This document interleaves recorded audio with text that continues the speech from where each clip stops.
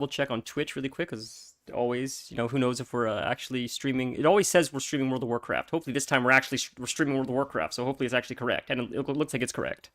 Thank Christ for that. Just make sure we're live. And it does say World of Warcraft, so at least that's good. We're just going to check YouTube really quick, and then we'll get into it, ladies and gentlemen. It'll be fun. I haven't streamed WoW in a while. I hope you guys don't hate me too much for streaming WoW. I know, like, the Baldur's Gate stream seems to be rather popular. Popular, I mean, what does that mean? You know, however many views I get, I'm grateful for whatever I get, but hopefully WoW will be just as exciting for you guys as Baldur's Gate is. But if it isn't, then there'll always be Baldur's Gate later. If you guys want to tune out for WoW and come back for Baldur's Gate, maybe either it'll be later this stream or maybe Thursday. But what I was saying was I haven't played a lot of WoW lately, and what I've been trying to do is I've had a few goals for this X pack. My first goal was getting the purple cat form, which is from Rated Battlegrounds. We were able to do that. That was awesome. The second goal that I had was to get fuck, I don't remember what it was now. I think I already got it though, whatever it was. Oh, Belladar. Belladar's mount, that's what it was. That rare spawn that spawns at like 3 o'clock, 6 o'clock, 9 o'clock, blah blah blah. Another goal that I have, which I found out recently, is killing Zekvir on question mark difficulty.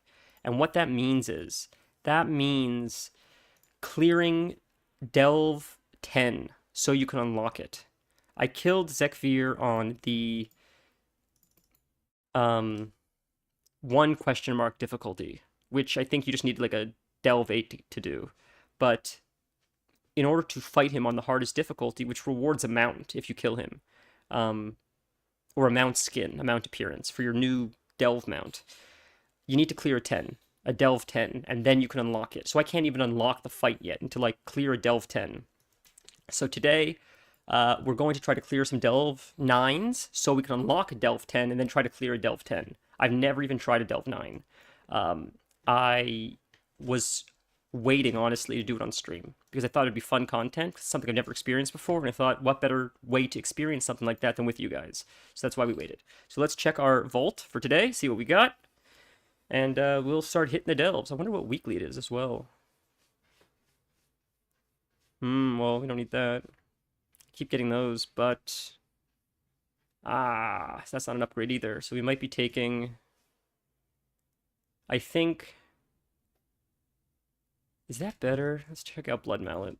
I don't really know how to sim. My friend sims, and he's shown me so many times, and I feel bad asking him again because I'm just too, it's not sticking. I'm too dumb to figure it out. So these Skarden's Grace is number 1. So the Void Reaper is quite high, which I have. And the Shadow Ritual Knife is high. The Shadow Ritual Knife is much higher. I'm trying to see where the other thing is. I don't think it's that good. I don't think it's that good. Yeah, it's quite low, I think. Yeah, it's quite low. So I think this is where I get confused with gear. This is like why I wanted to bring this up. This is lower. This is ranked lower as far as like being good for Feral or Guardian compared to this. Now, I have this trinket as a champion level trinket, as you can see. This is a heroic version of a trinket that's inferior to this type of trinket. So is my champion version of the Shadow Binding Ritual Knife better than the hero version of this? Because that's a pretty significant item level difference. You get quite a bit of agility here. You get 1400 agility, just flat, without anything else, before I even upgrade it. Like, is that better? I don't know. This is where, like, I feel like simming is important. But again, like, it's just so confusing. I gotta figure it out at some point. Hey, Torrance, great to see you. How are you today?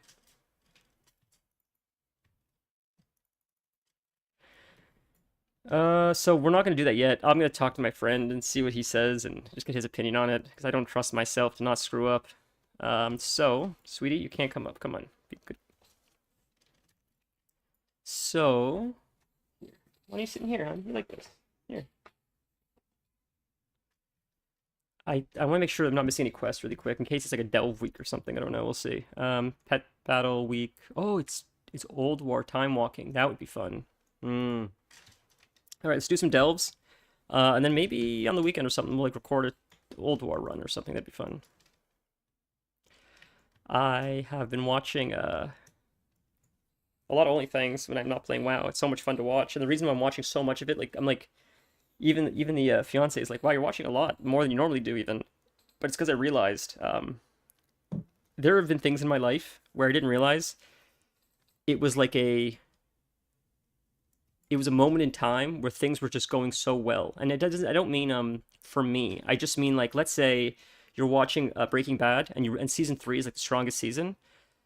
When you're watching season 3 and it's airing for the first time, you may not realize, wow, this is the best season of the entire series. You're just watching it in real time saying, wow, this is so great. I'm so into it. It's only after you watch season 4 or 5 that you're like, oh, like this is okay, but man, season 3 was crazy.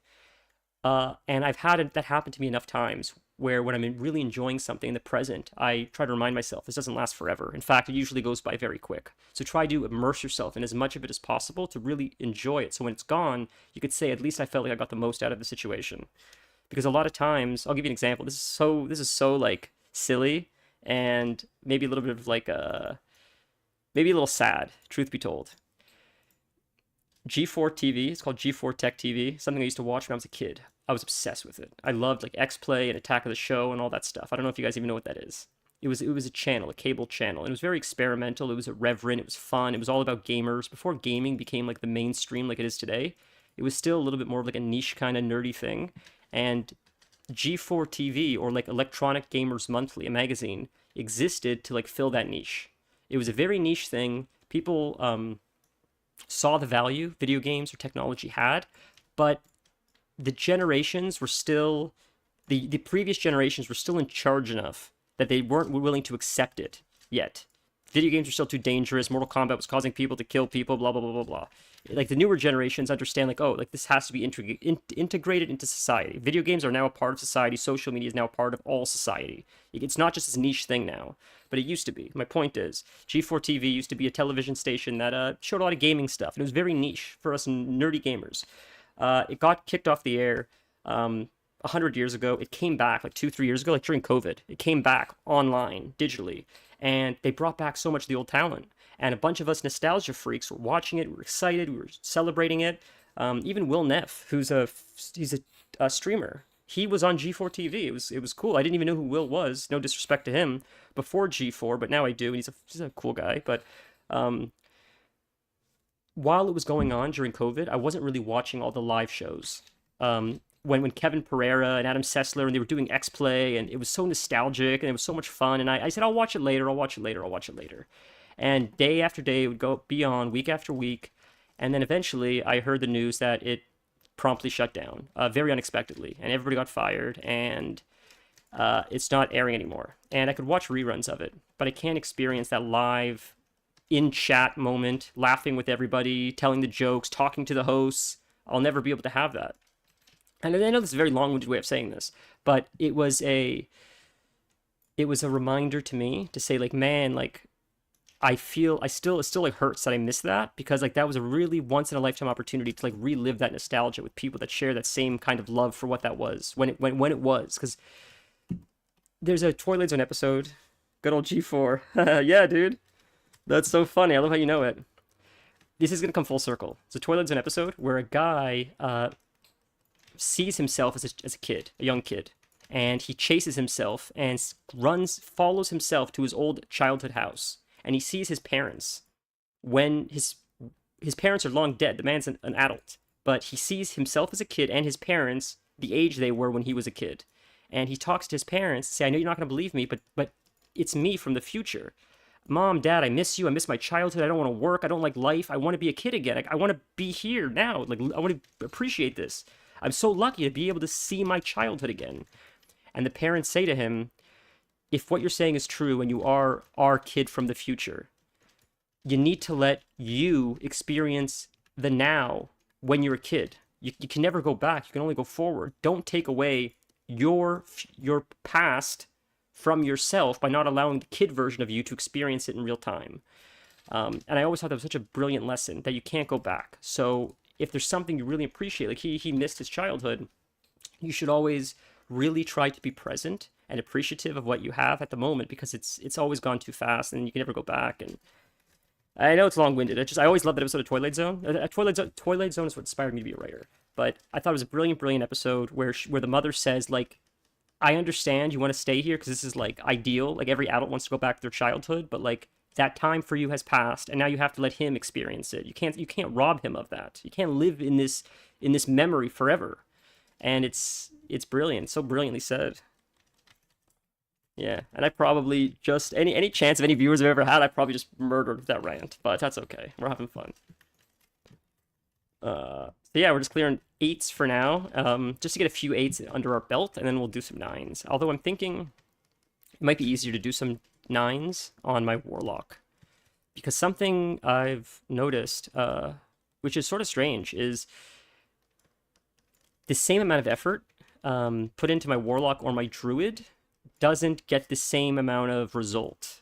Meaning my Warlock can put in half the effort and get twice as much damage output than my Druid who's fighting for his life and is like just scratching the surface. And that sort of feels bad a little bit, I'll be honest. So I might push on my Warlock instead of my Druid just because my Druid's tanky, but the damage isn't great. And I think I'm going to have to do Zekvir on my Warlock because Zekvir is like half of a DPS race, half of a staying alive race. And people say, no, it's not, it's only staying alive. Well, you're incorrect, and I'll explain why.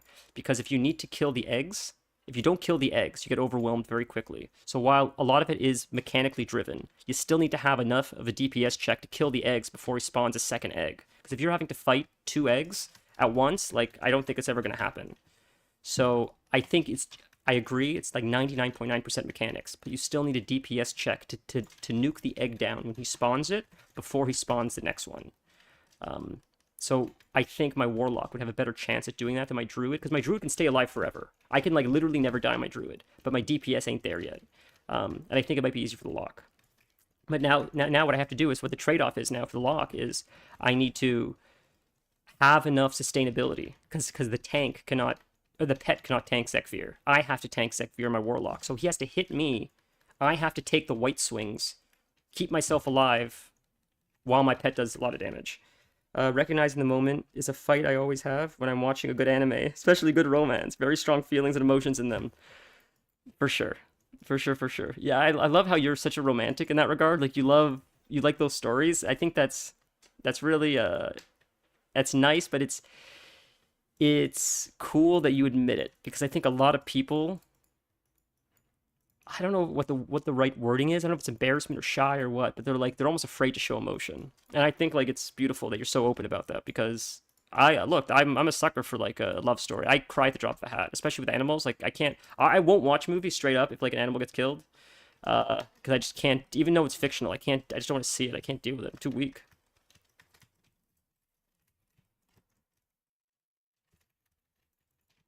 But I struggle every day. Every day, I'm like, it's a fight of like trying to be present, trying to stay present. It's tough. It certainly is. Um, and I had this like thought in my mind that like if you like meditate enough, at some point, you just get to that point where you've reached like nirvana. And what do I mean by like nirvana? I just mean like a state of peace where no matter what happens, even if you get rear-ended, you're like, just breathe. They can breathe through it. But like then you see people like Sam Harris, who are like professional meditators for in a sense, and they still like get flustered at times. So you have to understand, it's not, you'll always still feel like yourself. You'll never feel any different. You'll just be able to come back to reality a little bit quicker. It becomes a little bit more muscle memory. And no one ever taught me that. I had to figure that out on my own. I'm still not there, but it would have been nice to know sooner, because I kept feeling like I was trying to reach this unattainable goal of like nirvana through like meditation. Like I still feel anxious. I'm still waking up feeling anxious. When am I gonna wake up in a sense of peace? Like all the like Thich Nhat Hanh and all the monks that I read, they seem so at peace. Why am I suffering? I'm doing everything they say. But it's the same life you always live, just with a little bit easier coping strategies, I guess. I don't know. Jeez, I don't know what I'm going on about today. I'm sorry. Yeah,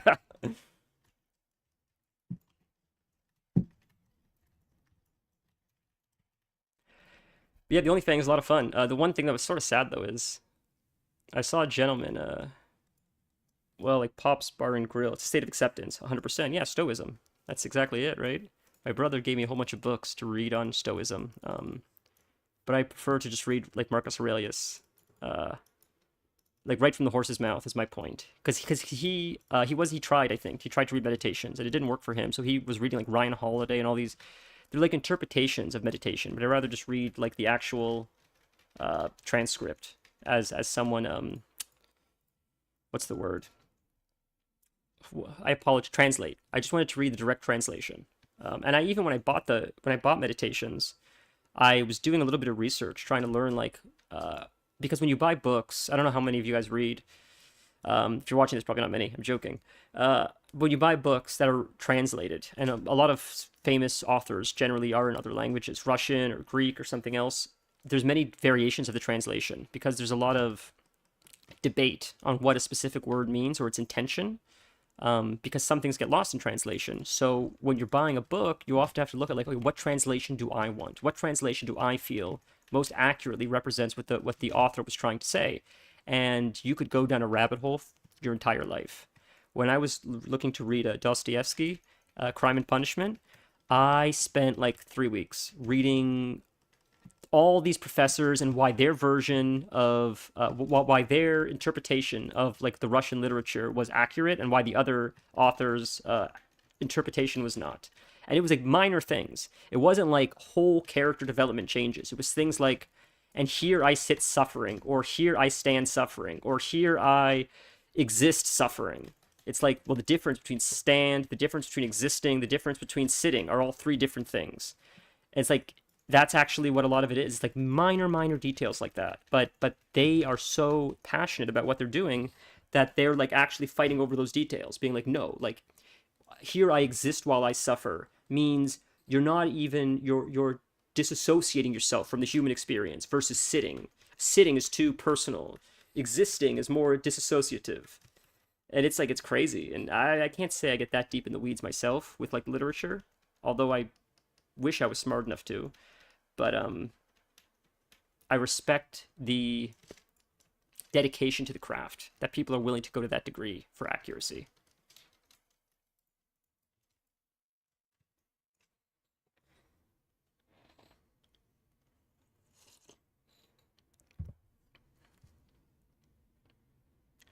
Japanese is a good example. They tend to explain how to spell their name since different characters can be used. That's confusing. I've heard Japanese is it's a bit of a different language, tougher to learn because like their language is different from how other languages are, supposedly. That's what someone has explained to me. I think they said they learned Chinese and Japanese, and they thought Chinese or Mandarin. I think they learned Mandarin. They said Mandarin was a lot easier than Japanese. Once they got Japanese, it was very easy, but they had to like train their brain how to like understand Japanese because it's like slightly different than other languages. Like I'm only speaking from what they told me. I don't know. But it's one of my favorite languages, Japanese. I always just like the way it sounds. It sounds very dramatic, but not like angry. It just sounds very passionate, I guess. That's the word, maybe. German to me sounds a little like German or Russian sounds a little bit more angry. But Japanese sounds very passionate to me. Yeah, like sort of like Spanish does. Spanish sounds like a very passionate language as well. And I don't know. And in French, I always thought it was funny because they sort of sing their words. I grew up with a lot of French Canadians, and when they hold words, when they're thinking, they'll like sort of sing it as they're holding it. I thought that was always sort of funny because like I've never noticed that in any other language. I think I don't know if it's a French thing or a French Canadian thing. Language is really fun. I think it's neat that we all have these like mouth noises that we make, and somehow we're able to decipher how we could all communicate to each other in spite of making different mouth noises. Someone figured that out, and that's like the craziest thing to me. Because the first person to do it, it must have been really tough. It must have been like pictures or something, right? Like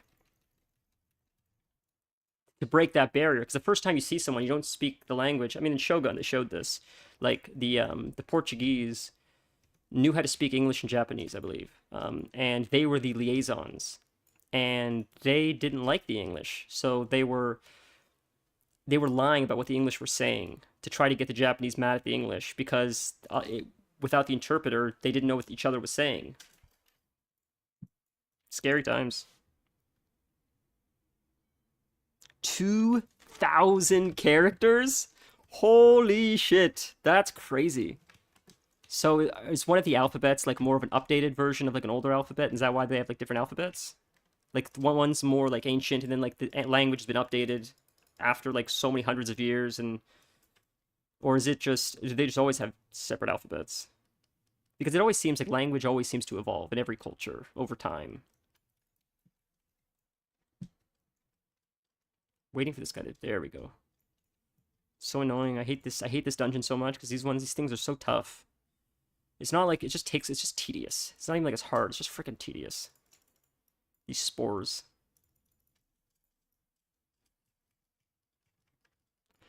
This dungeon is sporing. Alright. We're almost done at least. Did he get... Oh, he did not get hit by it. Nope. So the time it's taking me to clear this isn't too bad. We're making okay timing, but it'd be way better if I was my warlock way faster.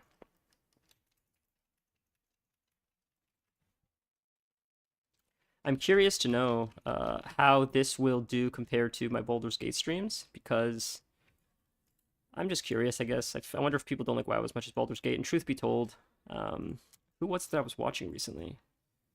Someone tanked their viewers because they were playing WoW. And they played something else because, oh, it was Canute. Canute was saying he doesn't normally play WoW, he normally works out. And because he was playing WoW, like, people didn't want to watch him play WoW, it was tanking his viewers. And some people were saying, well, it's because you never game. So, like, you don't have a gaming audience. You gotta, like, develop, you gotta, like, tough it out until people recognize that you game too, and then you'll develop an audience there. And I don't know what's right. But the thought that I had was, like, that sucks, like, to be in his position, because I don't think he wanted to play WoW. But it would suck to want to play a game, but because streaming is your job, you're like, well, I have to play something I don't want to play because that's the only time people tune in. And I need to make money, so I need to pretend like I'm having fun just so people will tune in, just so I could run ads, just so I could make money. Like, that sucks. That's when streaming doesn't become fun anymore. And I'm just grateful, I guess, that I am not in that position, because as fun as it would be, imagine making money with streaming. That would be wonderful, wouldn't it? But at the same time, it almost becomes like your chains, right? Because if you're forced to have to play something you don't want because that's the only thing your audience cares about, then that sort of ruins the fun of streaming. One was a commoner version, one was for ceremonial. Don't quote you on that. That makes sense. That makes sense. And I think, and I could be incorrect, but I think that's fairly common in a lot of languages. And the reason for that is if you can keep language slightly divided, it's easier to keep the lower class as the lower class. I don't know how accurate that is. I thought I heard that once, like, related to like dictators or like tyranny. If you keep the lower class educated enough just to know they're not educated enough, then it keeps them, like, from questioning authority, essentially. I think Animal Farm actually covered that. Have you ever read the book Animal Farm? I think in Animal Farm, they originally have a sign after the animals take over. The pigs put up a sign that says, absolutely no standing upright, absolutely no wearing clothes, absolutely no talking politics, no this, no that. But then as the pigs start getting more power, all of a sudden the part that says absolutely no standing on your hind legs, that part gets crossed off. And they start standing on their hind legs. And it says absolutely no clothes, well, that part gets crossed off. They start wearing clothes. But the horse can't read. So the horse keeps saying, what does this sign say? Things keep getting crossed off. And the pig has to read what the sign says, but the pig is lying because the horse can't read on her own. So she's just trusting what the pig is saying is true, but the pig is really saying, like, we never said you can't live in the house or wear clothes. You must have misremembered that. We wouldn't say something like that. We love living in the house and wearing clothes, but the horse can't live in the house or wear the clothes, just the pig. You know, the sign says only pigs can wear clothes and live in the house, but that's always been the case. And I thought, like, that was such a brilliant way to teach younger generations, I guess, how language can be used as a barrier for power dynamics, I guess, for lack of a better word. And as it has been, you know, but by keeping certain groups of people uneducated, it becomes harder to break out of that, like, trap that you're stuck in. Jeez, I'm really going off the rails today's stream. I'm sorry.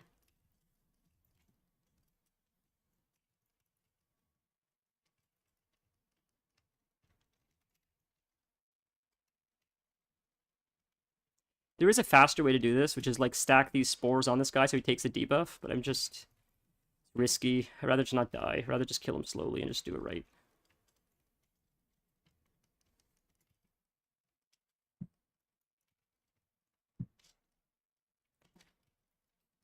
There was a gentleman, I think it was last night, I didn't watch it, I just saw the clip. A bunch of people were in Hardcore WoW yesterday, and I guess the dungeon finished or something crazy happened that they had to hearth out to save themselves from dying. And it seems like as they were hearthing out, someone pulled the mob, and one of the people hearthed out while two of the people stayed to try to fight the mob. And I think they killed the mob, but one of the people died to the mob before they ended up killing the mob. And the person that died was mad at the people that hearthed out, saying you should have stayed, should have canceled the Hearthstone and saved me, because now I'm dead. Which is fair, but the way they said it was, I hope you get cancer unironically.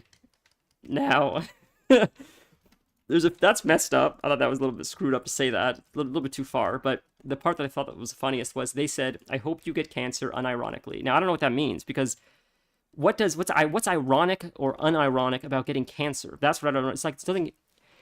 If you're going to insult people, my friend, for the love of Christ, at least be accurate in your insults. Jesus, man. If you're going to go to that degree, at least make sense with what you're saying. I don't know what kind of gobbledygook that was that you said. Doesn't make any sense. But irony would be that the tobacco companies, which are most notable for causing cancer, would be the ones to come up with the cancer cure, or tobacco. If the tobacco plant was the one, if the tobacco plant had the cure for cancer, that would be ironic. That's what irony is. Because tobacco is so heavily associated with causing cancer that if it was the very cure for cancer, that would be irony. What you talked about, I don't know what that was. That was not irony. You're just an asshole. That's just a thought, though. I thought that was very silly. It's like, if you're going to insult them, you're going to insult the poor gentleman. Just at least be accurate in your insults, for the love of God. I'm going to show you some really cool tech, actually. It's a new piece of technology I saw that was pretty sick. A lot of people don't seem to know about this, but it's really cool. So it's called a book, and it's sort of like an iPad, except like you don't have to charge it. It's always charged. And if you look in between these things, it's actually like Instagram posts, but there's no pictures, and they're way longer. And if you use enough of these, you may be able to actually insult people without sounding like an idiot. It's really cool. But yeah, there we are. The irony is their intention behind saying it, not the statement. I don't understand that. What does that mean? Like, so if you were to say someone, I hope you get cancer. Why would that be ironic? Like, whether you say it unironically or just say it without saying unironically, isn't that just saying it? Like, that's what I don't understand. That's where I'm so confused.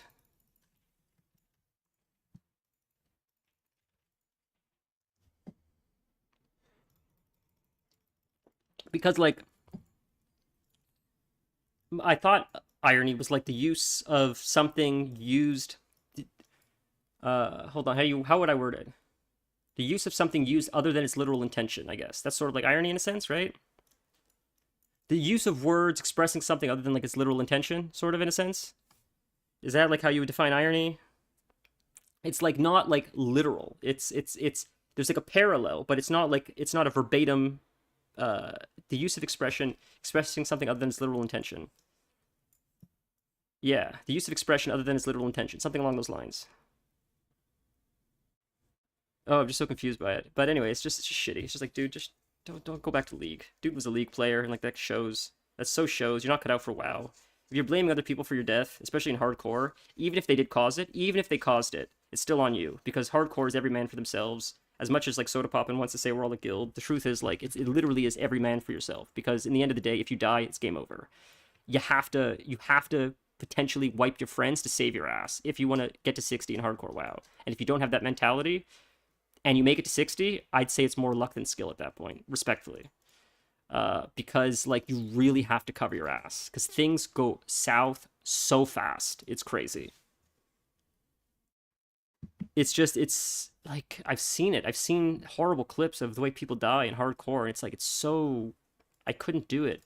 I was talking to my friend about it, and this friend, he's here. Can also be an audience having information that the character doesn't have. Is that irony? Is that irony? How is that irony?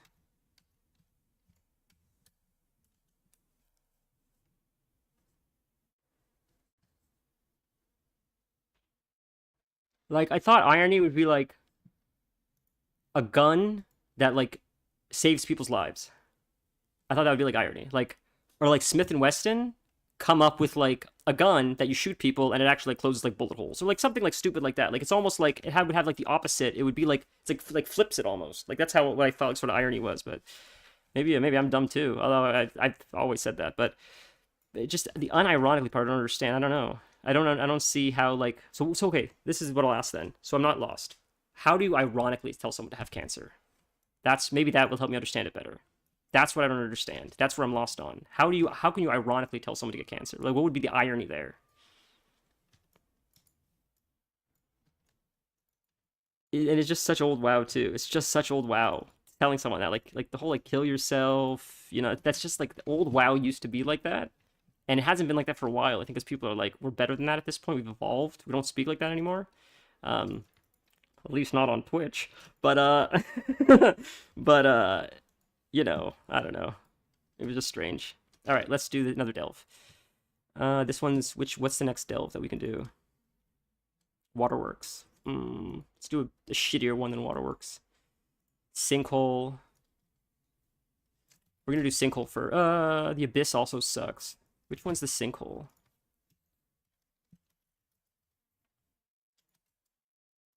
Sinkhole, wow. Yeah, the Sinkhole stinks. We're gonna do the Sinkhole. Get this one over with. It stinks. I don't like the underwater ones. That's why we try to bang them out first. Just get it over with. Is this the quest? Oh, I see. Also, we do have keys, right? Yeah, we should have enough keys. We're good. Oh, man. Okay, so I think we got enough. You know what? Fuck it. Fuck running delves right now. We're gonna run a 9. We're gonna hop on Nolly. We're gonna try to push that 9 right now. We're not gonna try to push 8s anymore. 8s are too easy. Let's try to make some content here.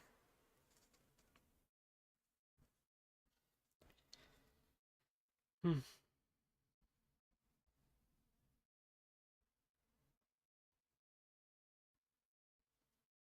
I think a lot of people use irony when they mean coincidence, though. That's another thing I noticed. A lot of people mean coincidence and they say irony.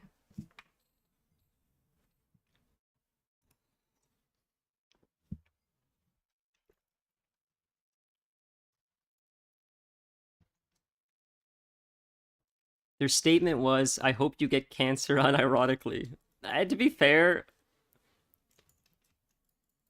okay, the reason why it bothered me as much as I'm still talking about it, honestly, is because the person he said it to is a fairly older gentleman, and he seems like a very respectful individual. And even today, after he saw the clip of the person saying that to him, he was saying to his own chat, "Don't say that. Don't insult this person. This person is just frustrated." It's like that seems like a really nice person. So like, just don't talk to people like that. I mean, talk to your friends like that. You want to talk to your friends like that. Don't talk to. He's an older gentleman. I don't know. It just seemed disrespectful.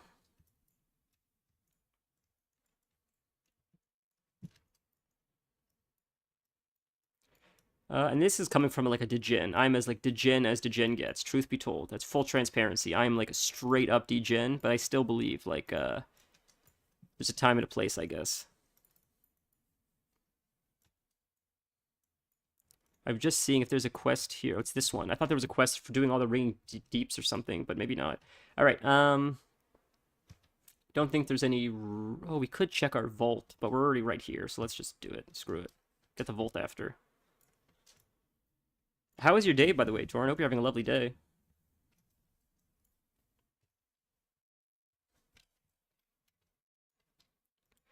Hallow Fall. Yeah, so I'm excited to try these 9s. I haven't done a 9 yet, but I'm curious to see what the drop rate will be for a 9 because I feel like a 9 shouldn't drop any different gear than an 8. Now that I think about it, excuse me. Never mind. I was gonna say it should be better, but I forgot. It caps out at 8. So we're just doing this for Zekvir. So I guess we'll just do 1 9, 1 10, and then just go back to 8s. There's no point of pushing the difficulty if you're not gonna get any extra rewards. Unless it leads to like an achievement or toys or something, that'd be cool.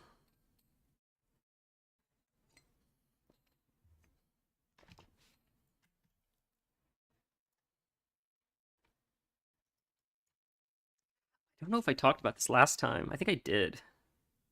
Amphi died. Did I mention that last time? That Amphi, the speedrunner, he was setting the world record. He was level like 56 or something and he died. I think I mentioned that last time. That was so sad to watch. I was rooting for him so hard. It was so fun to watch like how he was setting the world record, and then he got disconnected running through a doorway, and when he logged back in, he was dead. I think I mentioned that to you guys. I don't know if I mentioned it on stream, but oh, he handled it so cool too. I would have been so heartbroken. I don't know if I would have had the So unironically means the opposite of what you are saying. So a sincere statement that doesn't use irony. So similar to saying period at the end. Yeah, so that's what I thought. Okay, that's what I thought. It's sort of like it's like it flips it a little bit, right? Like I can't word it as well as you worded it, but I sort of saw it as like it's the opposite of like what you meant or like its intention in a sense. If you create a if you create an anti-choking device and someone chokes to death on it, that's almost ironic in a sense, I believe. If the purpose of the device is to clear your airway, and ironically it gets clogged in your airway and you die because of it, I think that's ironic. I may be incorrect, but I believe that's considered irony. Right. I don't know. It's fun. Look, language is fun. You know, it's like sort of like it's like math with words. That's how I always looked at language, because there's laws to like linguistics and stuff. Like you can do whatever you want. You could also say like 2 + 2 is 6, but like for the sake of sanity, I guess we've created like specific laws of language so we can all sort of be on the same page.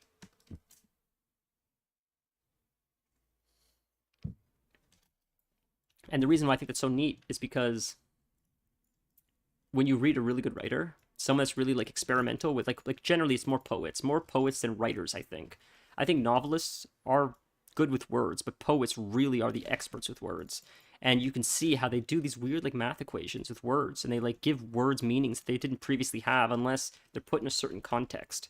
And I think that's so brilliant and so much fun to experience as you're reading it. Okay, hold on. Okay, ready? Here we go. Professor Torin is dropping some knowledge here right now. Here we go. Let's get in on this. Let's see what he says. I gotta kill this mob really quick. Okay, hold on. These guys are hitting pretty hard, by the way.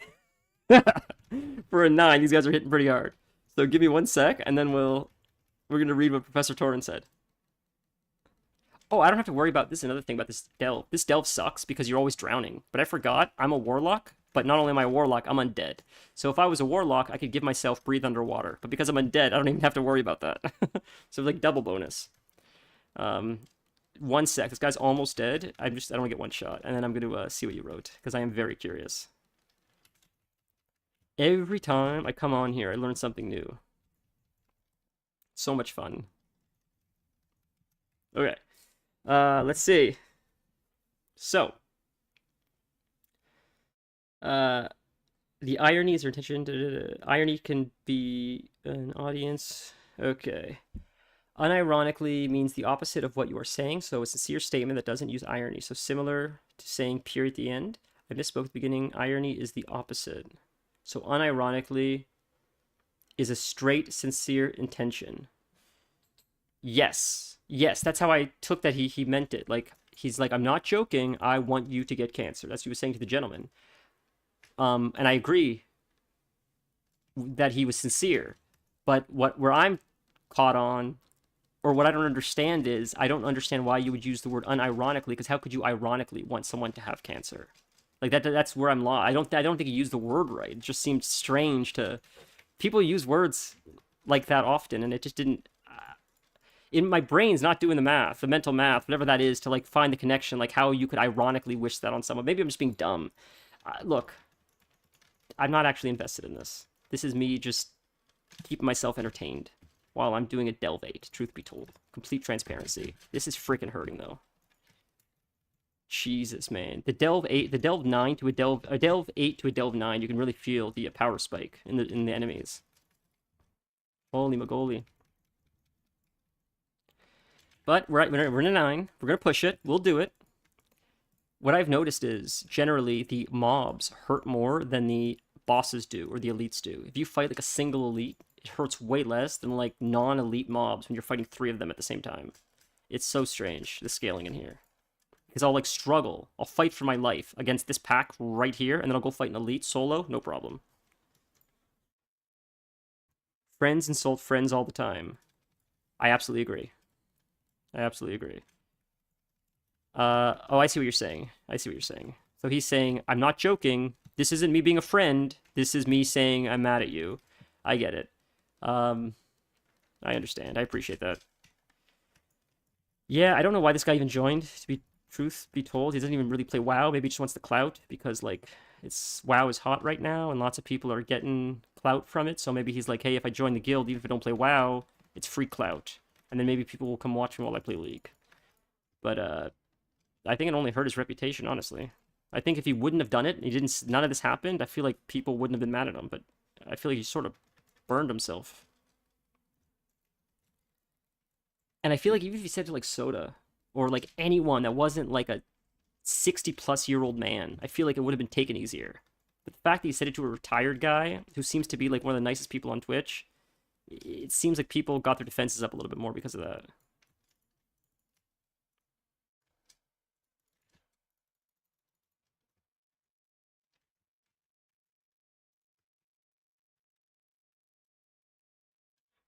And then when his response was like, don't insult him, he was angry. It's like, oh, he's such a nice guy. How could you be mad at him? So I'm taking them one at a time because I'm afraid to overwhelm myself here. Changing the conversation to Baldur's Gate. How how far are we in the game now? Now that we've killed Ketheric Thorn, I've been thinking about it nonstop. I'd like to try to play a little bit today if we can. Have we made like a decent dent in the story now? Are we getting anywhere? Are we getting like closer to like finishing it now, or are we still like not even? Are we just scratching the surface?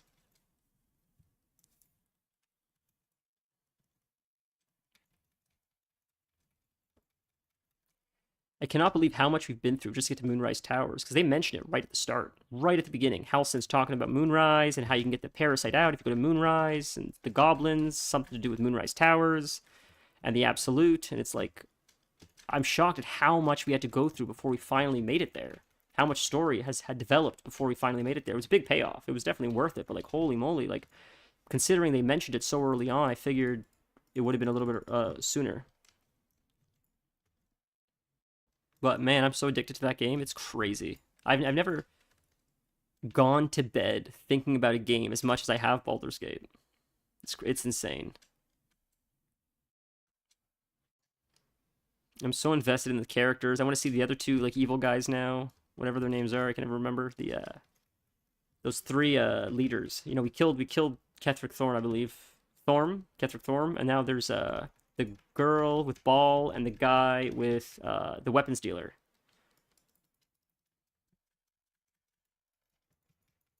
Or whatever he was.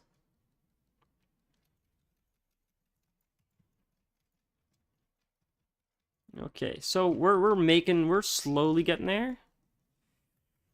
I gotta keep my pet up. That's what these potions are for. Tips for anybody that plays Warlock and does delves, just so you're aware, you don't have to heal your pet as long as you step over the potions that Bran throws out. Because the potions heal you and your pet at the same time. So even if I don't take any damage, if I still walk over, my pet gets healed, see? So that's sort of, I just sort of farm the pots while my pet tanks for me. I don't know if this strategy can work in anything higher than a 9. When you start pushing 10s, it may get a little bit sketch. And truth be told, based on how hard these guys are hitting, I might have to get a little bit more gear before we push 10s, but we'll see. We'll see what it's like.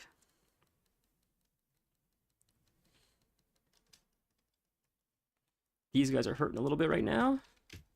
Gotta get the potion. Okay, it's a lot of ads. If we can just stun them, we can get a little bit of breathing room here. There we go. Killed a few. There we go. Now, there we go. We're safe. Whew, that was close. Jeez, man. You can zoom in now, I guess. Jeez. That was stressful. Okay. Now we have to kill the bait. This is a shitty one. Back to irony with the audience. An example is someone saying they hope someone else gets cancer in the time frame right before the public knew about... Oh, for that character, you mean. Yes, yes, yes, yes. Of course, absolutely. So for the reader, it's ironic because we know he probably has it because he is a chimney smoker with a horrible cough. That makes sense. It's like, yeah, we have like forbidden knowledge that they don't know about. You're smart. You're a very smart guy, but you've always been smart. Taught me a lot over the years.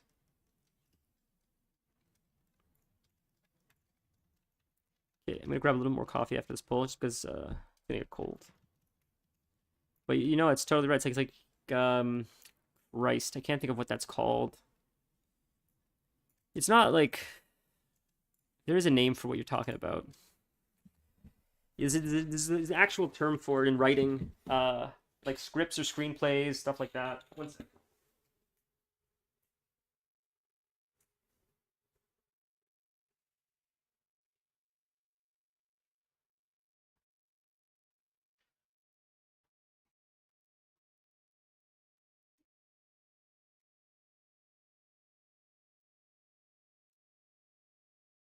Sorry, friends.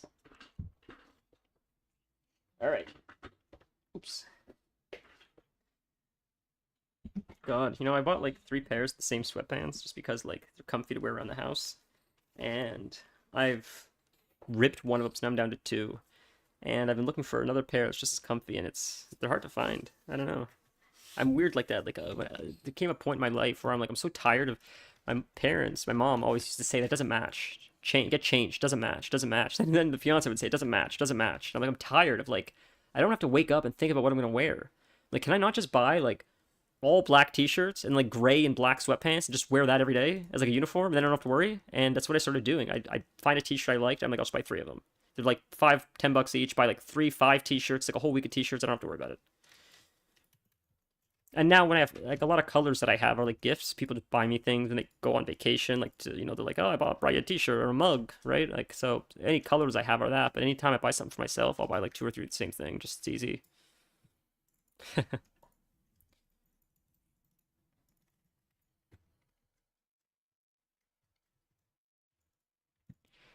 Oh man. Oh, I was hoping you'd see the puzzle that I was talking about last time when I told you. Remember you said I got that puzzle really quick. So this puzzle that I just did instantly was dumb luck. I only did it because it worked out like that. I didn't know what I was doing.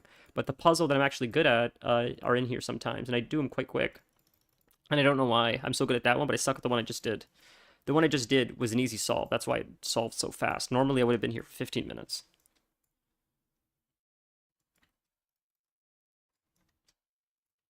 That chest is definitely infected with something. Hundo percent.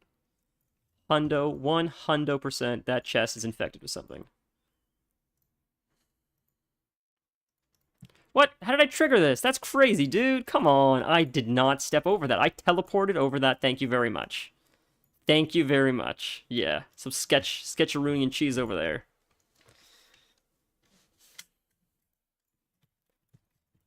All right.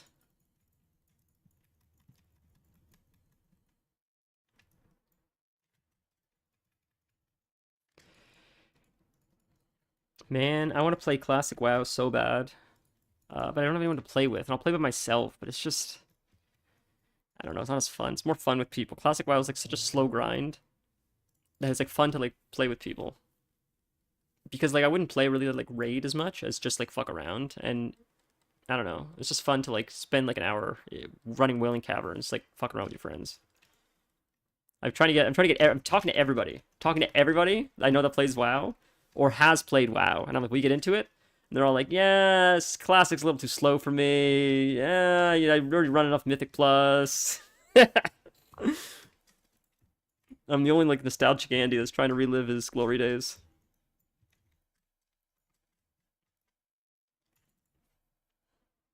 Speaking of nostalgia, it's crazy how many streamers came back because WoW came back. Like I saw Mitch Jones today. It's nuts. These are guys from like early 2000s, like old when WoW was king on Twitch or the internet. These guys were the big streamers, and then they were gone. They fell off the face of the earth, and all of a sudden they're back, and it's like nothing's changed. It's so weird. It's like we're in a time capsule. It's the strangest thing. I disconnected, or was that a lag spike? Hopefully I didn't disconnect. We disconnected. That sucks, bro.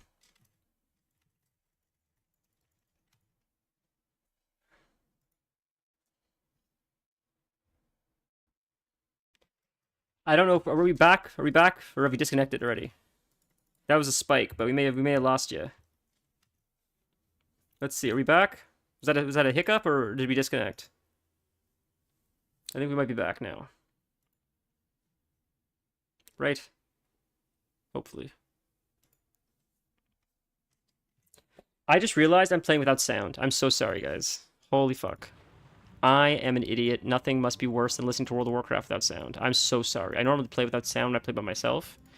Because I'm usually listening to something like audiobooks or podcasts or something. So I just realized I've been playing this entire time, talking to you guys like an idiot without sound. So the sound is on now. Amateur hour, man, right? Am I right? What else is new? Jeez. I'm sorry it's going to be a long day at work. I hope everything's okay.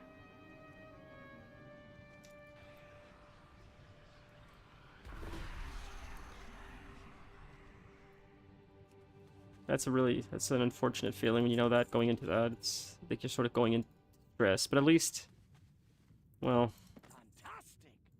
I don't know. I guess there's two sides to the coin. I guess it's good going in, knowing you're going into stress, because at least you can mentally prepare than getting sideswiped. But at the same time, you're sort of like, I'm walking into a shit show. So I don't know. I guess it's better to be prepared, but it still sort of sucks. I'm sorry you have to deal with that.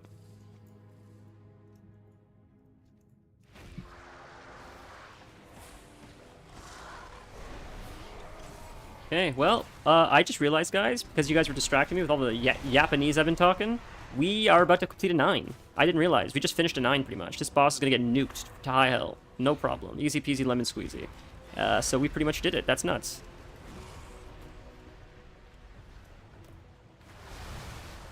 I don't know if I've ever fought this guy. I must have fought this guy in a different difficulty. What are these silly mechanics, dude? Jesus. Like, hello? What is this? Just ignore the ads. Oh, now you have to kill... Oh, you have to kill the ad because this thing is blocking it. I see. It's protecting him. Easy. That makes sense. Easy, boys. We got this. Easy peasy. Let's save the demon dogs for the boss. Yeah. I could kill these ads, so I don't have to deal with this CC stuff or whatever this is, but...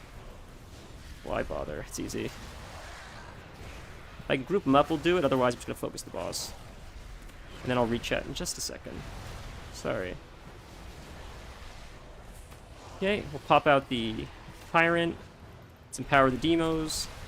Go ham. Oh, get off. There you go. Alright, we'll step over here. Step over here. Yeah, we don't need to do the mechanics. Mechanics. We did it, boys. That was a Delve 9. Thank you for your help, ladies and gentlemen. Crushed it. Way easier on Nolly. See, I feel like I did a 9 on Nolly faster than I did an 8 on Barry Garcia. Oh, I see.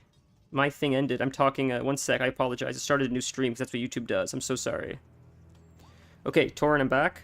I can see the new chat now. Why is it a rough day at work? I'm so sorry. I was looking at the old stream. I forgot YouTube creates a new link when it dies. Did I miss why you said it was a tough day today? I apologize.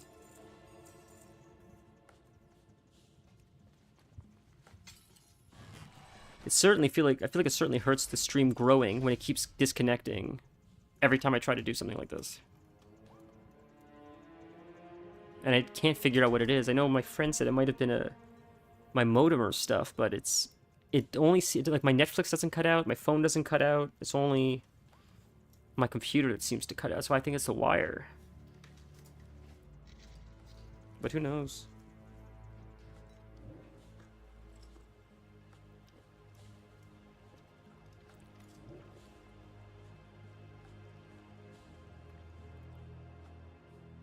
Okay, well, we did a 9. I mean, we could try a 10. We could try to push a 10 on Nolly. I feel like, if anything, though, I should maybe... Let's quickly check our vault really quick. Clear our bags. See what's in our vault. See if we can get a little bit of an upgrade. Because if we can get a little bit of a damage boost to maybe push us to a 10, maybe it'll be a little bit easier. Any little bit we can have, I feel like, is good. So we'll quickly check... We'll check our vault, see if we get anything special. If we do, awesome. If we don't, then we'll run... I feel like this one's probably one of the easier ones. What else do we have? That's a Bountiful Delve. There's one in... Wait a minute, there's gotta be 4 up. There has to be 4 up. So there's one. There's only one here, so that's one. There's one here we just did. There's one here we just did. There's one missing. It's being covered by something then maybe or something. Oh, it's right here. Waterworks. The waterworks.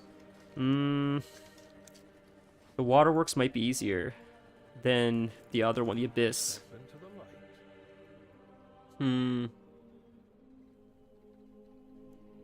Okay, we'll quickly check our vault while I think about that, which one we should do. I didn't lose your stream and I didn't say. The job I am running is annoying and crashes a bunch. I'm so sorry to hear that. That stinks. Okay, I'm glad you didn't lose the stream because the stream did cut out. I had to open a new link because the first one's crashed on me. I'm grateful it didn't cut you out, though. May I ask, if I didn't already ask this, is there any way to identify if it could be the wire or something else other than quickly replace? Like, would I be able to run like a diagnostic test to see like, oh, it's the internet's cutting out because there's something on the PC causing it to hiccup. It's not a faulty communication with the wire. Like, would there be a way to even identify that, or would I just have to like? Because it's fine. I could probably get a wire for like $8. I'm fine if if that resolves it, and even if I lose $8 and it wasn't the wire, it's okay to have another Ethernet cable in the house for $8, whatever. But I just want to try to resolve the issue, I guess. I did a lot of the stuff my friend mentioned. Checking the modem, checking for heat, clearing the dust, like a lot of that stuff. It's pretty clean. Wasn't that dusty. We have it pretty high elevated, and generally like I clean around there pretty often, dust around there. So the things he said seem to be okay so far. I'll have to look to make sure I didn't miss anything else he mentioned. But a lot of the things he mentioned, which made sense, seemed to be like passable based on what he said. But we'll have to see. But if any of you guys play WoW, whether you're watching this now or at a later date, I would love to know what you guys are doing in this X-Pack, because I haven't raided or done delves this X-Pack. It's been raided or done Mythic Plus. It's mostly been delves and a few alts, mostly trying to unlock the reputation, get the mounts, stuff like that. But I feel like there's more that I haven't done yet, and I'm curious to know what other people are doing, because maybe, I don't know, maybe it's something to look into for myself. If someone's like, oh, you haven't done this event yet, this is fun, like, I'm still discovering so much this X-Pack, because I noticed this last X-Pack too. There's so many new systems that they throw so much at you at once that, like, it's like a buffet, you try to get a little bit over here, a little bit over here, a little bit over here, but there's so much that you can never try all of it by the time the X-Pack ends, which is not a bad thing, but there have been a few times, like this X-Pack, or last X-Pack, where I was doing an event at the end of the X-Pack, trying to get the mount, the reputation that I haven't gotten yet, and I said, oh man, I'm doing this solo, but this would have been a really fun if I did this while everyone else was doing this, because this is like a more fun of a community event if more people are there. So that's all. So that's why I'm just always looking for new stuff to do. Like if there's anything I'm missing, it's like, oh, I would love to do that while everybody's still doing it. Instead of just me soloing it on my own, it's fun to do it as a community. We are a light in the darkness. That's painful, dude. I didn't hand this in. I did this last week, and I didn't hand it in. I could have gotten an extra reward today, and I didn't. Oh, that's so painful, dude. Ugh. It's kind of complicated, though. You could try updating your Nick driver. Kelth could send you a couple cables, since he has a big spool. Yeah, I saw he mentioned that. I did see he mentioned that. I haven't messaged him yet. I saw yesterday he said, like, I'd be more than happy to send you a wire. I just feel bad asking him to send me a wire, and then it's not even a wire. Like, I don't know. If I just buy it off Amazon, I don't want to buy. I feel bad bothering him. Does anybody do this? Does anybody do this five battles against teams? Like, it's like 6 people that queue for this, I feel like.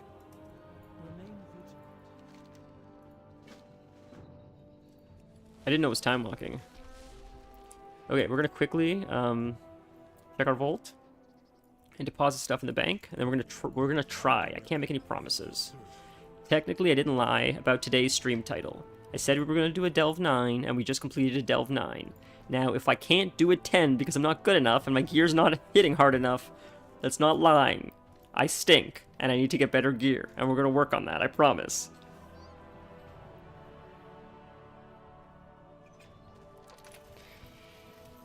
Ooh, that's a socket though. We're replacing an adventurer ring. Okay, the answer is very clear. We're not using this. I already have a socket and a hero belt. We're replacing an adventurer. An adventurer ring with a socketed heroic ring? My brother in Christ, could it be more of an upgrade? Oh, you do get transmog with these ones though. Look at that transmog. It looks sick. Look at that. Look at those toes. Isn't that sick? Is that worth getting? That's pretty sick. Don't. He bought a huge spool to wire his place. You should help him use some. Okay, I'll ask him. I'll ask him. I'll ask him. You've convinced me. This is a crazy upgrade. That will help a lot. That's insane. Adventurer. I believe it goes Explorer, Adventurer. So Adventurer is close to the bottom rung of gear you can get, and Heroic is the second highest gear you can get. So I'm going from the second lowest gear to the second highest gear, I believe. So that's a pretty big upgrade. How many hundreds of item levels is this? Oh, it's only 100 item levels. Not even 100. Okay, never mind. Fair, fair. When I was playing my alt from last X-Pack, I was running time walking with a few friends, and I got, I think, a weapon, and I think it was like a 300 item level upgrade. Because I haven't played the character in so long, that he had like a 200 and something item level weapon, and the weapon that I got was like 500 and something item level. It was insane.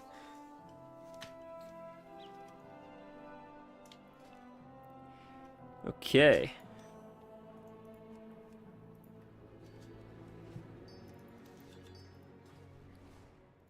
Well, then I will bother him today, and I will say, hey, my streams are failing. The whole reason why my streams are failing now is because of you, because you haven't sent my wire yet. So send my wire so my stream stop failing, or every day that my stream still fails again, I'm going to send you a letter from my legal department, which is charging you for your negligence for not sending me a wire. That seems like an appropriate way to go about it, right?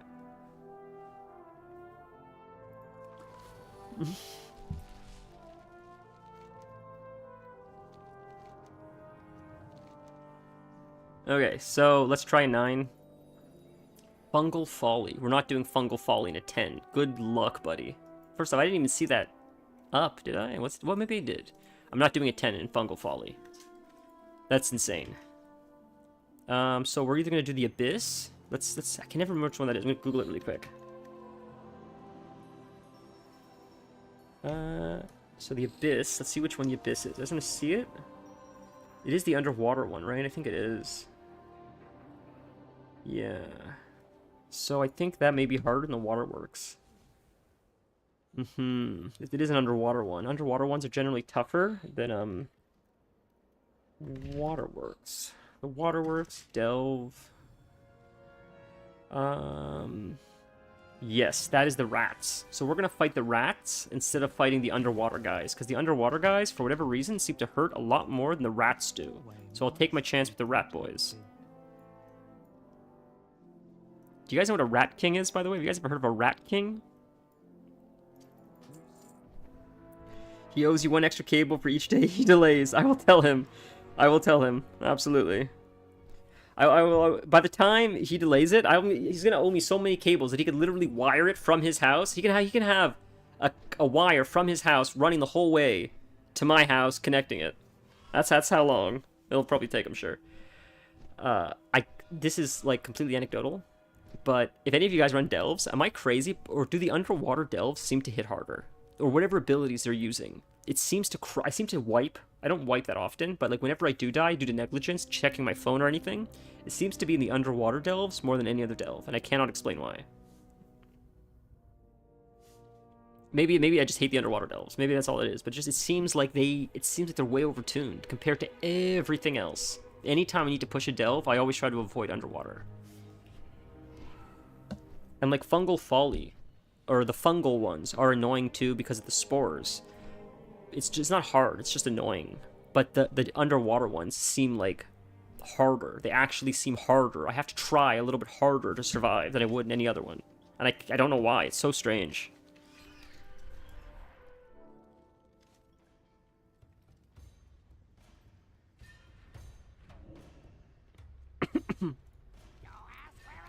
Oh, right. I didn't do any of these quests from last week.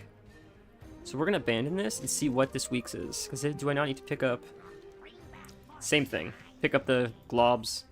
Because it's every week. I could be wrong, but I don't think every week it's pick up the globs, pick up the treasure. I think some weeks it's complete activities, which I prefer over picking up the treasures.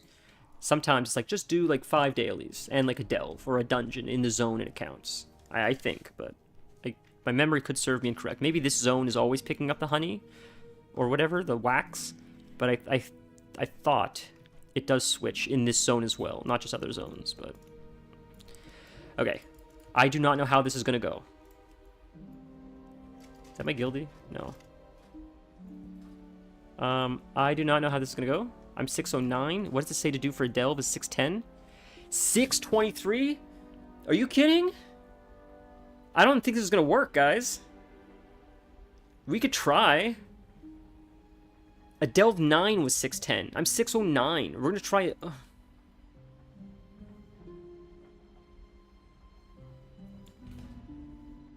We'll try. Let's try.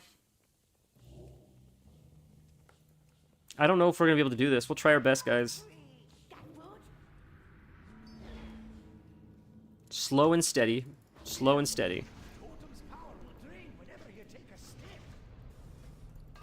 So, what I was saying was I haven't done a lot of Mythic Plus and stuff, but, like, I want to start pushing these delves, and I feel like I'm starting to get stuck with, like, where my gear is. I can't upgrade it anymore, because... the only way I'm really getting gear now is running delves to get a vault, so at the beginning of the week I can get a heroic piece. I'm not running things that drop heroic items. I'm only getting it as a reward through my vault. So I need to, I think, push a little bit harder by doing Mythic Plus to try to supplement a little bit higher gear now, on top of the vaults that I'm getting every week, to try to push me to the next level so it's easier to run these higher level delves. I think it'll make Zekvir easier as well. If I just gear myself out, you know, get gear to the tits, it just makes it, it idiot-proofs everything, right? With that being said, if any of you guys are watching now at a later date, Discord, YouTube, whatever you're doing, and you guys want to participate in Mythic Plus, join the Discord or just send me a message, and I'd be more than happy to make chill groups. And what I mean by a chill group is people that want to come and get it done. Even if we don't time it, we'll run it, we'll get it done, we'll get you some gear, eventually you'll learn, eventually we'll time it. Like, you gotta learn somewhere, and I'm willing to take people that are willing to just be patient and learn how to time keys. Honestly, I think we probably will time it. I don't think we'll fail keys, truth be told, because even carrying 1 or 2 people, you can still usually time a 2 or a 3, usually. So as long as you're not, like, super incompetent. But worst case, who cares, you do it again. Right, you fail, you go again. That's just how it goes. So, if anyone's interested and wants to like really start at the bottom rung and work their way up, you can just join the Discord or whatever. I mean, you don't have to join the Discord. It's just easier. It's an easier way to, I guess, to coordinate. If you're somewhere where we could all like try to coordinate a time that works for us. That's mostly the only reason why, truth be told. That's sort of even why I really created it. I just felt like I was trying to think like, what's a way I could coordinate with people to like play WoW with them and do like events and stuff. And I was trying to think, and I'm like, well, I guess Discord's the best option because I can send a message in the morning, someone can read it in the middle of the day, someone else can read it at 6 p.m., and we can all coordinate at like 8 that night, or we can coordinate on the weekend. And there's not many other platforms that allow that without having to like make an account, like Instagram or something. And I feel like most gamers already have a Discord account, so joining one quick server that never updates you, unless like it's just a quick ping, I felt is easier barrier to entry than I'm, instead of me being like, give me your email address, sign up to my email list.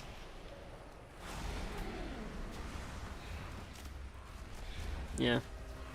I've seen some people's Discords. It's like super impressive what some people have in their Discords, like mods and all kinds of channels. Like mine's like, you got cat pics, you got like a few memes, and then it's mostly just like, hey guys, I'm going live, or I got a miss today, I'll see you guys Friday instead. Like, you know.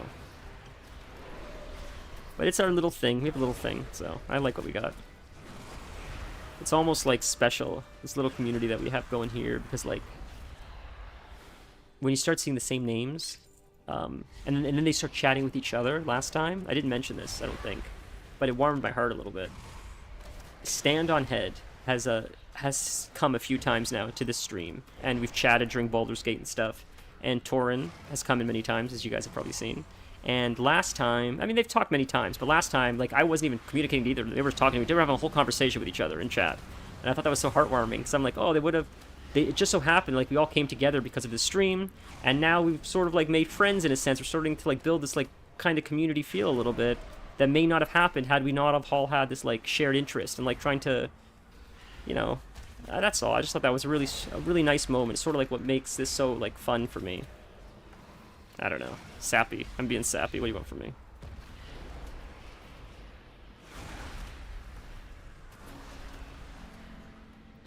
We're doing it. I'm going to be honest. We're doing it. It's a little bit sketch. Because these guys got a lot of health. But my demon's not dying. So as long as we're slow and we take our time, we might be able to do this. It's not even the boss that I'm worried about. It's more like these kinds of pulls. Where you're getting an elite and then like 1 or 2 extra adds. Like this one's a little bit sketch. I wonder if I could banish anyone. But they're all humanoids, so I don't think I could banish anyone. So I think we just got to be careful. We just got to... So we'll pull this dude, and we're going to kill the kobold first, because he's not an elite, and he'll die a lot faster. So I don't need him white swinging on me, unnecessarily, because he's going to kill my demon. So we're going to nuke him first, keep my boy alive, and then we'll fight this guy. And hopefully I can, between the healing and my damage, I can create enough of a shield to keep my demon up. Something that I loved about Mists of Pandaria, and it is coming back, which I cannot wait for. It's so much fun. It's one of the highlights of my WoW experience with Mists, was that demonology was so strong, and there was like a feedback loop that demonology had back in Mists of Pandaria, where damage you did shielded both you and the demon. I think any like extra, like I don't remember exactly what it was, but it was like a percentage of the damage you did created an absorb shield or healed you and your demon. And because Destro was so stacked, it would do so much obnoxious damage that you would have an infinite shield, essentially. Your demon would never die, you would solo everything, you would hurl chaos bolts for 2+ million, at least, at the enemy, and watch him just melt, while your demon has like a 30 million shield. It was like, it was broken beyond words. I don't remember how much Torin remembers about Mists of Pandaria, but my lock was pretty broken at the time. It's not because like I was like some kind of like god player. It's because warlocks were freaking broken in Mists of Pandaria. They were fun, I'll be honest. As someone that played a warlock for a long time, it was fun to finally be like the king of the show. But as it was happening, I'm like, this cannot stay like this. This is beyond insane how overpowered they are. Oh, dude, I miss Mop too. Mop was. Will you come back for Mop? When Mop comes out, classic Mop. If I could convince Kelp to play, will you play with us? Just for fun. Casual, don't have to do anything. Whenever we're available, like Baldur's Gate, if we're available for like an hour, just to play around. Just for nostalgia's sake. I don't know when it's coming out. It could be like a year or more. I have no idea.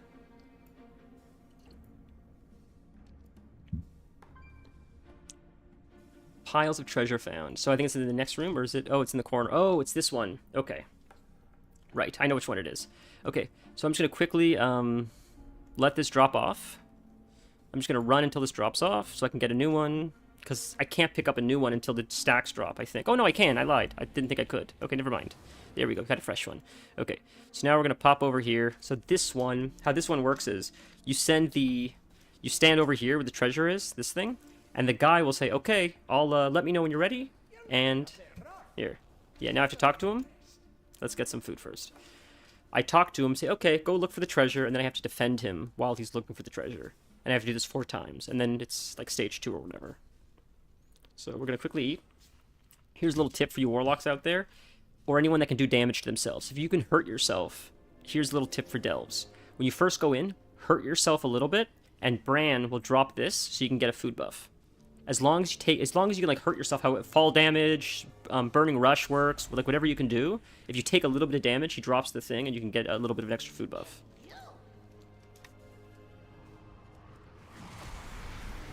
And it's not necessary. It's just like if you may as well. If you get the extra little bonus, why not, right?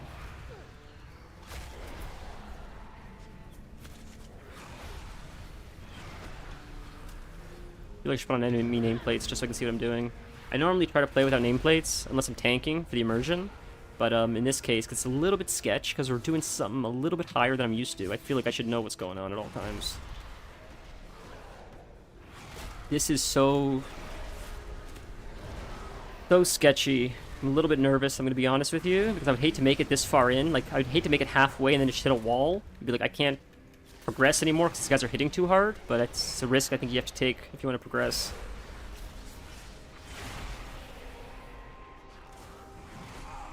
These guys are a bit of like, I don't know if the word's like meat shield or whatever you want to call them. Like, they're just damage sponges. Is that the word, a damage sponge? So they're not hitting too hard. I just feel like I'm attacking them for a very long time before their health goes down. It just feels like they're just really jacked, and they just take reduced damage just for no reason other than just because.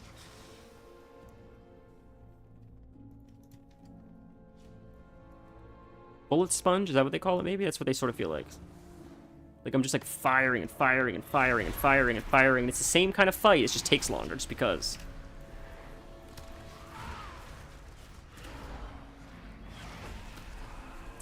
I'm not into Marvel movies, but I saw that Deadpool is on the streaming platforms now, and I'd like to see it just because I'm a big fan of Logan, and I saw that he came back for this one. Like, it's Deadpool and Wolverine. I think it's even called Deadpool and Wolverine.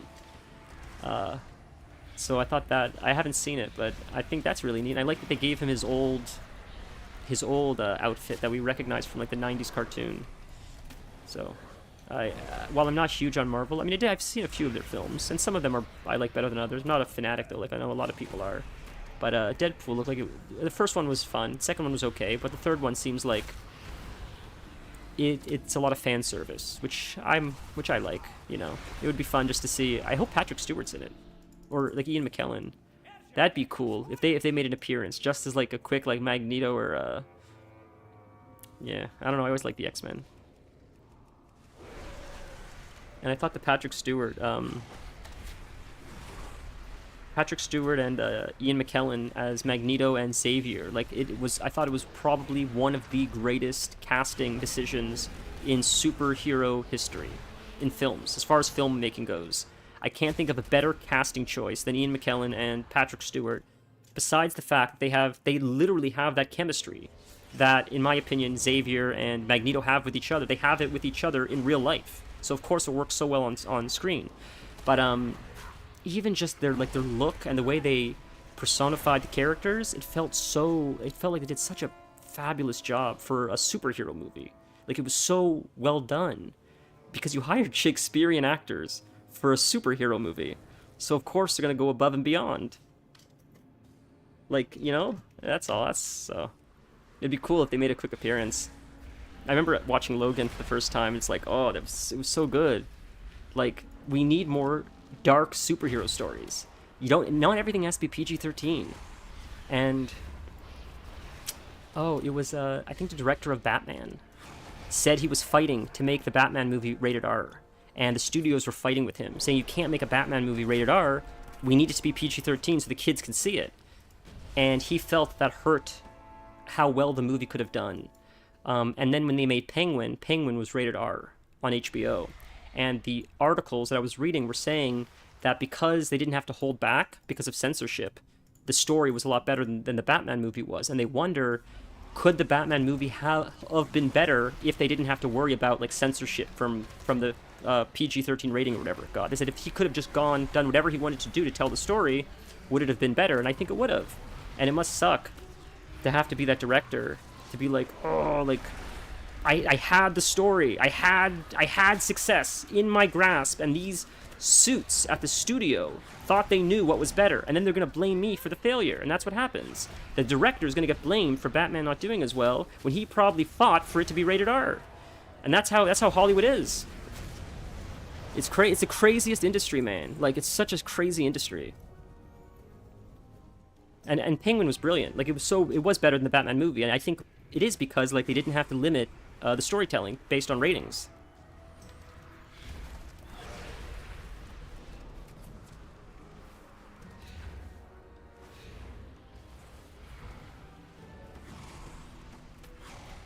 But I'm of the mindset that censorship shouldn't exist. That's my mentality. I believe that there shouldn't be quotas. There shouldn't be censorship when it comes to art. Whatever art you want to tell your art how you should tell your art. And if you don't like the art that's being told, make art that counters that art. And then, you know, we experience all the art, and then society chooses what we like. I think if you, like, put limitations on art, though, then everybody suffers. Not just the artist, but so does the audience.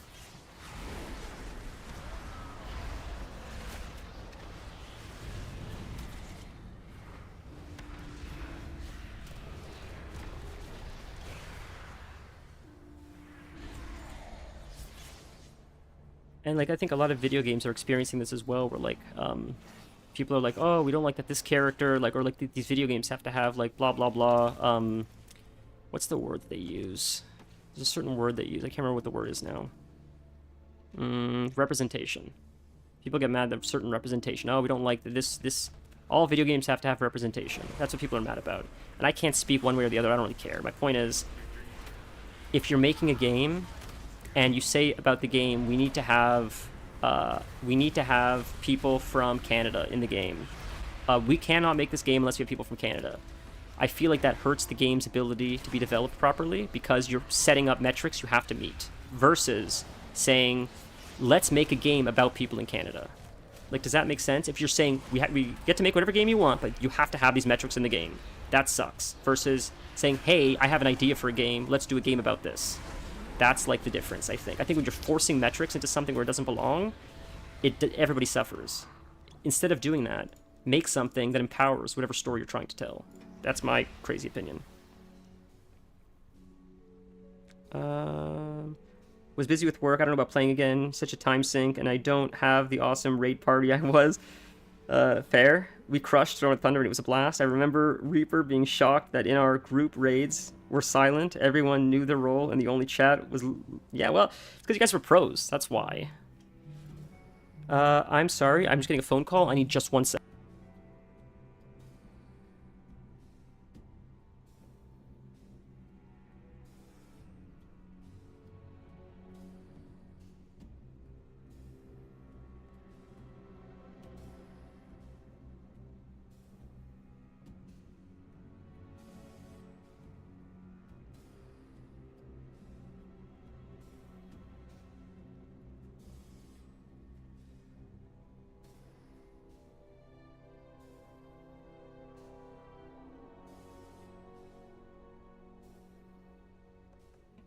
Okay, sorry about that, friends. Yeah, well, the reason why you didn't have to, dude, the reason why you guys didn't have to do call-outs and stuff, because these are freaking pros. Jesus, man, I've never run a raid group as great as I did with you guys. You guys were unbelievable. So polished. Everybody did their stuff before raid time. Everybody came with mats. Like, it was just such a smooth running machine. I've never experienced that again, and maybe that's why I don't like raiding as much, because I was so spoiled with playing with you guys, how everybody knew their part, everybody was willing to do the mechanics, everybody was willing to learn the mechanics. Like, it was crazy. No one's like, I don't want to do that, it's too hard for my class. They're like, if I have to do it, like, and we're all patient with each other. Like, it was just a beautiful experience. Yeah, hopefully we'll get you in there soon. I mean, you got the X-Pack now, you got no excuse. Alright, I'm gonna pull these two fuckers before I do this treasure thing, because I can't risk these guys getting pulled. So I'm going to wait for this guy to go far away. Far away. Once he's far away from that guy, excellent. Okay, we're going to pull him. Okay, we're going to run over here. Oh, over here. Pick it up. There we go. No, no, no, no, no. No, no, no. We're not fighting you in Africa. Get over here. That ain't happening, buddy. Get over here. We're playing real safe. Okay, now we're playing here. This is where I like to play. Far away from all the other enemies where I don't have to worry. And this is how I would recommend doing a 10 if you're super under-geared. I'm like 20 item levels under what this recommends to do. But we're doing it slowly and surely. Don't call me Shirley. We're doing this slowly and surely because we're taking it painfully slow. I can't imagine how boring this is for people to watch, but as you can see, slowly whittling it down, we're able to overcome. I don't believe the boss is going to be a problem. I think the biggest stress are these kinds of ads and stuff, and like maybe pulling more than biting off more than I chewed. If I can solely single target a mob and just wail on them, I can keep my demon up, I can keep myself up, I can do the mechanics. Unless they're like white swinging my demon for 75% of his health, even if it's 50% of his health, I can generally survive. Generally. And I feel like that's the case for most classes. That's my point. I think most classes, as long as you're not getting white swung for 75% of your health, even if it's taking away half of your health every swing, I feel like as long as you're patient and kite a little bit, you can survive. Forming a group out of guilds is a pain. Yes, I agree. I absolutely agree. Yeah, it was tough. I think a lot of people, there's a few things. I think a lot of people think they're better than they are. That's one thing. So they're insulted when they're told they have to step up their game a little bit or learn mechanics, or like, there's that. And I think there's also people want what they want and they don't want to have to sacrifice to play the game, I guess. What I mean by that is, like, if we're like, well, we could really use a healer. We don't really need another warlock. Or we could really use a tank. That person's like, well, I just want to play my lock. I don't want to tank for you guys. I want to raid, but I don't want to, like, have to switch my class to play. And I understand that's tough. Yeah, I don't know. You guys were really cool with me when I tanked for you guys in Mists, because that was my first real, like, I lied. Cataclysm was my first experience tanking. I tanked Firelands. We actually beat, that's where Aaron and I became really close, but you guys really took a chance with me and let me really tank a lot of the bosses in Mists, and I really gained a lot of confidence in my ability to tank raid bosses because you guys were so patient with me as I was learning. And that's probably why it was one of the best experiences of my time in this game, because it was such a fun time learning those bosses with you guys, wiping with you guys, us all getting gear, getting like the one person that needed that item, it finally dropped. Like, it was just such a... Yeah, so like that's what I mean, like asking you to do the engineers, you do the engineers, then we get it and we're like oh my god, you crushed it, and like, and you feel good about it, we feel good, like it's everybody, it's good feelings all around, good vibes all around, community feels, everybody feels like they're part of something bigger, you know, than they are alone. That's why I love raiding, I guess. When we downed Garrosh, took that picture together, right, the whole raid, like, it's fun, like that's what makes WoW special, and that's why I think I was waiting for this to pop back up. That's why I think Classic is so popular, because it feels a little bit more in line with those values than regular WoW does, or retail, in my opinion, personally. Retail seems a little bit more like solo, or show up, don't say anything to each other, and then just queue for another dungeon. That's what retail feels like to me. A lot of like, never say hi, just join, keep your mouth shut, kill the boss, leave, queue again. Very mechanical, I guess, is the word I'm looking for. In Classic, it's a lot of, like, traveling there. Do you guys have summons? I need to farm stones. Like, you know, professions weren't as easy either. So, sorry, I'm trying to read chat while fighting. So, like, you had a guild enchanter, and only one guy in the guild got life-stealing from Molten Core, because it was hard to do Molten Core first, right? Like, and this life-stealing enchant, and giving it to our one enchanter, you know, our warlock is the enchanter of the guild, and giving it to him and helping him get his mount. If he has his epic mount, he can travel faster and he can farm more. He can farm us more materials, and we're not even helping him kill mobs. On his own time, he's farming enchanting materials, and he's going to enchant the raid's gear. Why? Because when the raid is enchanted and it's fire resistance, we can kill Ragnaros, and when we kill Ragnaros, everybody gets more gear, and then we can go to Blackwing Lair. And I understand I'm like rambling, but like, this is what makes WoW beautiful. It's like that warlock player is farming that enchanting mats, not just because he's like a nice guy, but the guild helped him get a mount. The guild gave him gold to get his mount. They helped him with his quest to get the mount. He wants to help the guild. The guild's going to take him to get tier 3. Like, it's a cycle. It's like cyclical. Everybody helps everybody. It's like a community feel. And retail, I don't feel has that as much as Classic does, and I don't know why, but it's lost, and it sort of sucks. Thanks for coming to my TED Talk.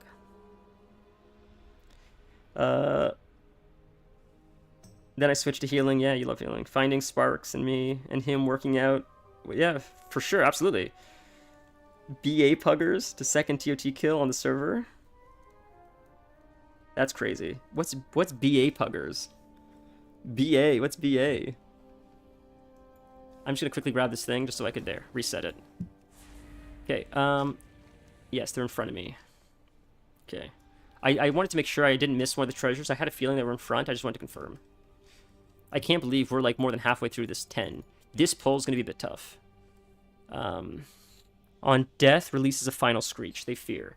So we're going to throw the demon in. We're going to hit these guys, the demon dogs. If we can kill these guys quick, we'll run out of the fear, and then we can kill the...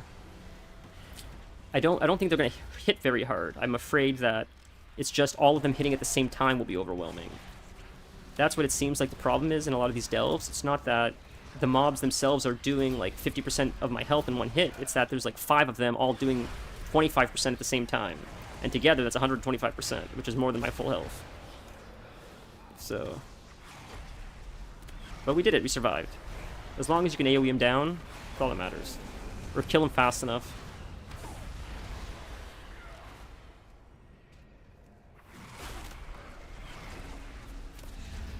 The elites are way easier to kill than these guys. Even though they have more health, it's the packs, it's the numbers that scare me. Jeez. Okay. We're gonna pull you and we're gonna come back. No. You're coming over here. You're coming way... Okay, we got 1 or 2. We got 1 of them? Just 1, I think. Good. I don't care how safe this is. We're being safe. These guys are runners as well. When they get low on health because they're humanoids, they start running. I'm not having them run into a pack and pull a million other things. By the way, I haven't died yet. I only have 3 health. 3 lives, I believe. Correct? Correct me if I'm incorrect. I don't believe I've died yet. And that means then that you only get 4 lives. I see 0 deaths total. I haven't died. You get 4 lives to do a 10 delve. You get 6 lives to do an 8 delve. That's a big difference. Let's have a quick sit down to recover. Let's get the buff. May as well get it.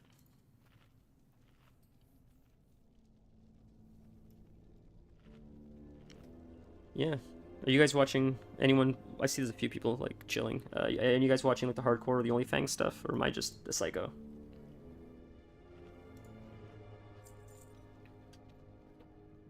I saw that Hunter was the first to hit 60. That's exciting.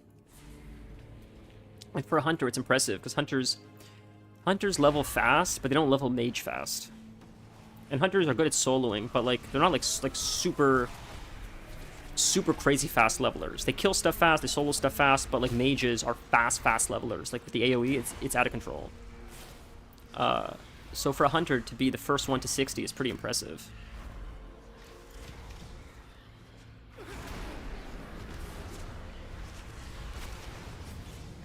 Yeah, but I'm going to start playing a little bit of Classic as well as Retail. I hope that doesn't bother you guys. I don't know how much of you guys like Classic compared to Retail, but it's really calming and relaxing, and I love it, and it's fun, and I want to get another green staff. I love my Rockdalar, that's how you pronounce it. I'd like to do it again. It's so fun to run Molten Core, get that quest, get the leaf, kill the 4 demons. But something I haven't tried, and I've been a Warlock main my whole life, is the Demon quest for the Demon Steed. I've never done that. I can't wait to play Warlocks in Classic. I've never done it, and I was a lock when I really started playing. Okay, I played Classic before Burning Crusade came out, but I was very young and I had a very shitty computer. And what I mean by that is I wasn't even able to tell the ground. I couldn't tell where the wall was. I couldn't tell quest objectives. I couldn't read people's faces. I mean, I'm not exaggerating. This was like an old Dell from like the 90s. I'm not exaggerating. I was able to download WoW. It took like a day to download it, and I had like 6 FPS. And I just assumed that's how the game was. I don't know, maybe 13 or so? I don't remember how old I was exactly, but in short, I didn't really understand it. I played a druid, I was level 2, someone dueled me, and I beat them. And all I remember is they're like, oh, you're good. And I'm like, yeah, it's okay, I'm just a little bit higher in level, that's why I killed you. And I was level like 3. I was level like 3 at the time. I remember Dwarf Hunter, though, coming to the starting zone, the Night Elf starting zone, and seeing him with his tiger. This is in vanilla. Seeing him with his tiger and his Molten Core tier, which is like the weird like helm thing with the eyes, and the green staff, the Rockdalar, if that's how you pronounce it. And I'm like, that is so sick. Like, I want to look like that. And it could have just been because it's my first exposure to like epic gear, but man, that staff has been my favorite weapon forever. I'm not a Hunter main, but I literally leveled a Hunter in Classic just because I needed to have that. I needed to know that I could log on and see it on my character, and I did, and it was the best experience of my life. But then my brother played Classic. He's like, hey, play on my server. So I'm like, alright, I'll play on your server. And I got Rockdalar again on his server, and now Classic came out again, so we're gonna do it a 3rd time. Because I love it so much. And I don't know if that's something you guys want to see, but Rockdalar is something we're going to try to farm, and I'm probably mispronouncing that, and someone's going to make fun of me, but that's something we're going to farm, and we're going to do the Warlock. We're going to level a Warlock, and we're going to experience the Warlock Mount quest, because that will be a blast. I can only imagine how much fun that is, to collect all the items, to do your first mount, do your second mount. Okay, we're going to put you guys here, we're going to pull, we're going to run back.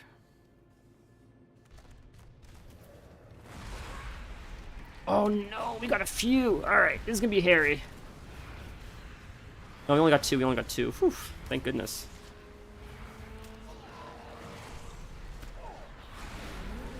See how I'm like sort of staggering the potions a little bit. Trying to... God, that fireball hurts. Ooh-wee. Alright. I could probably pick better brand talents as well. I don't know, like, but... Okay. We're gonna have to... This is going to be a lot of clearing. I'm not comfortable doing this room with all these ads. This is going to take a long time to clear this room. It's annoying.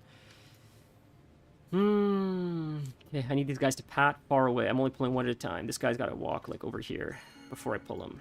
A little bit further away. Come on. As soon as you... Oh, no. You're coming. Come on. Come back. Let's go. All the way back here. All the way back. You're fighting in my territory, buddy. Here's another little trick, by the way. If you want to, like, you can keep a distance between these guys. Like, I hate that the robot drops on me, not where I'm casting. That happens often, because often I'll keep a distance. But, like, if this starts getting really hairy, I just keep backing up. I run around the corner. He's got to chase me. It gives me more breathing room. Sort of like kiting him a little bit. I try to keep a really big distance. That way, like, if I need a second or I need to resummon my demon, if I can fear him with something, like, it's just better to have more distance. Alright, let's grab this thing right here. Beautiful. It sounds so obvious, but I don't know. I see some people do things or play, and it's like, well, I felt like if you would have like had a little more distance, you would have had a little bit more time to think. So that's why I share some of these things that I'm doing, just because maybe it's obvious to me, but maybe it's not obvious to everyone.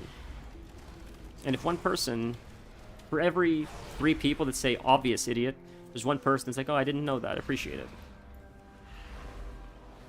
So that's who I'm generally trying to speak to, is that one person who's like, oh, I learned something today.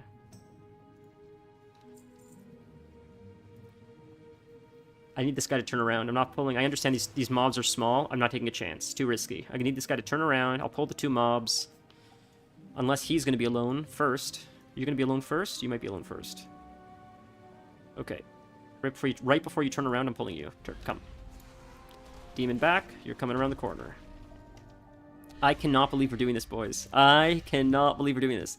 Does this mean that this means one of 2 things? Either one, this delve is easier than I thought, and the gear that it requires is overestimated. They're trying to make you feel better about yourself by saying you need to be like 620 something.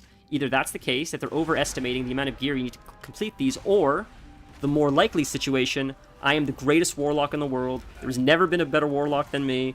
No warlocks in comparison ever compare. I'm the best there is, the best there ever will be, and that's the end of it. And I think that probably is what the answer is. I feel like it's probably that, so that's cool. That's good to know. That I'm just so good at this game that Blizzard never considered someone taking advantage to this degree of this game, and they're flabbergasted by my abilities of being able to press 1, 2, and 3. So there we are. I'm pretty sure that's what it is, like, right? It's got to be that. Let's fear him just for a little bit of health, just to stop the pummeling. There. So that's all the ads. That's beautiful. It's so strange that these guys are easier to kill than the piles of trash or the treasure or whatever. I'm just walking this out so there we go. It won't spawn a new one until I walk them all off. I gotta walk it off for the new ones to spawn. I'm very impressed. No one's spammed me today yet with buying their AI artwork, so that's good. Oh, he's not going. No, buddy. Come on. Come on.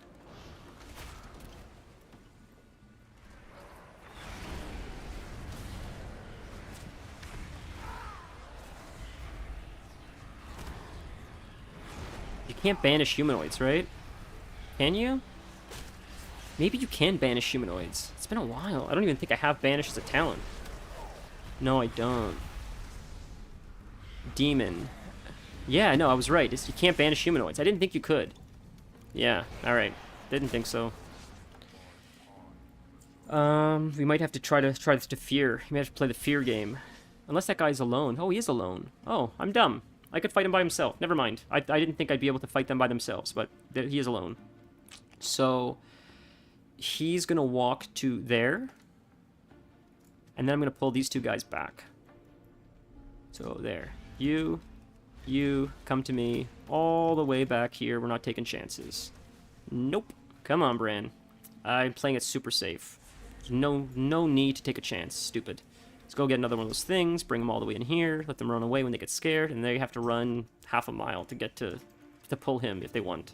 It's not going to happen, so we're good. Like, this is what I mean. This is beyond overly cautious. Beyond overly cautious. But this is also how you don't die. And this is like how people in hardcore have to play, essentially, really, if they want to do it.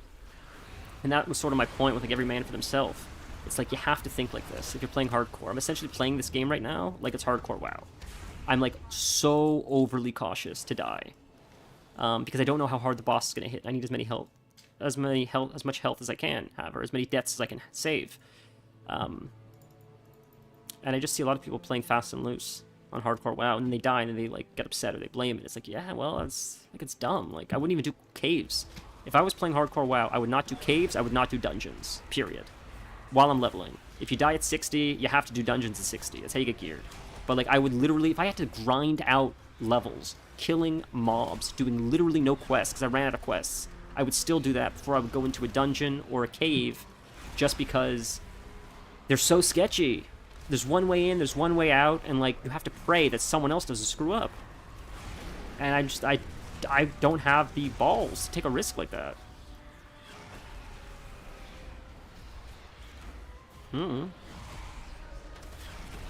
People die so it turns south so fast. I've seen it happen so many times. Yesterday, I saw Miz die because of a bug. Like, that sucks.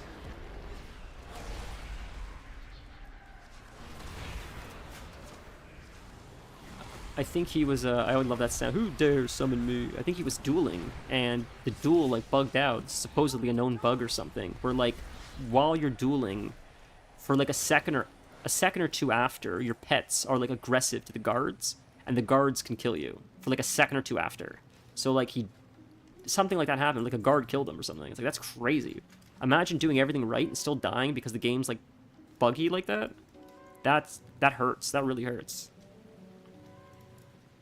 I think he took it in strides, but that's tough, dude. That's really tough.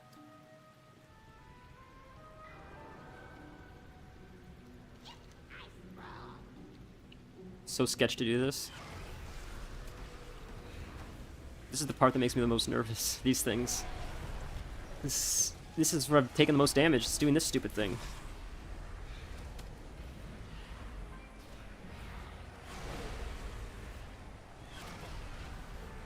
So far, so good.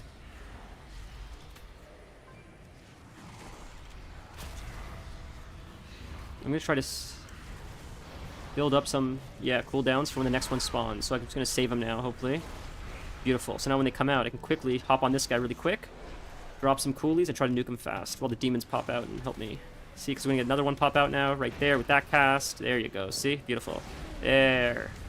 Splits him up a little bit. Amazing. I just stood on the potion just disappeared. Talk about bad timing. Jesus Christ. Talk about bad timing. There's the potion. That's happened a few times, unfortunately. I had to pop an ending resolve. Is that what we popped for that? Is there another one? It's a third wave or just 2 waves? Good. We're done that wave. Beautiful. Okay, on to the next one. Oh, there's a nice. Very nice. It's nice to have one of these. Get a little bit of a buff. Intellect buff. Very cool. What's this give us? Increases your maximum health by 100% until it drops below 66. Like, that doesn't help you. I know this. I understand this. I've seen this many times. I've gotten it many times on Barry. But it's like it should be the other way around. It's like if you drop below 66% health, it should shoot you back up to 100% once. That would be more beneficial than just giving you a big health pool. because, like, I understand what they're saying. It's like, look, your health is a lot bigger now, so it's harder to get to 66%. But the problem is, when the mobs are hitting as hard as they do, it's like 1 or 2 swings, you're low, below 66 anyways. So it's almost non-existent. It would almost be better as like a cheat death kind of buff. You have 1 cheat death, so if you screw up, you get the cheat death goes off like a rogue, and then you lose it. Because it sort of feels like a non-existent buff otherwise, in my opinion. I don't know, it always felt like a bit of a waste compared to the other ones. That device keeps us safe from the poison. Hold on to it. Careful. The totem's power will drain whenever you take a step. Yes, sir. Yes, sir, it will. Jesus, I just realized you could get Zekvir in here. Imagine getting Zekvir when fighting one of the mobs in a 10. Like 20 item levels below where I'm supposed to be. Jesus. That's a panic attack waiting to happen. I was doing 8 a day or 2 ago. And I was just like, not paying attention. I was chilling. You know, 8s are pretty easy, especially on my tank. But I'm like, oh, we'll do it as a cat this time. It's a little bit faster if I do it as a cat. I have to pay a little bit more attention because the cat gets just nuked. As Feral, I get nuked. So I have to kite a little bit more. So I'm doing the underwater delve. It's a little bit annoying. Health's getting a little bit sketchy, but like, oh, we're okay. We got it as long as I'm kiting. And then, of course, on one of the sketchiest pulls, the second I pull it, Zekvir spawns. The dude pops out. Now I'm kiting Zekvir while fighting the ads. I'm like running in circles, trying to kill them all. Oh my god, we got it, but it's like... It was hairy, dude. It was really hairy. It was wild. It was stressful, to say the least. But that's what makes, like, a really good player, like, separates a really good player from, like, a not a very good player. Like, I'm not a great player because I panic a little bit, and I need to get over that. And I'm trying to teach myself to get over that, but, like, a really good player wouldn't panic. That's what, like, Zaryu is, like, so brilliant, because, like, he keeps his... He knows how to keep his cool under stressful situations. And that is a skill that I think is more beneficial than most skills you can have in WoW. Because if you're able to keep your cool, you'll be more likely to make good decisions when shit hits the fan. And I would contribute that probably more than anything to why he's such a good player. Not to dismiss all the other things, you know, his skill and everything else. But I think his ability to channel his emotions and regulate them to allow himself to focus puts him in a grouping that's higher than most, in my opinion. Here's your take of the spoils. It's just one guy, huh? That seems like a trap.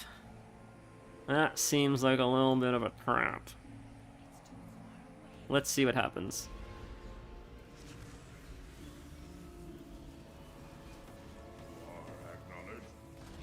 I cannot target him, save my life. There we go. It's honestly the same thing with Amphi, as it is with Zaryu. When you watch them both play, when you hear Amphi talk about, like, he was teaching Lakari, I was watching, how to do some AoE farming. And when you hear Lakari trying to learn how to do it, Lakari's panicking a bit. And you hear Amphi being like, you can't panic. You have to, like, he's very calculated. Everything he does, he's already thought about it. He's not thinking about where he's going, he's thinking about where he's going to go. He's already thinking, like, 2 or 3 steps ahead, because it's so fluid, because he's so, like, good at it at this point. And I think that mastery of the class is just so impressive, I guess. I don't know. It's just, okay, here we go. Ready? This is it. This is the grand finale. We fight Waxface, and we kill him. We unlock Zekvir, question mark, question mark. We haven't died. We're almost, are we like 20 item levels below where we should be right now for this? Or are we 10? I think it's 20. I could be wrong. If we do this, dude, this is it. Let's try this. Okay, here we go. I hope I'm not screaming in the mic. I'm sorry. We got this. No panicking. Let's channel the inner Zaryu, right? No panic. Okay. Coolies, coolies, coolies. Pop this. Pop this. Empower demons. Stun them. Stuns don't work. Understood. It's fine. He's taken some serious damage, so that's amazing. Dispelled me. Amazing. We're going to step here to get this. Oh, I didn't mean to step on both of them, but that's okay. So far, so good. Step on the last one to heal him up. Missed it. He's going to drop more soon. He's going to drop more very soon. There they are. Beautiful. Step it. Get it. I didn't mean to step on both. That's okay. I only need one, it seems like, per rotation. So we're okay. So far, so good. I'm not moving very much. He's at half health already. Almost. Okay. We're going to get away from him. He's too close. We're going to throw. We're going to run. We're gonna run all the way over here. We're gonna hit him with one of those. We're gonna hit him with one of those. We're gonna hit him with the demon dogs. We're gonna bring out these guys. And where are my potions? Bran, where are my potions? I need some potions, buddy. There's some noxious gas. And of course this thing drops where I am, not where he is. But hopefully it'll explode on him if he's close enough. Nice. Okay, half health so far, so good. I see the potions are there. We're doing good. I think we got this in the bag, boys. Just gotta be safe. Okay, get that potion before it disappears. Disappeared. That sucks. Get that potion, get the one. Just get the one. Good. Good stuff. Throw the wax on me. Dispel it, Bran. Come on, baby. You got it. Dispel it for me. Come on, Bran. You got it. Why is Bran tanking? Why is Bran tanking him to the face right now? Okay. Coolies. I gotta get away from that. It's too close. Nope. The potion disappeared. Oh, Bran. We got this, though. We got this. We're gonna grab one more potion to top off to be safe. Okay. Demons coming out. Demons are coming up soon. We're gonna get away from him, because he's getting too... Yeah, I don't want to feel that burning away nonsense. Okay, I don't have a health stone. I'm not taking a chance. I don't have a health stone for the rest of the fight, but that's fine. We're so close. And my demon's up now. We're gonna pop coolies in a second. Summoning him. Okay. You summon the dogs. Summon the big guy. Summon the tyrant. Summon the imps and empower, baby. Let's go. Empower, empower, empower. Get the potion. Nice. Topped off. This should be it. We should burn him down. Come on. I need a little... Yes! Fucking right, boys. We did it. Fucking right.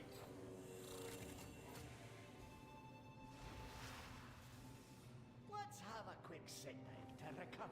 Badass. BA is badass. I understand. Okay.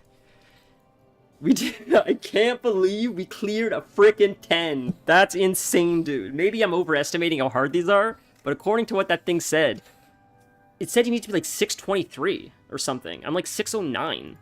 Jesus, dude. Did we get something for that? Do you get anything for completing a 10? Unlock 11. Just unlocks 11. What? High Explorer. Is 11 the cap? Is it cap out at 11? Look, I have every achievement in Delves except for... I cannot... Dude. Thank you. I appreciate that, man. Full transparency. I did not think we were going to do that today. I did not think... I thought it would crush me. I didn't think I'd have the mechanic capabilities. That was way easier than I thought it would be. But this, again... If I were to do that on Barry Garcia, I think I'd struggle more. I'm telling you, I think... I don't think it's... I'm just more comfortable on the Warlock. I think it's also... My Warlock hits a little bit harder and has better sustainability. It seems that way, at least. I seem to struggle less. It seems... doing the same amount of effort, I seem to get further with the Warlock than I do with my Druid, which is sort of strange, because I'm a tank. Okay. I agree with you. I can't speak to the new Classic WoW servers, but that's why I like Classic. Because Classic WoW is what you're describing. At least when I played it last time. I'm not speaking now. This was my experience when it first came out a couple years ago during like COVID or whatever. It was a very small community feel. You always saw the same names. There was like a few dudes that had like Lifestealing or Crusader or this. And you would just always see the names. There's like, that guy was like the Enchanter guy. This guy was like, this guy has like all the Black Lotus and like he can make you your potions for raid. It was sick. And that's what I miss.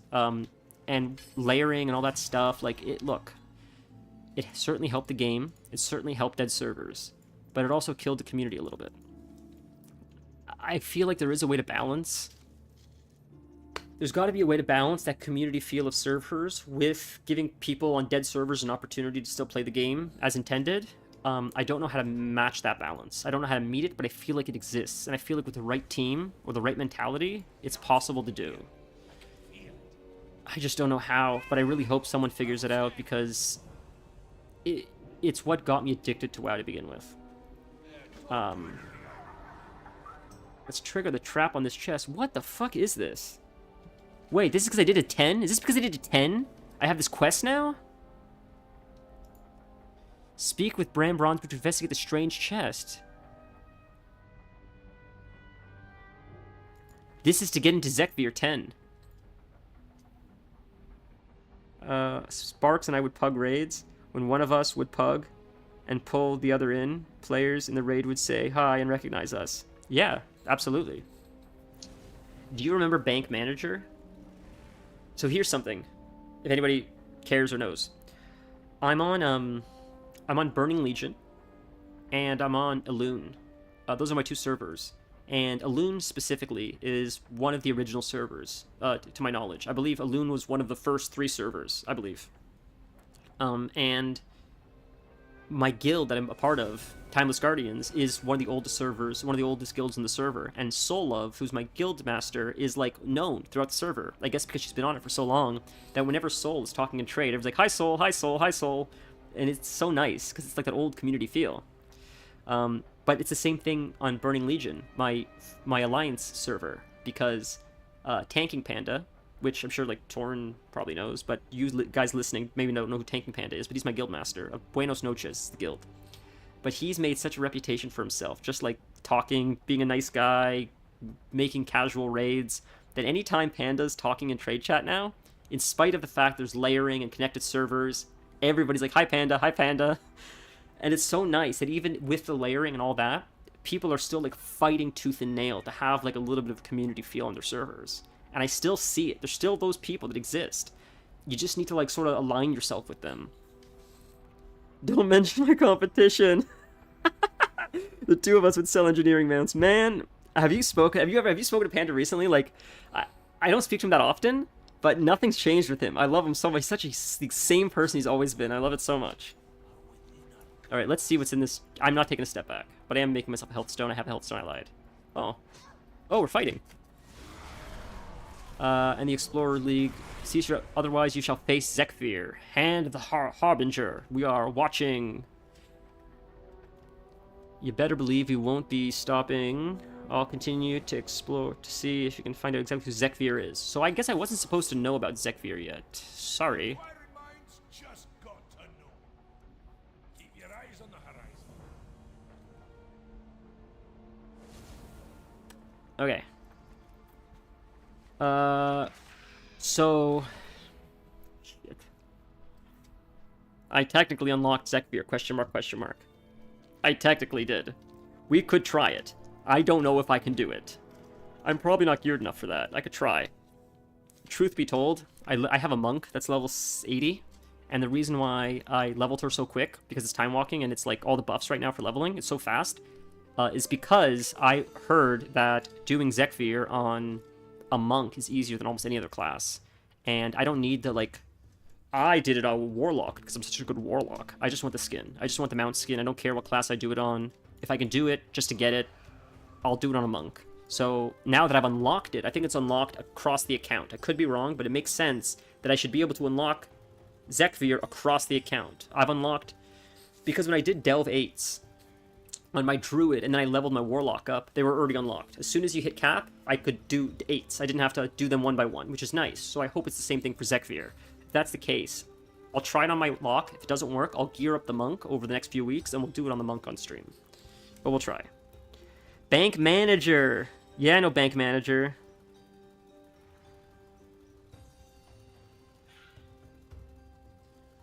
God, you're mentioning so many old names. That's crazy. Bank Manager's a blast, man. Okay, I'm gonna pee really quick. I have to pee, I'm sorry. And then we'll be right back, and we'll try Zekvir. Just a sec, boys.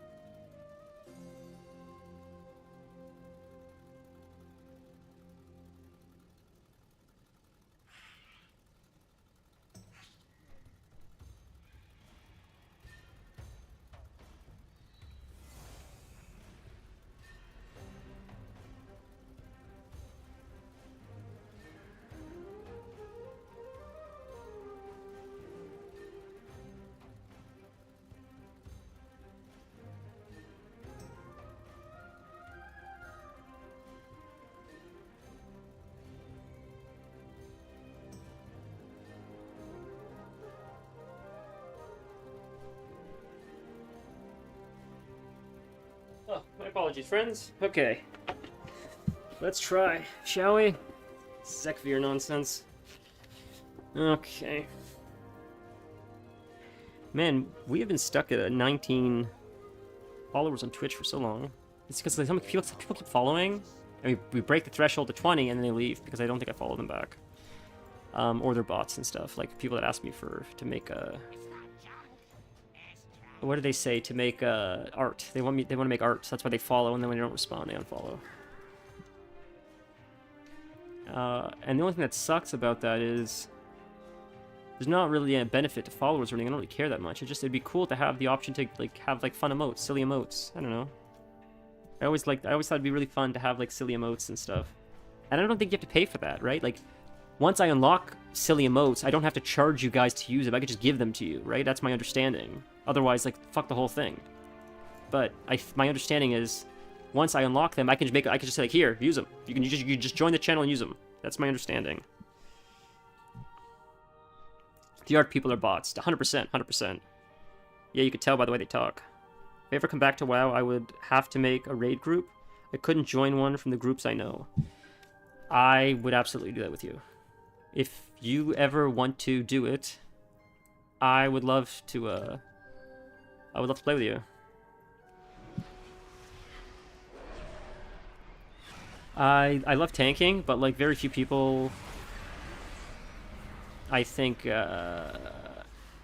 tolerate me, I guess, for lack of a better word. You guys seem to, though. I'm just like, I don't know, I'm all over the place. Okay, I guess we'll do Zekvir. Sorry, I was getting distracted. I honestly don't think we're gonna be able to do this, but I'll try because I said I would. But I think this is gonna be a DPS check now or a gear check. I think him smacking me is going to destroy me. But we'll try. We'll give it one shot, one college try, and if there's no chance in hell, I'm sorry, boys, but we'll have to get geared and come back. But we did do a 10, so that's cool. So I didn't lie. We did both a 9 and a 10, so I didn't lie. I didn't lie about the title. There are emote slots. More followers, more slots. There are free slots, follower slots, sub-tier slots. Oh, sick. But can I make a custom one now, or do I have to wait until I reach a certain threshold?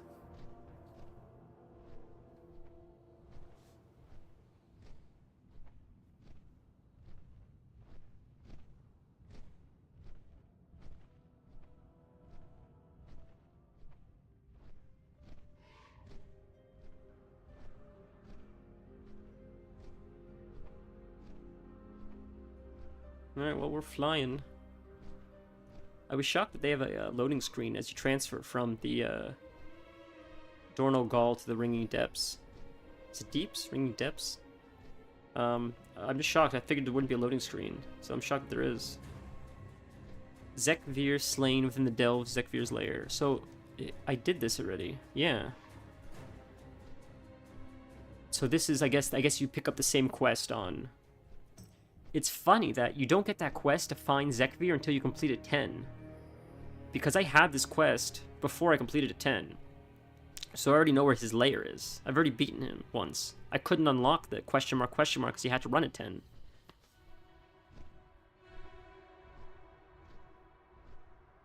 Toxic victory. That's every battleground I've ever done.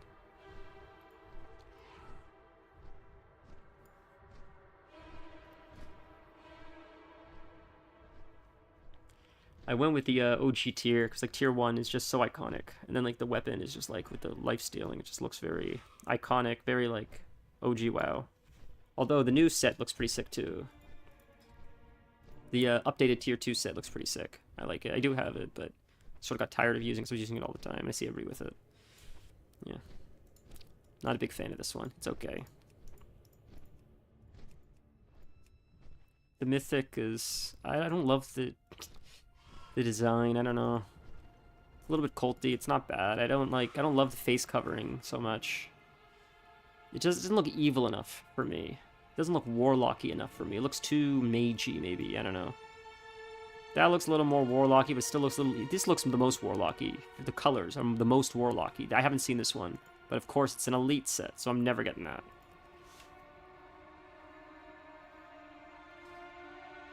Alright, let's, I'm really excited to play my Demon Hunter, actually. I haven't played my Demon Hunter in a little bit, but I see there's lots of cool Warglaives now. I really haven't played my Demon Hunter since, it's cool Warglaives. I haven't played my Demon Hunter really since, maybe Battle for Azeroth? Shadowlands. I think Shadowlands, I played her quite a bit, and then I stopped after that. But yeah, I played a Demon Hunter when Legion came out. Zekvir's here. When Legion came out, I was really excited. I remember, it was actually a gift. The fiance bought me Legion, the special edition of Legion, before it came out, so I could play a few days before everyone else could play. Because like, if you bought the special edition, I think you got access to like early access or something like that. I remember, or no, early access to Demon Hunters. That's what it was. If you buy the special edition or you buy something, you get early access to Demon Hunters. And she surprised me with that, also because I wanted the mount from special edition.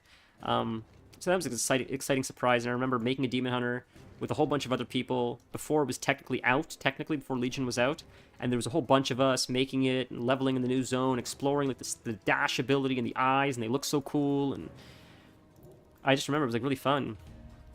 And I fell in love with Demon Hunter, just because of the lore. The lore was so sick. So here's an example. So it's here. Here's a way I think you could hurt yourself, even if you're not a warlock. Let's see if it works. Stand in the fire. Let's see if it does damage. It doesn't. You son of an onion. Alright, sorry guys. Maybe it's a warlock thing. So we'll do Burning Rush. Take away some health, and he should drop my thing. He should drop...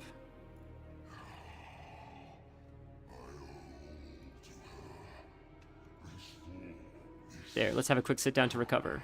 See?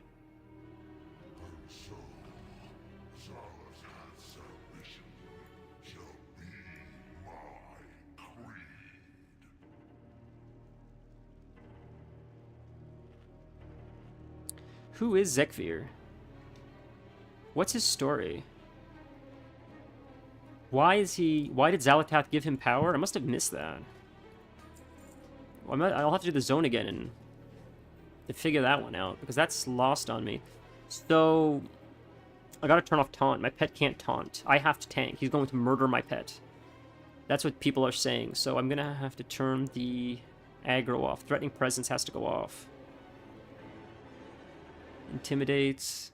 Nothing else, I think, grabs aggro. I think just threatening presence.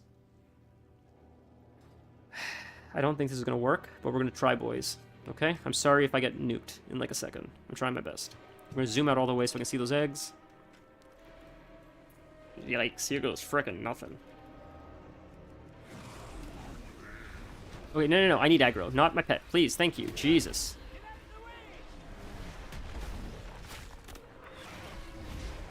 Oh, get out of that, get out of that, get out of that. Okay. I don't like that my pet's holding aggro. I gotta get aggro, dude. Stop pulling aggro from me.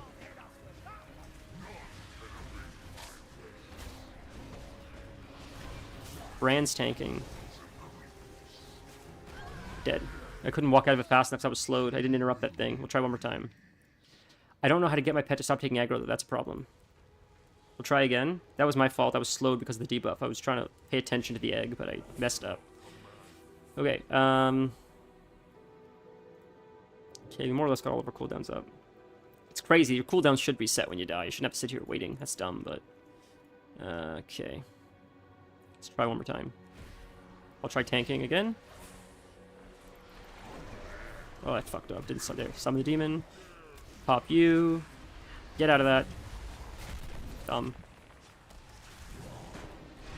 Summon the tyrant. Get out of that. Dude, I need you to get on me, not on my pet, for the love of goodness and all of this. Get off my pet, you idiot. Now we gotta fight the egg in a sec. Egg's up. Get the egg, get the egg, get the egg, get the egg, get the egg, get the egg.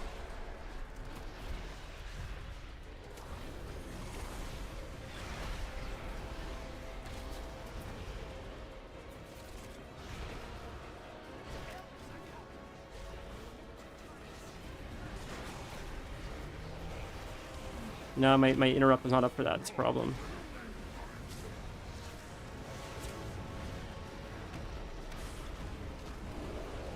Get out, get out, get out, get out, get out, get out, get out. Oh, Jesus. Gonna kill Bran. He's not, I don't know why I'm not tanking him. It's so annoying. Regenerative shield, gotta kick that. So I can't kick the Enfeeble because I gotta kick the shield. Okay. I see he's gotta heal. Gotta kick the heal. Okay, kill the web. Kill the web. Where's the web? There's the web. Okay, we have to run out of the fear, run out of the fear, run out of the fear, run out of the fear, run out of the fear. Okay, kill the web. Hope I'm fast enough, hope I'm not too slow still. Oh, no, I missed it. We're probably gonna die here. Yeah, so... too slow. I don't think it's possible. It's very possible. I could ego do this. I could push through it. People have done it with lower item levels. I can absolutely do the mechanics flawlessly and bang my head against the wall until I do this. Or I could just get gear and then just do it without having to, like, cause unnecessary stress. So I think I'm just going to do that because the only benefit of doing this is getting a skin for a mount, and why not just, like, make it easy clap? Why like, struggle? I don't need the benefit of, like, it is sort of fun, but at the same time, I'm going to just get frustrated, banging my head against the wall. So I'd rather just play the game. Get geared, make it a little bit easier, because I'd rather play smart than... I'd rather work smart than hard, is my point. And in my opinion, working smart in this regard is getting to a more appropriate item level before trying to do this. Yeah, that's all. Not to mention, it's way easier on a monk. I could see how that would be easier on a monk or a hunter, just because you can move while casting. And warlocks are probably one of the slowest classes in the game, unless you would like to sacrifice your own health for some speed, which seems like a very risky move in something like that. Look, I could do it. Truth be told, if I was getting paid to complete it at this item level, it would get done. Because I'm that much of, like, an autist, that I would, like, literally spend the next 4 days doing this until at some point either the entire server crashes and gives it to me, or I do it the right way. But it's just not necessary. I just don't have that ego in me anymore. The old me, when I was a younger kid, had that ego where I'm like, no, I can't get better gear. I'm just going to tough this out until I do it at this item level to prove to the internet that I can do it at this item level. And I'm like, I just don't care, dude. Let's just run some delves, let's have some fun. Let's run some mythics, get some sick trinkets, go in there and just nuke it. Like, isn't that... It's almost more fun, in my opinion, because, like... It's like an Elden Ring boss. You keep getting wiped on Melania, and then all of a sudden, you get some more gear, get some more levels, go in with, like, Rivers of Blood, and then you just nuke her, and you're like, oh, wow. So, it is a lot easier once you, like, prepare for it a little more. Please, please, blast me from the past.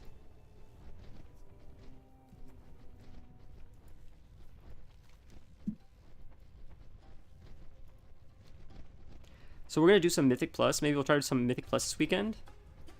It should make Zekvir a lot easier. But goddamn, that would be like, that's easy mode on a monk. Holy Christ. Just seeing how that fight went down, firstly, I wouldn't have to fight it with aggro for my pet. That's another mechanic I have to deal with, because my pet is still stealing aggro, or Bran is stealing aggro. If I had a monk, I could just taunt every time. Just hold aggro by taunting, in between punching.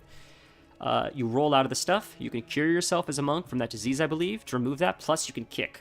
That's nice. You have an interrupt, plus you can cure yourself. I don't have to rely on Bran. So I can kick his shield or his heal, and I can cure myself of whatever that poison is if Bran doesn't do it. There's a million and one ways to fly out of the cooldowns. There's a million and one ways to get to the egg. Like, monks, I have self-healing. Like, monks, I think a monk is the answer for this, personally, but... The weave has delivered a customer. Do return again. You are Ooh, before I do this, though, I really should, Elix Cottage. What do we get for this? Contains a variety of rewards, those who prove themselves true allies. When you pack... Nice. Yeah, you get mounts for these ones. So we'll fill this one out, I guess, and then we'll do these ones, I guess. Or should I, for a mount, do one of these? Computer, numbers by locating brokers.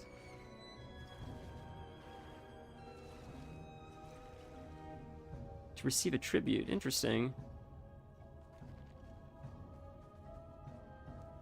They're all so fun. I wonder which one to go with. Jeez Louise. Alright, sites around artifacts. Alright, we'll do this. We'll fill up the first bar and we'll work our way down. Screw it. Nice.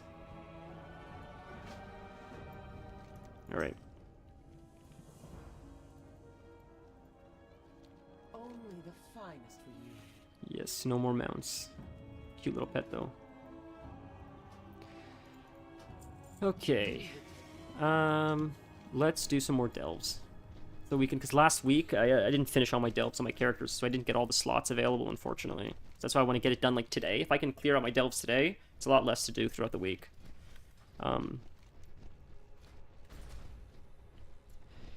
YouTube deleted it. Oh, you had an old video. So, okay, this is the thing, by the way, guys. I cannot find my old YouTube channel, by the way. I had a channel. I was, like, doing this, like, making YouTube videos way before Nolly's Gnome channel on a character back in Burning Crusade. And I had a whole bunch of videos on there. Some, like, drama, like, guild drama I recorded when I was on there when I was, like, it was crazy. And I can't find it for the life of me. I've typed in so many keywords that would have brought it up. And I found a few old WoW accounts with, like, old nostalgic videos, like classic Burning Crusade, Wrath of the Lich King PvP videos.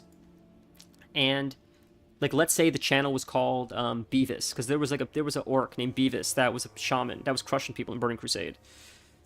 Let's say his YouTube channel was called Beavis. The Beavis video is still up on that YouTube channel, except the YouTube channel now is called, like, COVID-19 Facts. And when you go there, it's all the old WoW videos, plus all these weird, like, hacked Chinese live streams about Bitcoin. It's, like, so strange. So I saw that a few times now. There's a bunch of old YouTube or old World of Warcraft channels where these original videos were posted on 16, 15 years ago. They were, like, hacked and, like, taken over by, like, Bitcoin channels, and they're called, like, COVID-19 or, like, Bitcoin, or, like, it's weird. It's because the old videos are there plus new videos. So I wonder if that happened to my account as well, because I've seen it with a bunch of the accounts. I don't know what that's all about, but I can't for the life of me find it. And Torin now is saying right here that it seems like YouTube deleted his channel or video as well. So that sucks if YouTube, like, deleted a bunch of, like, archived stuff, which they said they didn't. But there is a lot of stuff that's missing supposedly off YouTube. I see a lot of people on Twitter or other forums saying, I used to see this video all the time. I remember it, watching it like 10 years ago. I can't find it anymore. Can someone find it for me? And people scour the internet. And they're like, we found it here, but it's not on YouTube. We found it on the Internet Archive, but it's no longer on YouTube. So YouTube says they're not taking stuff down, but they are. Like, who knows, right? Like, it sucks. Maybe they have to clear up space. I don't know what the deal is, but it just... I don't know. It's like YouTube is like an internet archive in a sense, right? Like, you want to be able to go there 20 years, 30, 50 years from now and be like, wow, here are the videos from like 2004. Here's like the emo stage. Here's like when Midwest emo became like the thing and everybody started doing their hair like that. Like, you know, that's what, like, the internet should be more of an archive. Don't, like, delete data. That's crazy to me. I don't know. It's not like YouTube, like, doesn't have the space. Buy a new warehouse. Like, you're like the biggest organization in the world.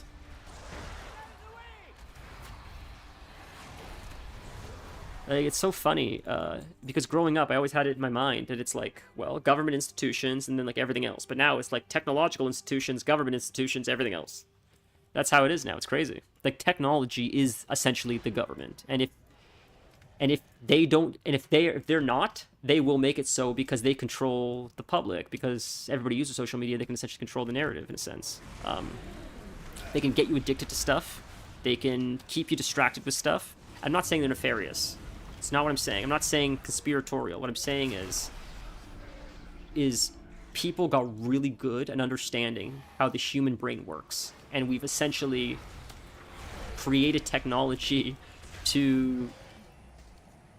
That plays off that, essentially. It essentially plays off that mentality. Essentially, smart people have now created technology that essentially plays off the pleasure centers of the brain. And we have opened Pandora's box, and we can't close it now. And that's very interesting. That's all. I don't think that Mark Zuckerberg's an evil person, but I also don't think Mark Zuckerberg thought that he would be the most powerful person in the world. And I think that's interesting. That's really neat. Because these tech guys were just nerdy guys, and now they are controlling the entire world. Yeah. To the point where government institutions are reaching out to social media saying, hey, we need this footage. Hey, can we get access to this information? Hey, can we get some of your data? That's how powerful these organizations are. And I don't think when they first started creating it, they realized that's the impact it would have. I think Maybe they thought they'd be wealthy. Maybe they thought they'd be like, hey, we'll be the next Mark Cuban. We'll create like PayPal or whatever the fuck he did. Or he came up with, no, his was virus software or something. But, I think that maybe Mark Zuckerberg thought that when he first created Facebook. He's like, hey, if we're lucky, this will be really popular with college kids. Like, we'll make money. We'll be able to start another tech company. We could be like Bill Gates. I don't think he thought governments from around the world will rely on my technology as like as a Skynet kind of thing to like for the sake of surveillance and like potentially stopping like crazy events from happening all over the world because they have access to all that data and stuff. It's nuts.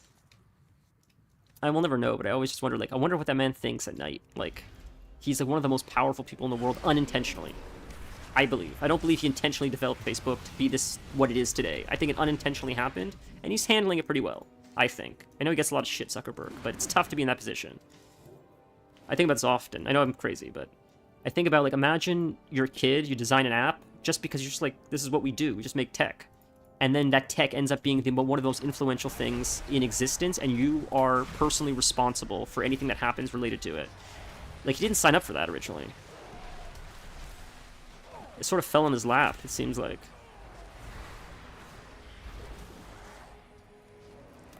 And YouTube, the same thing, because like when like the whole like COVID or politics happens, they blame YouTube and Twitter, and they're like, oh, you guys are manipulating like the public with the stuff that people post on these websites, but like they're just posting. They're not swaying the public. You know, the CEO of YouTube's not posting videos about politics. She's just a host. She just like, it's a website. But they're being held responsible for some actions that happen on their websites, which like, I don't know if I agree with that. Seems a little bit crazy, right? Like, you can't blame GM if someone drives on the sidewalk and hits someone. That's crazy. It's a car. You gotta have a car. I don't know. It's what I find most fascinating about these conversations about like meddling with the elections or COVID or anything else is how it develops, how it will develop in the future. Like, where does responsibility fall on the companies? And it's not about blame or frustration with the results for me. It's just about, it's in its infancy, this kind of tech. And we're watching it develop in real time, and we're watching the public and the government regulators and the people that made the tech all trying to figure out how this technology becomes integrated into society moving forward.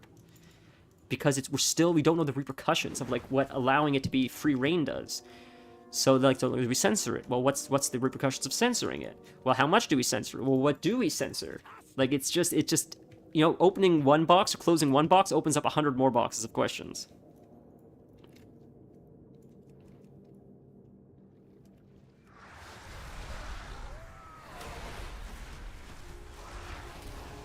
And maybe it's because I talk like this, is why I'll never grow. Because I'm just rambling like a psychopath. Like, it's just absolute schizo conversation. But, that's alright. It's a little schizo corner together, right? I actually had a silly thought. This is a silly thought, but I was making the fiance laugh yesterday.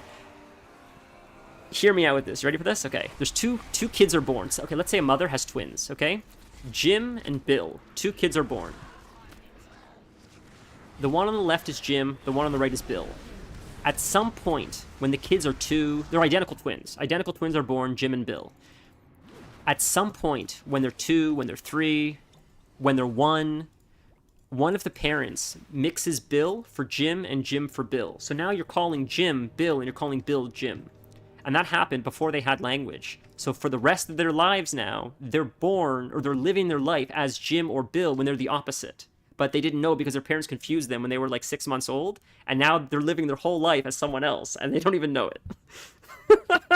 That was a thought I had yesterday. So there's that. And she's like, my fiance's like, okay, but like, no one, like, they just technically are then that person, because like, it's not like they really knew that happened. No one even really knew it happened, except for the one time it was a mistake, and no one even caught the mistake, so like, what does it matter? We're like, it doesn't matter. It's like, they started off as Bill, and now they're being called Jim, and like,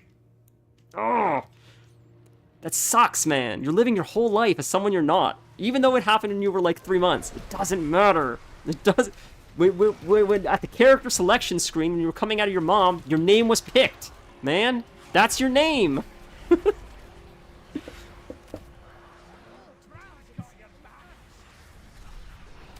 And that's this is where we're at, boys. This is the level of schizo that we're at now.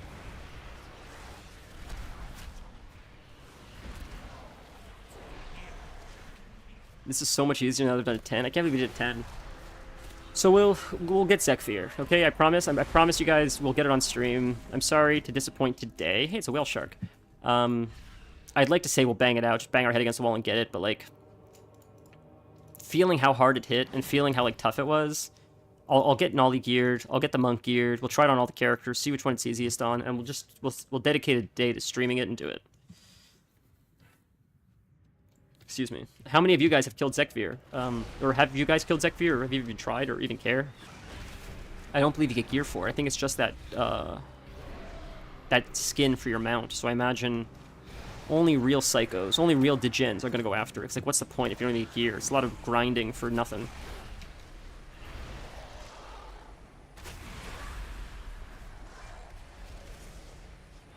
How long does it get into an 8 if I haven't started yet? Oh. Yeah, my friends are doing the, they're doing the Fell Cycle stuff. I know my friend mentioned he wanted to do it with me, so I'm trying to be patient and wait for him. Oh boy, I still got a while to go. It meant a lot to me that he messaged me and said, hey, can we do this together? It's like, okay. Normally I do all the stuff by myself, so the fact that you want to spend time with me is nice, so I'll do it with you.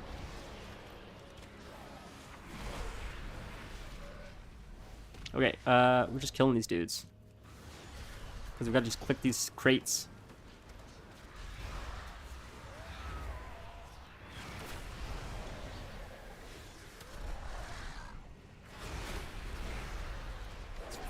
Okay. I don't know if anyone watching has any interest in this, or if I should just do this offline. I've thought many times, like, I enjoyed running time walkings, leveling alts and time walkings, just shooting the shit, chill dungeon runs. But I don't know if that's fun to watch, or if that's something I should do offline. Like, I would love to do that sometimes, like, maybe, like, close to the end of stream, or just even have a stream, just like a chill stream of just, like, leveling through time walking, just shooting the shit. But I don't know if that's as exciting as, like, some of the more intense stuff like we did tonight. So I haven't done it yet, because I'd hate to bore you guys with that kind of stuff if everyone's like, who wants to see someone running freaking time walking? That's why I thought, like, the 8, or the running a Delve 10 would be easier, or more exciting than this. These guys are so annoying. I could kite them, I'm just trying to raw dog it right now. I should kite. I can't get away, yeah. Too slow. Oh, delayed, alright.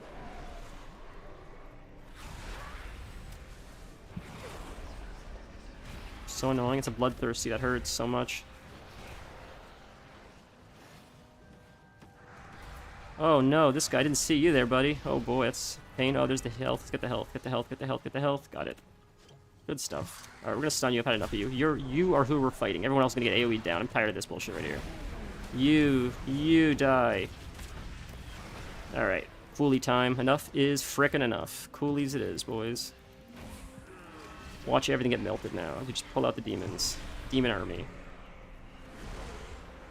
Yeah, but I love time walking. I should know if it's like boring as shit to just like I have a death knight I'd love to level through time walking. It's fun. Get some gear, stuff like that, but I don't know. I think I'm a little bit too self-conscious with this whole stream thing, truth be told. Where like I should just do like whatever the fuck I want to do, but I'm like at the same time, you know, if you guys are tuning in, I don't want to bore you too much. You know, I don't know. Then I watch like actual professional streamers who are actually getting paid. People are actually giving them money to watch them, and they're like sleeping on stream, and I'm like, Jesus.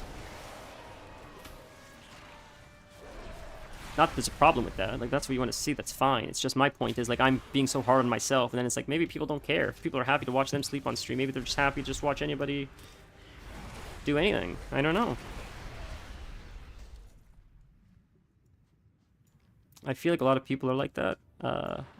myself included, I could be incorrect, but where you hold yourself to such a high standard that you generally inhibit yourself from doing things because you're like, nah, that's not good, or it's not good enough, or we're not there yet. And then you see someone else succeeding or thriving in something, and what they're doing is far inferior to what you feel you're capable of. It's not to say that they stink or anything else. Get the bag. I'm happy for that individual. But it's just like you sometimes realize, oh, it's me holding me back. It's not that what I was doing was inferior. It's that I held myself to such a high standard, an unrealistic standard. And people are willing to accept a lot less than what I feel I should hold myself to. But you don't realize that, right? So, wow, that worked. I can't believe that worked. That's all. So it's a lot of these people that are like doing stuff like sleeping on stream or publishing less than great books, in my opinion, they're still winning more than me or other people because they have the confidence to do it when I didn't. So even if what I'm doing is quote unquote superior to them, they still win the game because they showed up and they published and they're an author or they're a streamer or they're getting paid to do it and I'm not. So in the end of the day, that's all that matters, right? Is that they get to do it for a living. So good for them. But the lesson that I learned from that is put yourself out there because you're often your own harshest critic, and you'd be surprised. You'd be surprised what happens when you put yourself out there, I guess. As we've now seen from this stream. I'm shocked. I didn't think anybody would find it. And we've had a couple chatters now, which is really exciting. Which is more than I can ask for. How could I complain about that? That's crazy to me. Like, there's so many people on right now. If I were to go to Twitch right now, you know how many amazing streamers would be on here? How the hell did anybody find this? That's insane to me. So, that's my point, I guess. If you put yourself out there, I think you'd be very surprised with the results.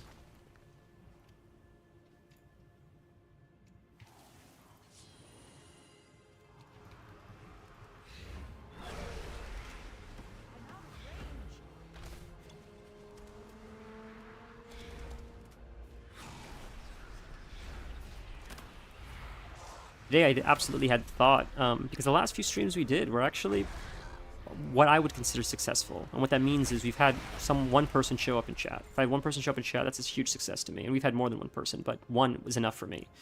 So the last few streams I would say were fairly successful because we had a few people show up in chat. And there was a part of my brain today, and I think I may have already said this, I apologize if I did. I tend to repeat myself a lot, I apologize, but there's a part of my brain that's like, should we even play WoW? Because like people seem to be liking Baldur's Gate. And I would hate for those numbers to dip because I'm playing WoW and it's not as popular or whatever. Or people are expecting Baldur's Gate, but I quickly said, like, I can't think like that. I gotta play what I want to play, and you know, whatever happens, happens. And I'm grateful that I didn't listen to that little voice, because even if like no one were to show up today, I don't want the views to dictate. That's not why I'm doing this. Like, imagine if I tried to like do this for the views, and I'm not even getting paid for it, and I'm like chasing something just for like ego, just for like, oh, I got more views here, I got more likes here. If I'm getting paid, if it's like a sponsored stream, like imagine, but like I guess it's easier to like sacrifice what you want to play because at least you know you're getting paid for it. But if you're not getting paid and you're just doing it for clout, I don't know. It's a bit tougher for me to say, well, I'll do it for the views, personally. People enjoy seeing someone have fun, so do what you want, then people will be around for you, not the game. That's sort of my theory, honestly. That you just white knuckle it. I just keep showing up, and eventually people get tired of like tuning out, and eventually they start tuning in. Yeah. To be fair, I'm not just referring to streaming. In this specific situation, I'm talking about streaming, but like with my horror stories, with writing stuff, not just me, my brother who's an actor, many of his friends who are also in the industry, whether they're musicians, actors, models, it seems to be a part of the creative game of like, do I do what I am interested in, or do I do what I think is sellable, what sells well? And I think it's a bit of a balancing act to a degree, but also the people that go full sellout, I think, also burn out pretty quick. I'm not even using the word sellout like the punk rock, like, oh, bro, you're a sellout. I'm using it like if you take the money and sign a deal with the devil. Can I give I'll give you a real life example. Maybe I'm wrong. Maybe I'm dumb. It seems like XQC is not so happy with this whole gambling deal. I know people say he likes gambling and stuff. He seems a little bit like trapped, in my opinion. It seems like he doesn't love the gambling as much as people say he likes it. I think, and I could be incorrect, I'm only speculating here because I don't know him, but it seems like he signed a very good deal and it was well worth the money, but at the same time, it seems like when he's doing his gambling streams, it seems like he's sort of just like, he's sort of showing up. He's not really like, really into it. Sometimes he seems like he's into it. I don't watch his gambling streams, keep in mind. But I've just seen clips or like videos here and there where he just seems so like dead-eyed. Where he just seems like I'm just like working, I'm just like trying to fill my quota, get my hours in so I could just like log off.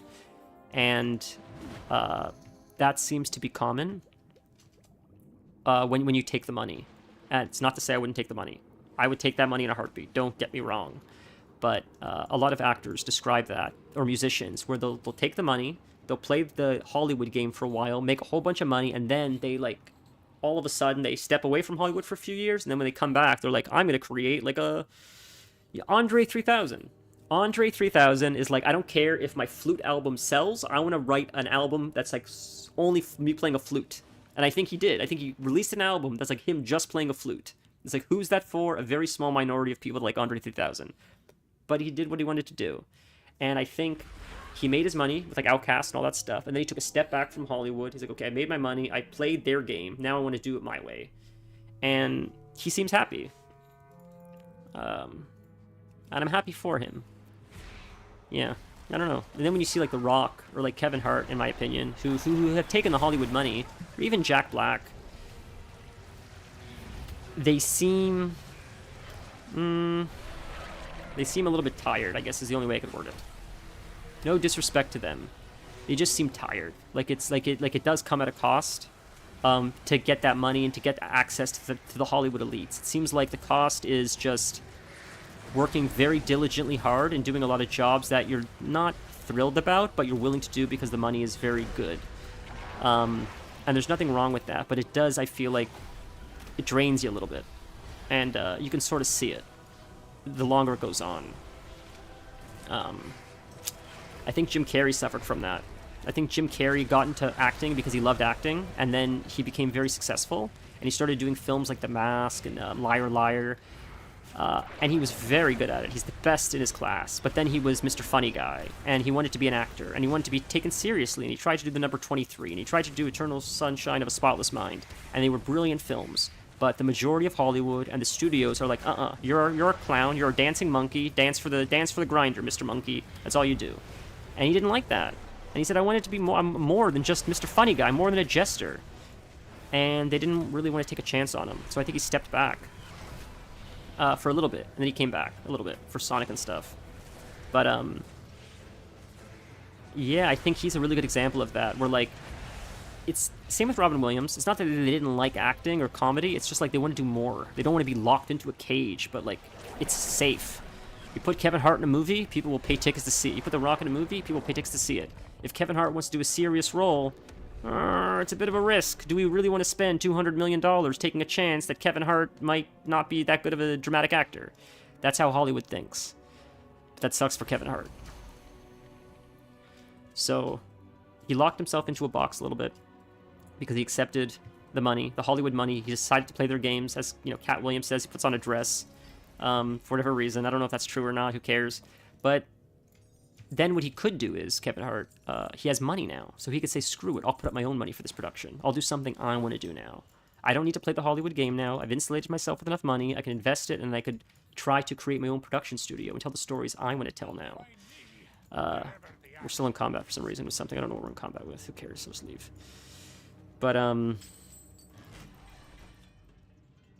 I think that's the maybe if you have to take the money, if you got to do like if you unlocked a mount, that's sick. If you have to take the money and go the route I guess XQC did, then I guess try to do it with the intention that eventually you'll insulate yourself enough that you could experiment with what you really want to do with life. I guess that's the best way to do it. If you're gonna make a deal with the devil, make sure that you've you've made it with the intention that you're going to create enough of a foundation for yourself to eventually break free from those chains and create something for yourself that becomes a forever generating revenue source. I miss Robin Williams terribly too. He's a fabulous actor. Yeah, so look, I mean, you know, I wish these people well. The people that get the bag, I wish them well. I hope they find happiness. Because, often people that sign these really big paychecks, they live a good life. But at the same time, you can see it does take a toll. Because it does come with a cost. Generally, people that are willing to sign that big of a paycheck for you want something equally as big from you.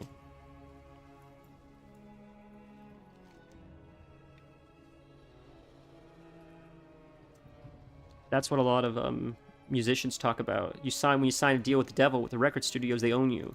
Like they almost like verbatim own you, like literally own you. And I'm like, well, this word literally own you. What does that mean, literally own you? That means they literally say, we need you in Japan on a Thursday, and you're like, sorry, my mom died. They're like, tough shit, get to Japan on Thursday. And that's how it is. Yes, people are getting tired of Jack Black and The Rock, 100%. I am too, truthfully.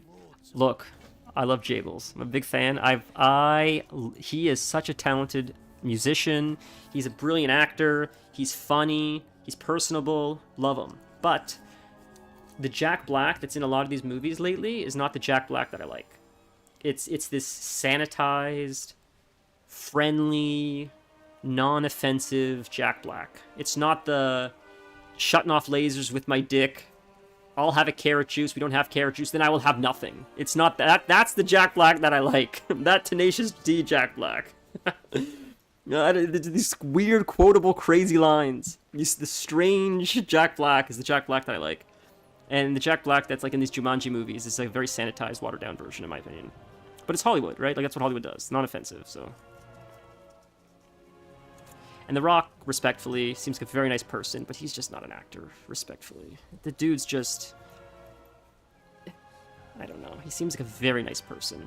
But he also seems very, very Hollywood. He doesn't even seem like a human being, respectfully. He seems like this machine created for Hollywood, like Ryan Reynolds does as well. I know Ryan Reynolds is like everybody's sweetheart because he's Deadpool and all that, but...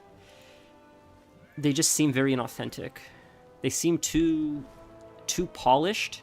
and, like, they're constantly reading from the PR script book whenever they're doing interviews or talking to people, in my opinion. And I think that hurts their credibility as far as actors go. I don't know.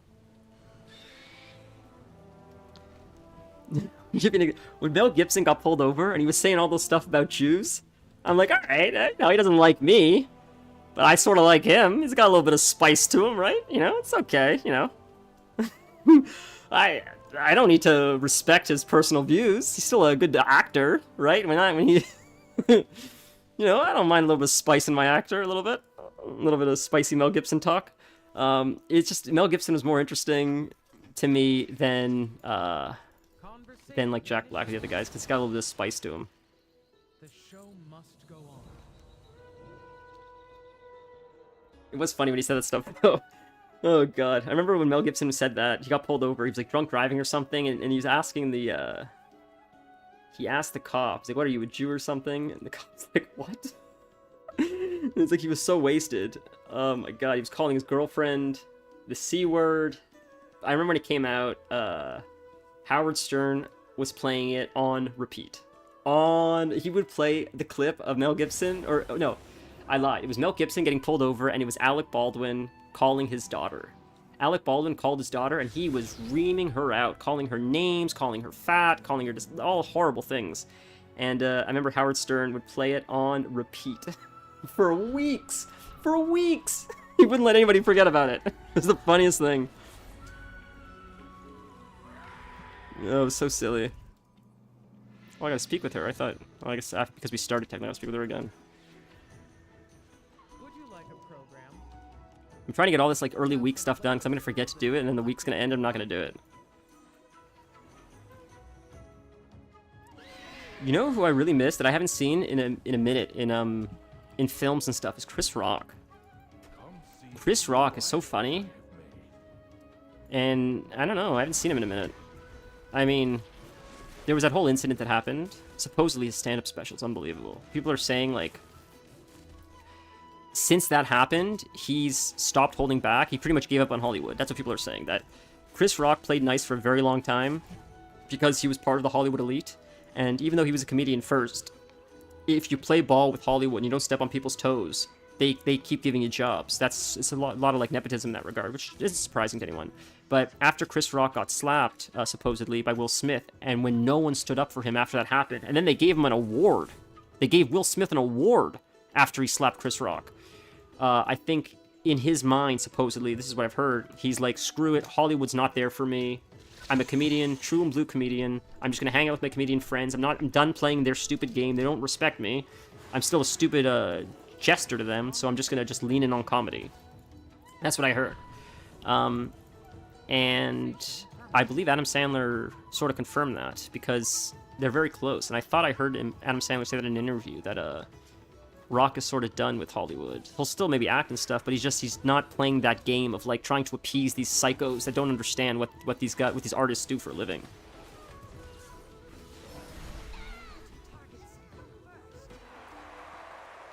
When that thing happened, that whole Chris Rock thing happened, I honestly thought it was a skit. I remember my dad texting me, being like, that wasn't a skit. And I'm like, there's no way that was legit. There's no way someone would be able to go on stage like that and like... But it happened, and when he was screaming, keep my wife's name out your fucking mouth, it's like, dude, there's no way someone has that much shame. There's no way. But he did. That's Will Smith being Will Smith.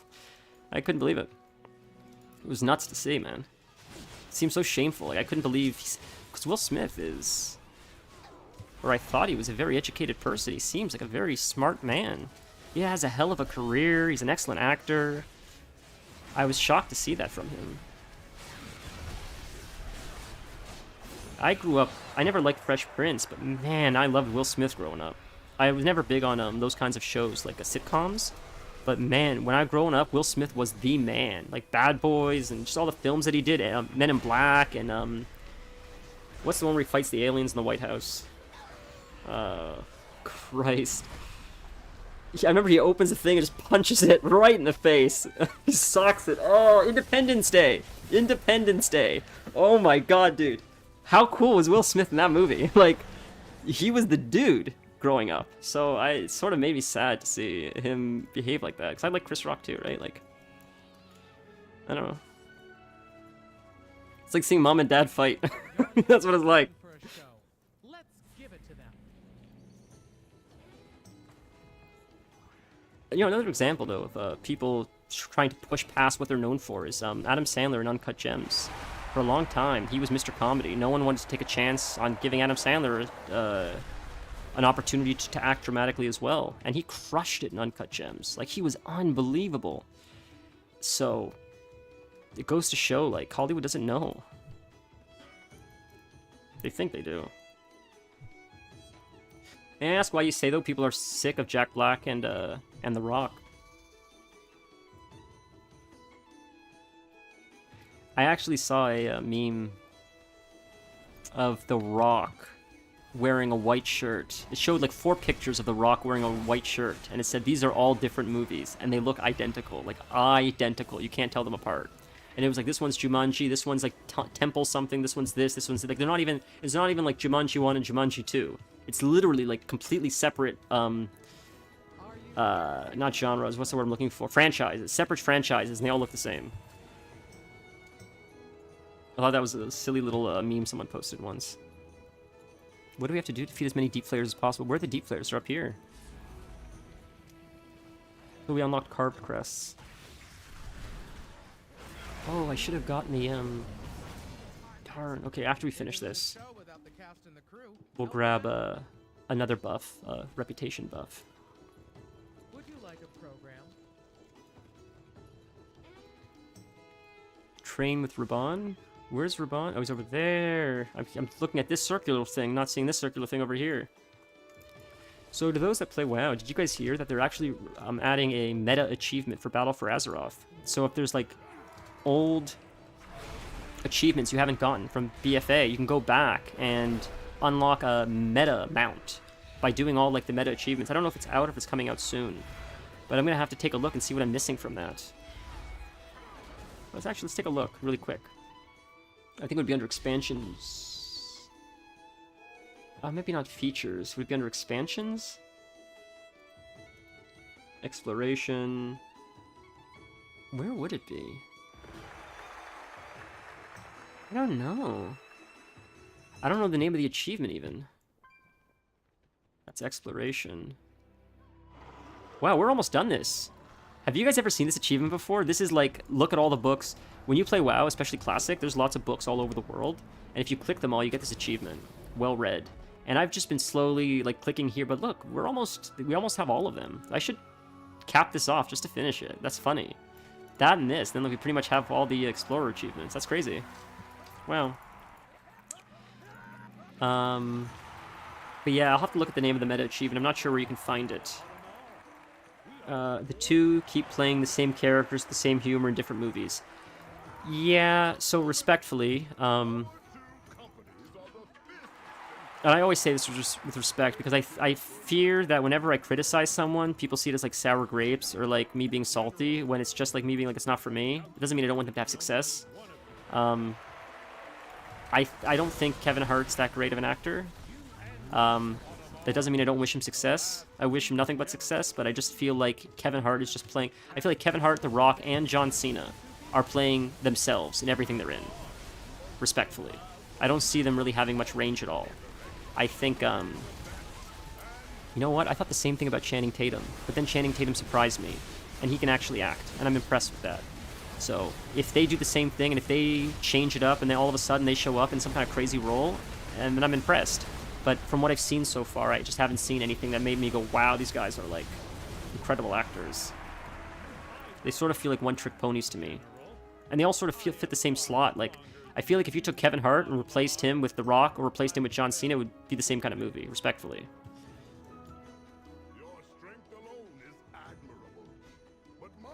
Like, the joke with John Cena is like, oh, he's a big guy, but like we put him in dresses, and like, oh, he's like in like weird compromising positions where like he's vulnerable because he's so big, so he should never be vulnerable, but like look how vulnerable he is. That's like the Kevin Hart thing. Or that's the John Cena thing, but it's also sort of the Kevin Hart thing.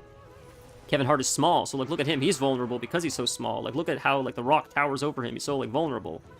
And he has like that like Scrappy-Doo mentality where he's like, he's small, but he's mighty because he's small, so he has to make up for it with like extra toughness and like talking back and like, okay, I get it, boys. I don't know. It just gets old, I guess. When you watch, like, Jim Carrey or, like, Robin Williams, right? Like, it's just so, like, if you can't see why that's funny, that must suck for you. That sucks. I feel bad. If you can't see why Jim Carrey or Robin Williams is, like, funny, like, that makes me, like, more depressed than anything. Because, like, it's just... You don't have to explain why they're funny. It's just funny. Funny is just funny. I don't know.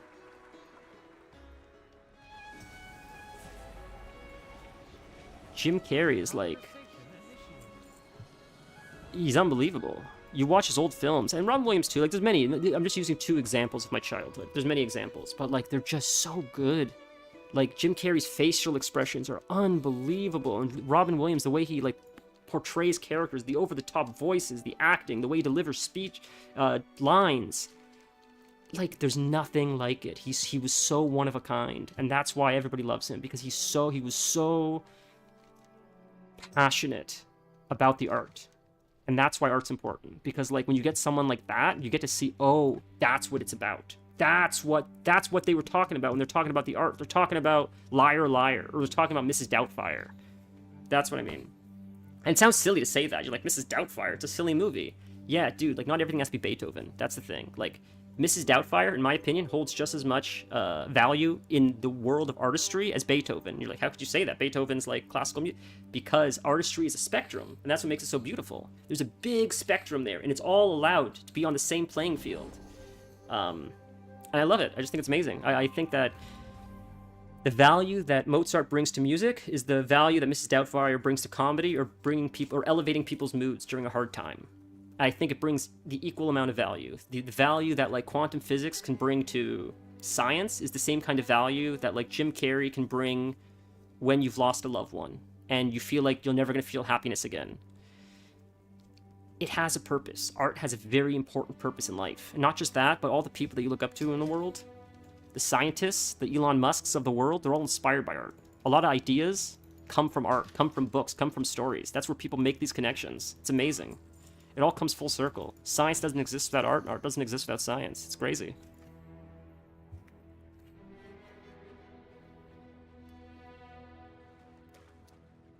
I can't tell you the amount of times scientists, Einstein included, have read things like science fiction and then come up with actual theories of the universe or reality because science fiction allowed them to think in ways they wouldn't otherwise think, which then allowed them to then extrapolate that abstract thinking to what they know in their field. It's interesting. It's fascinating.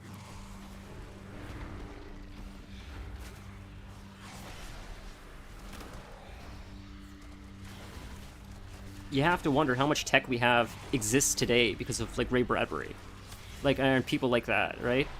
How many people like Steve Jobs grew up reading things like 1984 or other books and said, wow, that's a neat idea, having like a screen implanted inside the wall, so you have like a screen embedded in the wall.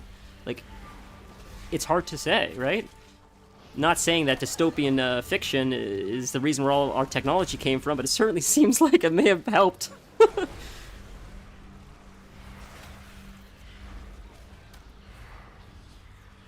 What Dreams May Come. I don't think I've seen that film. I also wanted to watch... I haven't seen it. Dead Poet Society. I've heard amazing things about that. I've never seen it, but it looks so good. I recently watched Miss Doubtfire. It was a beautiful movie. Yeah, it made me sort of sad.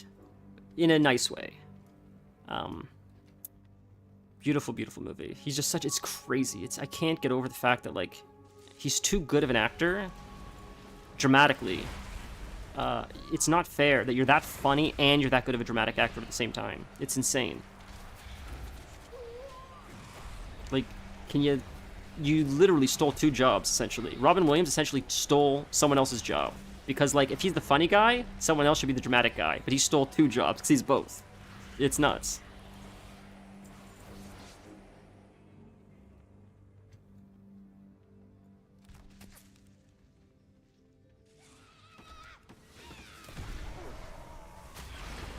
Okay.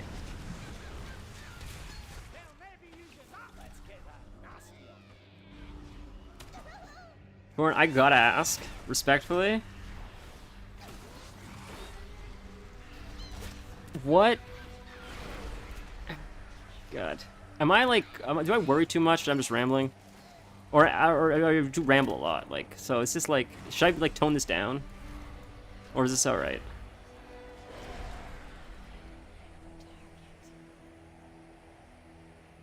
Alright, no loot. Scouts rescued. Scouts honor.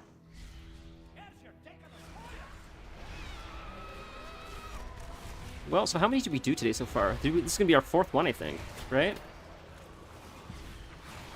It's crazy that it says 9, dude. It says 9. We already did 4. Wow.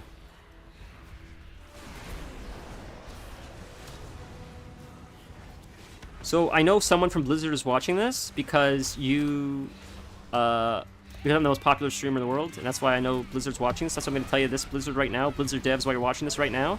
You see this, how it says 4 out of 8? Once this thing fills, it won't tell me how many more I need to fill this, to get an 8 reward here. Can you please put that there so it always shows me how many more I need to run before I can get an 8?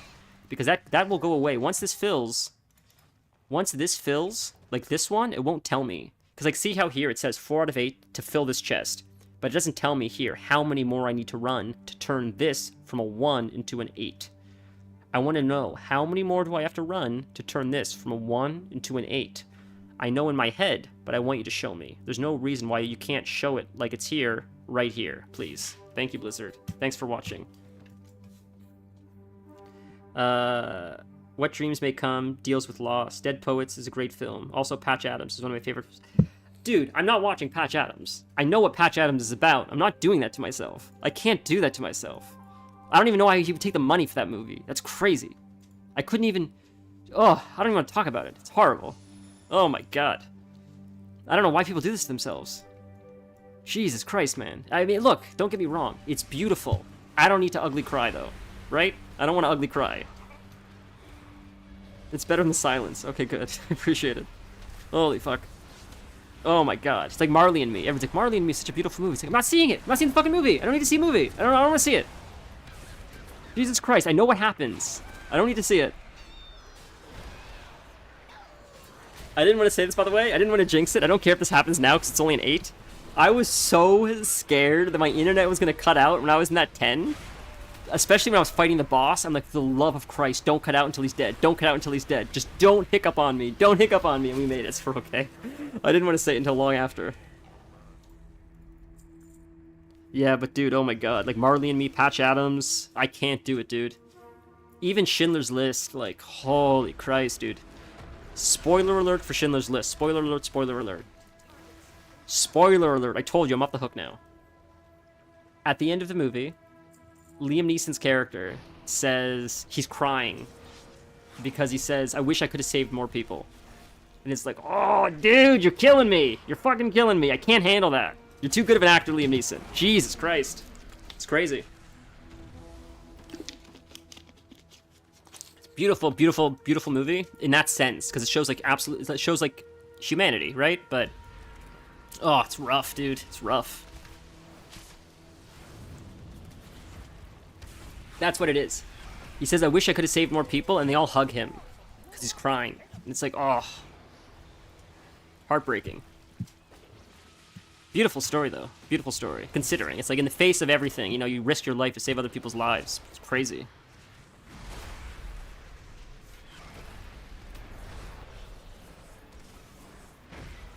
There was another movie that was like that as well. What movie was like that? I don't remember what it was. Another movie that was really sad like that. It made me really sad. And it's like, it's a beautiful scene, but it's like, God, that's heartbreaking. I don't remember what it was. Oh, it may have been Ray with Jamie Foxx, if I remember correctly. I think he's blind when he loses his vision. I think he loses his vision when he's very young, Ray Charles. And I think he's crying for his mom because he lost his vision and he's scared. And his mom is right there, if I remember correctly. And she's so close to him. She's so close, but she's not saying anything because she's saying, like, I need you to show that you're going to be okay without me. I can't have you rely on me because I'm not always going to be here for you. That's essentially what the scene was. Something like that. Ugh, heartbreaking, dude. Breaks my heart. I'm a wuss. I cried, like I said, I cried to drop the hat, especially in movies, and, like, that stuff is just so tough to have to, like, it's beautiful. It's beautiful, but it's like, jeez, that's a tough pill to swallow. Yeah, I'm a softie. You guys will learn that I'm a real softie. Don't watch Dreams Make Come True. If you don't want to see Patch Adams. Oh, dude, no, that's what I mean, like, you know? Put Kevin Hart in a tearjerker, I'll be okay. He's not that good of an actor. But when you do Robin Williams, Liam Neeson, I can't handle it. What have we here? Yeah, man, it's tough. Oh, man, The Whale. Okay. When we watched The Whale, I don't know why. So I did mushrooms the day we watched The Whale, and I don't know why I did mushrooms that day, but I watched it on mushrooms, and I already knew the movie was going to make me cry because I knew what it was about. Spoiler alert for The Whale. I don't want to ruin anything for anybody if you still want to see the film, but it's not that big of a spoiler, but it is technically still a spoiler because it happened in the movie. But it's not really a spoiler in my opinion. There's a scene where he's crying, Brendan Fraser, because he feels like he's failed everybody in his life, and he's saying, at least if I die, and it's not a suicide, at least if I die and it's not a suicide, then my daughter will inherit my money through the insurance, and at least I know that I've done one thing right in my life, and that's at least take care of her. And it's like, oh, you're killing me, Brendan Fraser. And oh, I was bawling on. I was on mushrooms, bawling my eyes out at that scene, bawling my eyes out. Oh my god, what an actor he is, that Brendan Fraser. That movie was fabulous. I don't know why I brought that up. That's another movie. It just hits you right in the cockles of your heart, man. Because you can just feel that sadness. He feels like such a failure, and he feels like he's failed his daughter, and he has nothing to show for his life. So if he could just die with the dignity to know that she at least is taken care of because he's gone, at least his life wasn't a waste. And it's like, oh, that's so deep. Like, there's so much to unpack there. It's, my God, what a story that is. You see how, like, autistic I get about art, about, like, music and movies? It's crazy. It's obnoxious. Sorry. Ay. Poor fiance's gotta listen to these rambles all day long. I feel like streaming is the best thing I could have done for her, because I get it out of my system before she comes home. But even then, I really don't. I still don't shut up, honestly.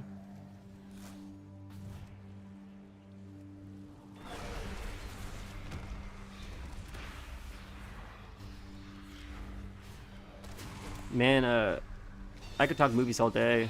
And, like, genres, too. Like, I'm all over the place when it comes to genres. And weird, obscure shit, too. Like, yeah, there's a really brilliant, weird film, but it's beautifully shot, called The House That Jack Built. I may have spoken about it on stream before. And it was, Kevin Dillon. I think, was it Kevin Dillon? Not Kevin Dillon. Matt Dillon. Kevin Dillon is in Entourage. His brother, Matt Dillon, is in The Outsiders, I believe. And it was Matt Dillon, who plays a murderer in The House That Jack Built. I believe it was directed by... Oh, goodness, what's that actor's name? Or the director's name, rather. Lars von Trier. It was directed by Lars von Trier, who also directed a film called Nymphomaniac, and another film, I believe, called Elephant, which is about the Columbine incident. He does very controversial films, generally. Controversial because... Not controversial for the sake of controversy, but controversial because they're taboo subjects, and he's willing to make film exploring these taboo subjects. Nymphomaniac was about, you can imagine, like, essentially sexual repression, a woman that's trying to find her freedom, I guess, through... Or I don't really understand what the movie's... I never saw it. My understanding is it was about a traumatized woman trying to find liberation through her own sexual awakening, in a sense, for lack of a better word. I don't know if that's true, but The House That Jack Built's about a murderer. What's his name? I'm gonna say Tim Dillon, not Tim Dillon. Matt Dillon is a murderer, and it's sort of just following his life as a murderer, but the way the film is shot is... It's very, very artsy, where almost every shot is almost like a portrait, and many of the transitions, and it's like Act 1, Act 2, Act 3, it's almost like there'll be a scene, and then all of a sudden this scene will go like still. The actors, it won't be frozen, they won't pause the image, it'll be live, but the actors will like freeze, like it's a portrait, and it'll look like a famous Renaissance painting. And it happens many times throughout the film. And it's an unbelievably beautiful experimental film that I felt flew under the radar for a lot of people. The House That Jack Built. But Lars von Trier is the director, and he does lots of very experimental filmmaking like this, and it's fascinating stuff. He certainly takes risks. He's certainly taking risks because a lot of it is not for the mainstream. It's very for like the artsy community. It's not to say his films don't have value, or it's not to say his films cannot be enjoyed by people that are not that level of art, aficionados. Anybody can enjoy his films. That's what makes, and that's the sign of a true artist, in my opinion. If you can make bangers for every Tom, Dick, and Harry to enjoy, and then at the same time create art that people can enjoy on a very high level, that I think is like the ultimate craftsman. And I think like people like Eminem are brilliant at that. Eminem has radio hits, and Eminem also has brilliant poetry, right? Like Steven Spielberg, same thing. He's got fun movies, and he's also got like brilliant art. And I think it's hard to play in both fields, but if you can, I think it separates the great from the greatest. Yeah, that's all. I don't know. Just a thought. Antichrist. That's another Lars von Trier film. That was Willem Dafoe, I believe, in Antichrist. Yeah, another very strange, artsy-fartsy kind of film, but very fun, to say the least. Oh my god.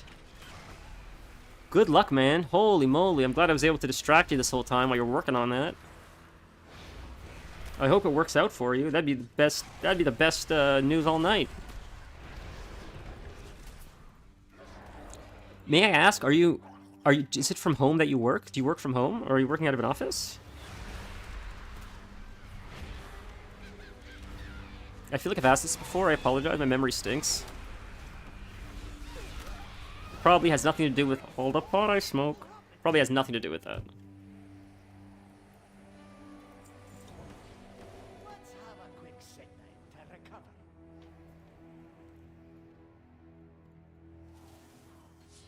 recover. Well, I think this is our last delve for the day on this guy. We'll see. I recorded a story today. The Egg, which can already be read. If reading is your thing, you can read it for free right now. But I actually recorded it for audio. The audiobook version of it for free to listen on YouTube. And I recorded it yesterday. I didn't like the way it sounded. I re-recorded it today. I haven't listened to it yet. I need some time to like forget about it so I can listen with fresh ears. But I'm hoping this recording that we did today is better because I'd like to upload it already. And my goal is to upload it for Thanksgiving. Because I'm hoping if I upload it on Thanksgiving, lots of people will be off, and it's a great time for everybody to give it a listen. It's only about 5 minutes, the story. But I felt like Thanksgiving and then Friday, Saturday, Sunday is a good time because there's lots of opportunity for people to check their email, to check YouTube, and to give it a listen while they're off. You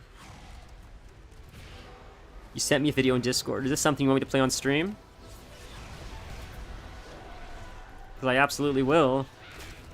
I just, in a sec, I just gotta fight this guy and I'll play it in a second.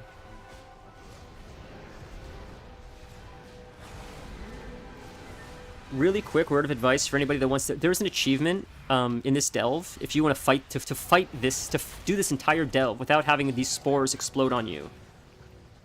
Like that. If you want to do that in this delve, fighting this boss and doing that achievement is very difficult. But here's an easy way to do it. When you pull him, fight him around here. I did this achievement by fighting him all the way up here. So I'll show you. See how he's spinning? So he's going to spin, and I'm going to go to the edge here now. And look, it's like, but he's going to hit you. He will. But I'm going to run through it, and I'll survive. He doesn't knock you off. I survive. And now I fight him over here. And I just keep running back and forth, and I run around this rock. And if that whole area fills up with shit on the corner, then I just fight him around the rock. So, oh, it's not safe here, so I'm going to keep running. We're going to stand right here. And I haven't gotten hit by this spore thing here. This is what you get hit by the way.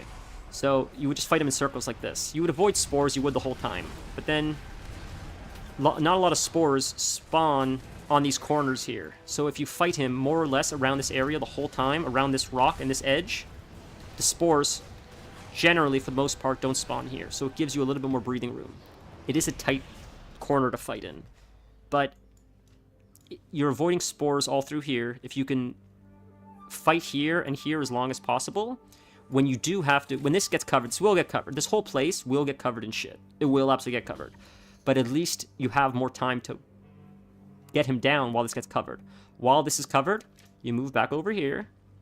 Yes, you're fighting him here. Yes, he's spinning. Yes, he's doing stuff, but you can jump on the rock. You can jump around. You jump this way, then you can get on the rock. Here, like this, then you get on the rock. You can jump on the rock to avoid spores. You can go like this. You can fight him. And when you're here fighting, as you can see, the spores generally are okay, but this is like a safe pocket. So you have this, and then all around here. This hole around the rock, and then all up here to do the spore achievement. And that's how I did it. And I was literally fighting him like this. This is the last thing I'll say, and I'm going to check the video. I was literally fighting him like here at the corner. He would move, I would like inch, fight, inch, fight, inch. And I would like literally, there were points where I was standing here, fighting him, and like this was all covered. This was all covered, but here wasn't covered, so I was safe. And I was willing to stand and stuff for a second, because that doesn't screw up the achievement. It's these. You can't get hit by these, this debuff. So as long as you avoid this debuff, I believe, you still get the achievement. So that's what worked for me. So if anyone, and I think you can do it on a, oh no, it does have to be 8. I lied. I was going to say you can do it on Delve 1, but I think you have to do it on 8+. But, did we do it on stream? Did I do it on stream? I don't remember if I did it on stream or not now. Maybe you guys did see it. Maybe I'm telling you something you guys already saw. I don't know. Oh, it shows your job. Oh, that's cool. Okay. How How can we... Hold on a sec. Let's see.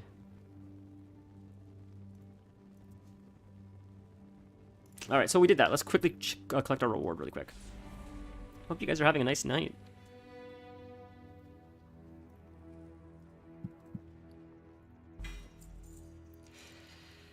Nothing. So we got some disenchant stuff, some more disenchant stuff. Lots of nothing. That's okay. That's what I mean. Like where we are at this point is a lot of like just disenchanting this stuff. Now we're running this just to get Volt rewards at this point, so I think it's time we have to start unfortunately doing some Mythic Plus. So, and hopefully though we'll grow the stream a little bit more as we keep streaming, because if we're lucky, then maybe we'll get some viewers in here, and then maybe we can do it with like-minded people, so we're not as stressed out doing it with shitty pugs. Because I feel like if people are watching and they align with my values in the sense of like they're just looking to have some fun, then I think we can all go into the Mythic Plus with the mentality of like, let's have some fun, let's not like stress, and then it's amazing how much you can achieve when you go in when you're not stressed out. It's incredible how when all of a sudden you take away the stress of trying to perform well, suddenly you surpass everybody else that's trying to perform well. And I'm speaking from experience. When we made our guilds, Torin, I'm gonna bring up that video by the way, who's talking in chat right now. When we made our guild, when we did Mists of Pandaria stuff like that, we weren't like sweats, we weren't stressed, we were just trying to have fun. A bunch of people having fun, having camaraderie, and you know what happened? We ended up beating everybody else. We ended up passing and killing bosses way before most other people, and we were just fucking around. And it's amazing that as soon as you turn off that stress mode and everybody's able to just show up and just have a good time, people are way more tolerant to learning from their mistakes. They're way more tolerant to being told what they did was wrong and how to improve it, and then they fix it. And then all of a sudden, we're firing on all cylinders, running like a smooth oil machine. I can't stress that enough. How do I bring this up without... Hold on a sec. See if this works. Hold on a sec. Uno moments.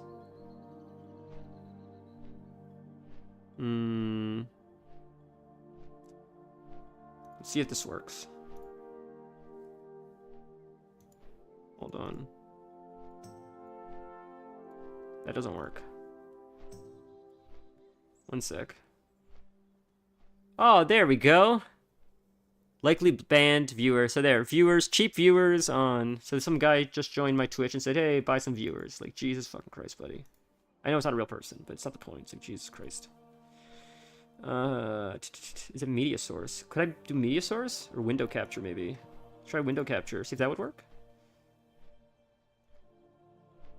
I think that might work. Let's see if this works. You guys can't see that, right? I guess not. What if I... No, you can't see it now. How do I bring it up so you can see it? God, I'm so dumb with OBS. I gotta figure out OBS. I'm sorry, ladies and gentlemen. I gotta just get better at it. I'm not great, unfortunately. It does say we're streaming WoW, right? Thank God, not Baldur's Gate. Holy moly. Ay.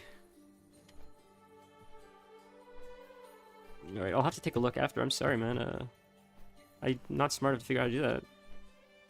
What do you guys think of the few of you that are actually watching? Are you guys cool if we maybe have a little bit of a chill session now and run? We did quite a few delves, which I think we did the 10 delve like I said we would do. We did the 9 like I said we would do. We didn't unfortunately beat Zekvir, but are you guys cool if we maybe do some time walking or something? Some chill time walking? And if anyone watching would like to join, even if you don't want to join the Discord, who cares? Just, I mean, if you want to just hop on and message me in game, even I don't care. You're welcome. I'll queue you up with you if you want to run some time walking with me. Yeah, like really, the only reason why I say to join the Discord is just might be easier to just be like, hey, I'm invite this character's name versus like trying to find me and then ping me in game. That's all. Oh, dude, no stress. I was trying to bring it up, but I think I'm too dumb to figure it out. Gracefully executed as always. Darn, we didn't get anything. I don't know if I've ever actually gotten anything from the world bosses, to be honest with you. No sense in wasting a good tool, is there? Okay, let's capture this. Let's see. Oh, that doesn't work. Weird. It's very weird how that... So that does it like that, but it doesn't capture... So it captured Twitch, but it didn't capture... Hmm.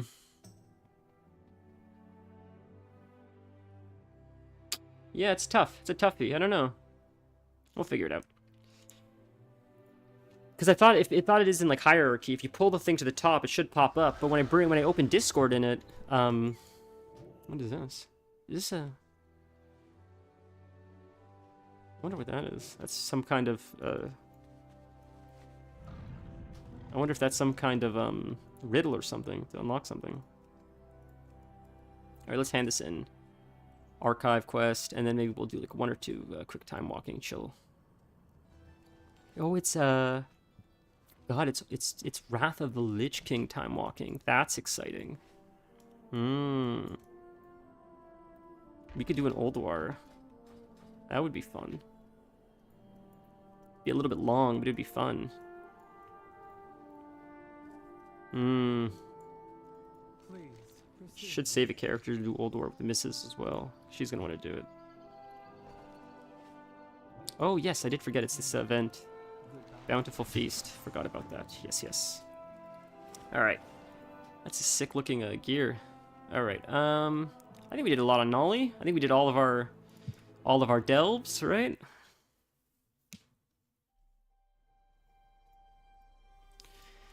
Who should we play to do our time walking? Why don't we get the monk a little bit geared right now, so we can start doing, in case we need to do Zekvir on her. That'd be cool. Oh my, I need to feed you, Missy. You were sleeping. You didn't tell me it was dinner time. Jesus. I will be right back. Just a moment. I need to feed my cat because I am about 18 minutes late. Come on, Missy. Let's get you food. So bad.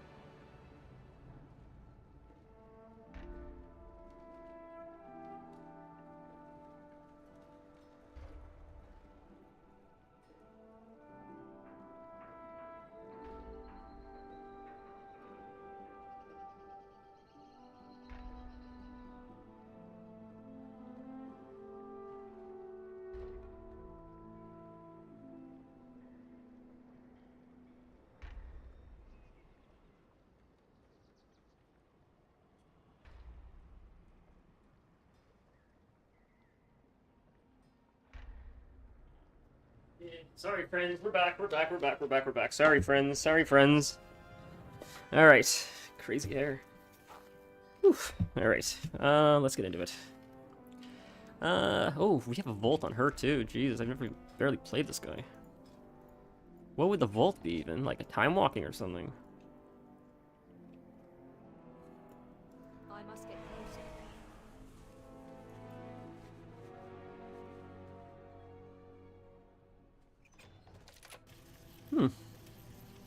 Veteran and... Oh, that's higher item level, though. Both veterans, so it doesn't really matter. I'm replacing veteran, I'm replacing... So we're going to replace that, obviously. It's an upgrade. It doesn't matter if that one's higher item level. They're all going to get replaced at a second anyways. It's just whatever's better. We're ranking 4 of these. Maybe it's worth those coins, actually. Yeah. Harbinger Crest.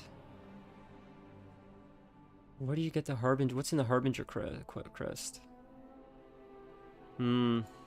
Is Harbinger... I can't remember which one the Harbinger Crest is.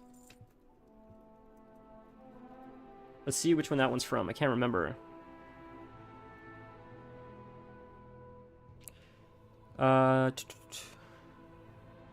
You can upgrade veteran gear to 606. That's for veteran or adventurer. You can convert this into weathered Harbinger Crest to get... which allows you to craft blue version of profession items. So that's not very good. Farm the small rainbow-colored spheres in the open world. Each day they appear. I don't know. This is so confusing. I'll just buy this thing. God, the whole conversion thing is just... I'm too dumb for it, dude. Jeez. I had a thought. And I don't remember if you answered this. I apologize. I just want to ask if I... So if you get the custom emotes, you said you get more the more followers you have, right? But right now, could I make a custom emote for the small followers that we have just to do something, or do I have to wait for that? Because you said you get more the more followers you have, but can I do one right now?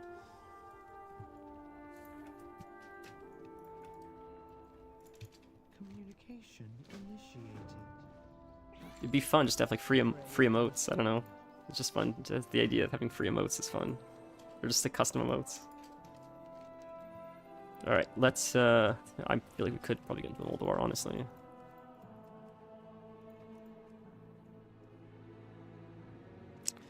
Yogg. I don't want to do a Yogg. Old War, Aberris, Old War, Fresh Old War. Yeah, probably be crazy uppies. It's gonna be a long one, boys. Fuck. I'm not gonna be getting no dinner tonight if we're doing Old War, that's for sure. Get invited, we'll see. I feel like this is a better way to get geared now. Like, I am not geared at all. Like, this is just straight out of the womb.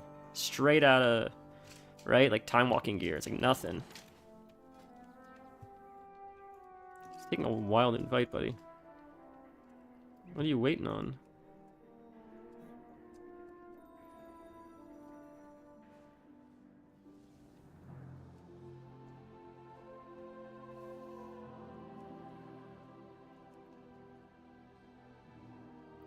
Old War time walking. Jaina. Skip for mount. That's sales alliance only.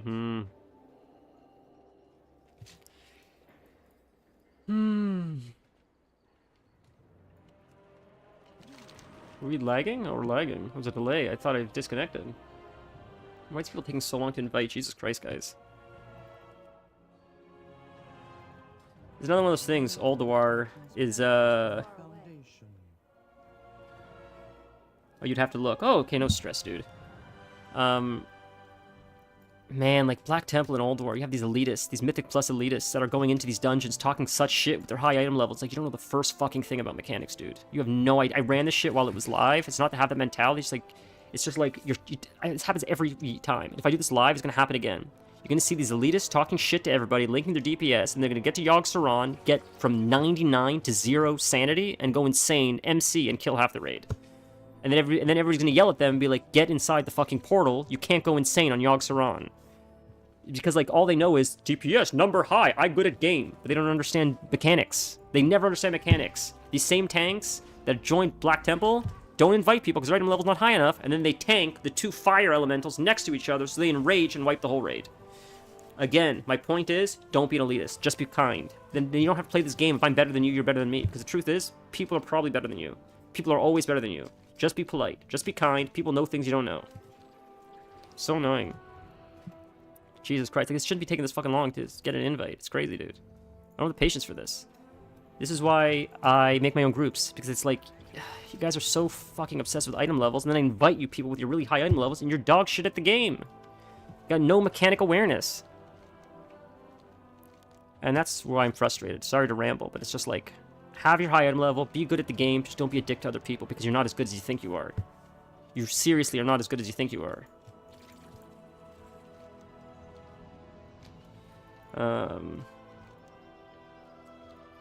Time walking. 7-minute queue, huh? Alright, let's do something while we wait instead of flying around the idea. Well, we can't do the world boss.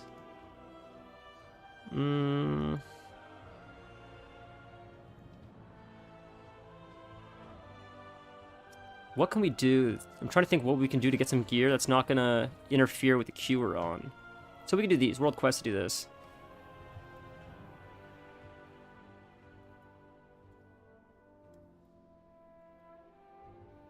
Oh god, Mythic Plus stinks. It's just ruined this game so much. And I mean that in a respectful way, because elitism has never been as bad as it's been since Mythic Plus came out. Yes, it always existed. It did always exist, but Mythic Plus has given such an overinflated sense of self-worth to so many shitty players, it's crazy.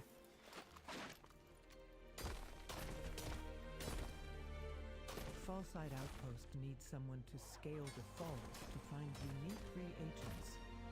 How are you at climbing?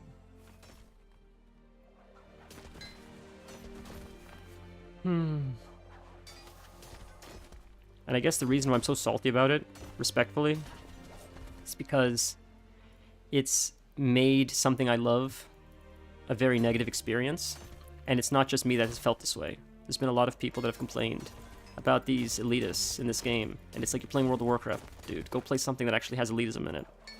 Jesus Christ, I'm a talking fox. Get over yourself. I just want to have fun. I just want to relax. And it's everywhere now. Like, you can't even, like, do, like, rated battlegrounds. Like, not rated battlegrounds. Random battlegrounds. Without people complaining. It's a loss, quit, leave, it's a loss. People don't know how to run, people don't know how to do this, just give up, why are we even here? It's like, you're the one saying it. Leave then. Go. Stop telling other people to do it. Jesus Christ. It's just annoying. I read a study a while ago that what's in your visual space can cause stress. That some people don't like a lot of clutter. I'm one of those people. I was actually talking about this today. And if in my visual space where I'm living, there's just a lot of things, a lot of stimulation, even if it's clean or everything has a purpose, even if they all have purpose, if it's a lot of stimulation, for me, for my personality type, it puts me in a negative space. It makes me feel anxious. It makes me feel unwell. Just because psychologically, for whatever reason, it's too much information to take in at once.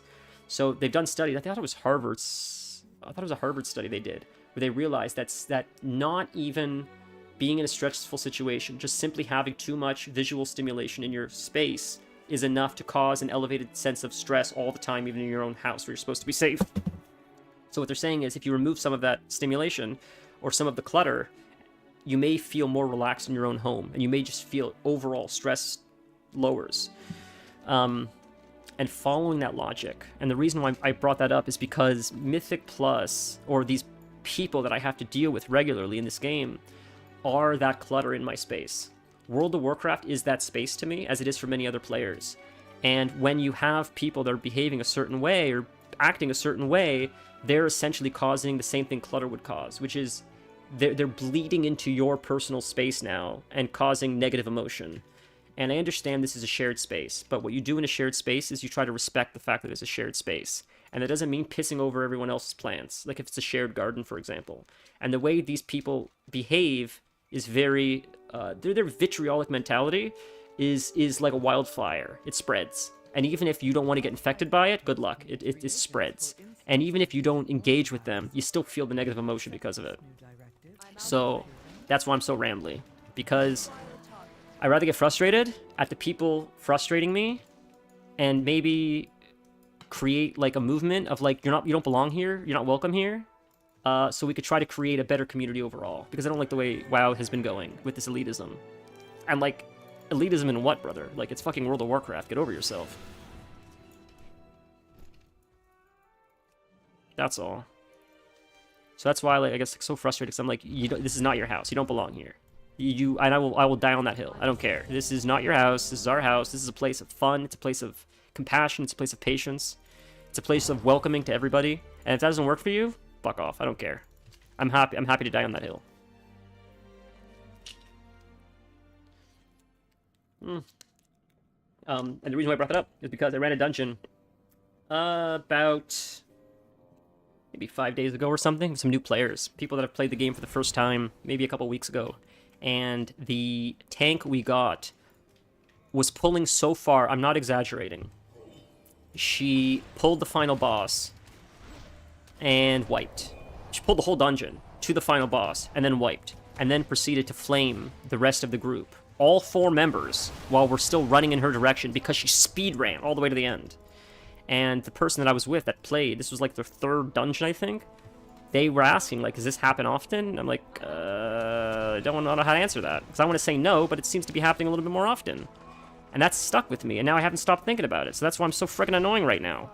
Because I don't want people like them to join this game for the first time and say, do people talk like this to you often? That sucks. That really sucks, man.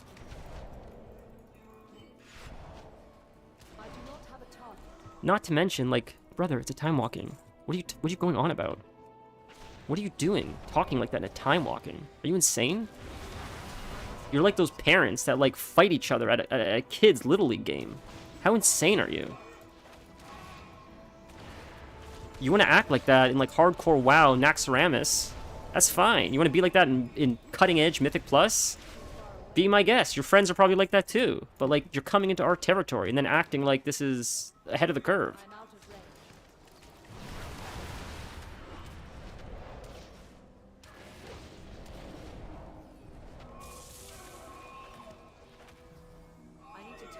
I do have the quest, right, for the 4? I do.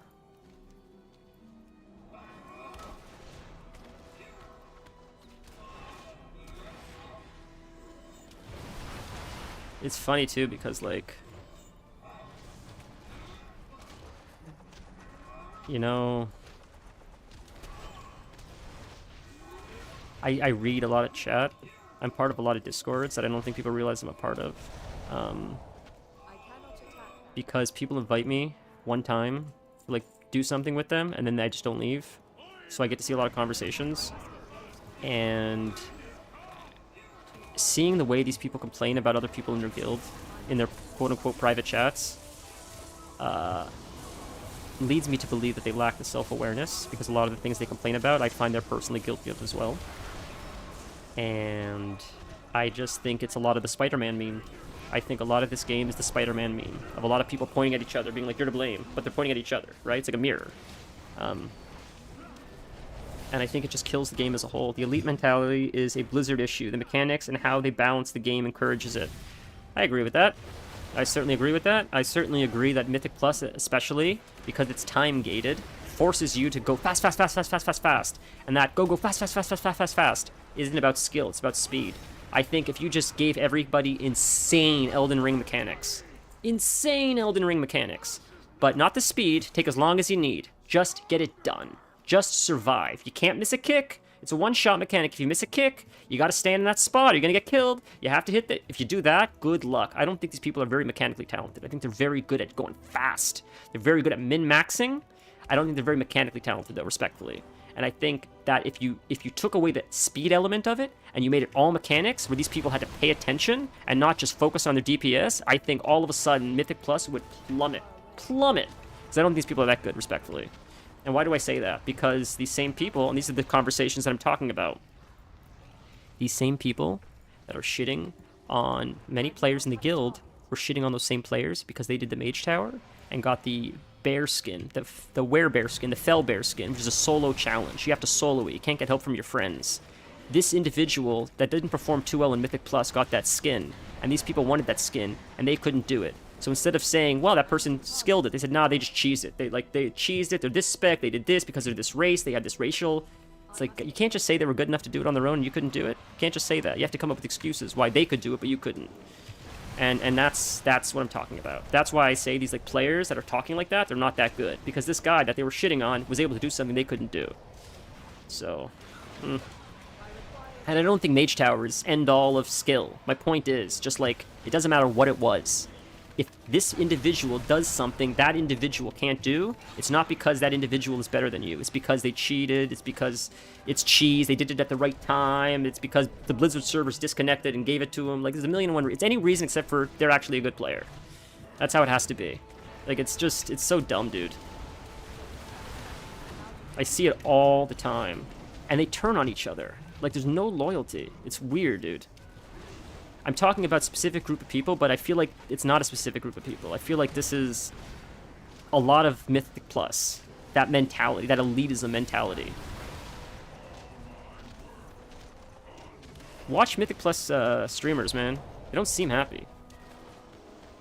They really don't. The PvPers seem to be having the time of their life. I hate PvP. I honestly do. But when you watch those PvP WoW players, dude, as much as I hate it, they're having the time of their life. They love it. I don't know how. I'm happy for them. Man, when you watch the PvEers, they seem stressed. They don't seem happy. They're complaining. I don't know, dude. It's ironic, 'cause I think PvE is in a better spot than PvP is, but I think the community of PvP is better than the community of PvE. Isn't that funny?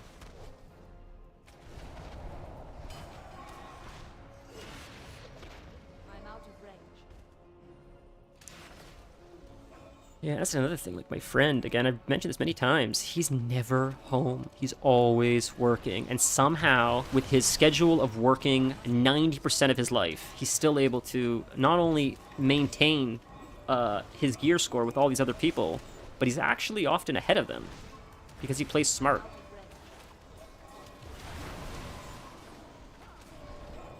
Goes to show, you don't have to play every day to be that good. He barely plays, but when he shows up, he plays his damnedest, and he is, in my opinion, probably the most geared person I know.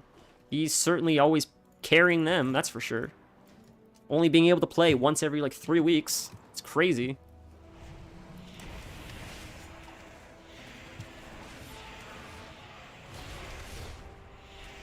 And he's always been like that. I don't know how he always did it. He would always show up once every, like, 2 or 3 weeks to play, like, 1 or 2 raids. And he would always crush it.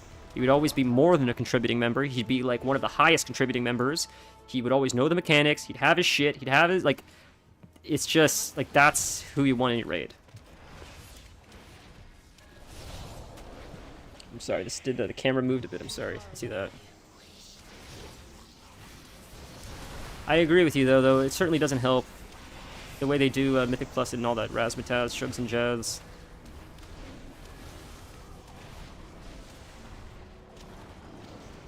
Even, it all started, in my opinion, with, it started in Mists of Pandaria, in my opinion, with Challenge Mode. That's where it started. Challenge Mode was like the beta of Mythic Plus, and it started the whole, like, elitist mentality thing, and it just got worse from there. It's always been in WoW, don't get me wrong, but that was, like... That was a big one. That was a really big one. That was a big shift. I didn't notice a shift as dramatic as that shift was, personally.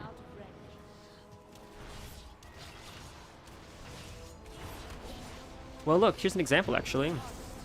I couldn't get into those groups. I ended up doing it. I don't know if you remember, I ended up doing all the challenge modes. That's why I have the armor. But I couldn't get into a lot of groups at first, so I said, fuck it, I'll make the group myself. And I ended up carrying an entire group of people that had none to getting all of it. We did it all together, because I formed my own group, and I said, we'll make savages. Instead of trying to find a group of savages, I'll make my own damn savages. And we did. And that's usually what happens. Is everybody counts out, you know, the underdogs, and the underdogs say, screw it, we'll do it ourselves, and the underdogs aren't underdogs anymore.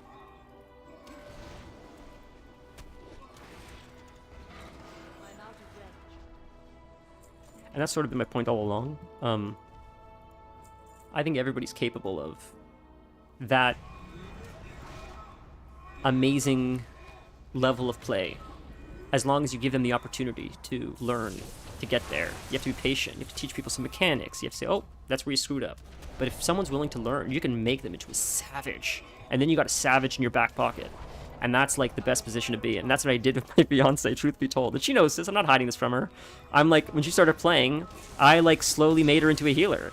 And now she's my pocket healer. And she's a fucking savage. And man, when we needed her, we relied on her to get us through raids, Siege of Orgrimmar. We were carrying people, getting people ahead of the curve. There were people that wanted the wolf mount from Siege of Orgrimmar, but they couldn't get it because their raid couldn't do it. We were inviting people on a rotation to get them the mount on the server, people we didn't know. I disagree. Challenge mode was outside the game. You could avoid it and not need it. So I think the issue is when it became mythic and there was a gear incentive. You're fucking smart. It really is just the other people are not smart, since I know roughly who you're talking about. You're so funny. Dude, you're absolutely correct. They're just shitty. It's not that even they're not smart. They're fucking ignorant, the way they operate. I don't like how they speak and how they shit. Whoever's not in the room is who they're talking about. And it's like, I've seen how you guys play, respectfully. Just be kind. That's all I'm asking. Be fucking polite. Because you're not that good, respectfully. That's all. But... yeah, you're right. I agree with you. I take back what I said. Mythic Plus wasn't the problem, because Mythic Plus didn't give you any gear. I solely did it for a mount and for armor. Not Mythic Plus, Challenge Mode. My apologies. I take back what I said. Torn is correct. Challenge Mode wasn't the problem. Mythic Plus is, because Mythic Plus incentivizes you to run it because it gives you gear. And the very nature of Mythic Plus is sort of toxic in a sense, because it's like we have to rush. If we're not moving at the same pace, you're holding us back and you're the problem. That systemically seems like a bit of a problem to me. But what were we talking about before that? I got distracted. I'm sorry, boys. Oh, pocket healer. Yeah, I made the fiance a pocket healer, and we relied on her. Not just her, of course. There's other healers as well. But my point is, like, they all became. We took people that knew nothing of the game and made them into pillars of the raid group. Where if they were not there, you felt it. It hurt that they were not there. We needed them to be there. So I think anyone is capable of that greatness, so as long as you're patient, to allow them to learn at their own pace. And I much prefer to teach someone that knows nothing than have these elitists that are like so good, because it's easier to teach a new dog old tricks than teach an old dog new tricks.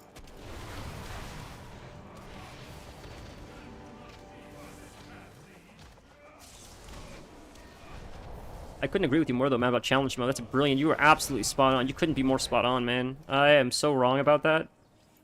You are absolutely right. That's a brilliant point you made.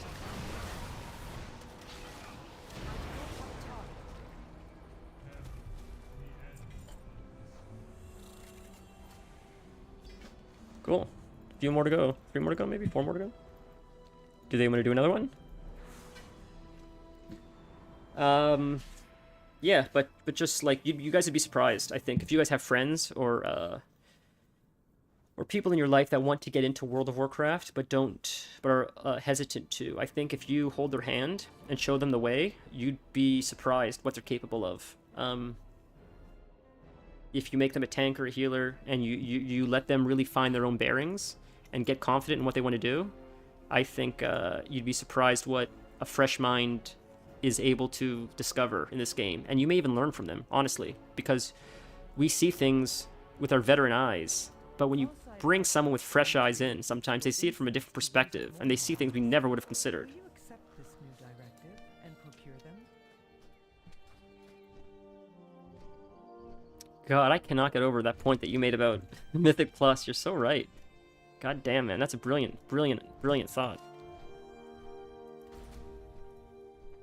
These guys we need to kill? Not these guys. It's the black ones. I think we kill the black guys, not the brown ones, because the brown ones don't drop the horn. No, it's these ones that drop the horn. These gray-looking gray guys here. It's weird because they look the same. They're just it's weird, huh? I gotta find the gray ones. Are they down here? There's one. They look like unicorns, sort of, with like a bison. A unicorn and a bison sort of had a baby. It's weird looking.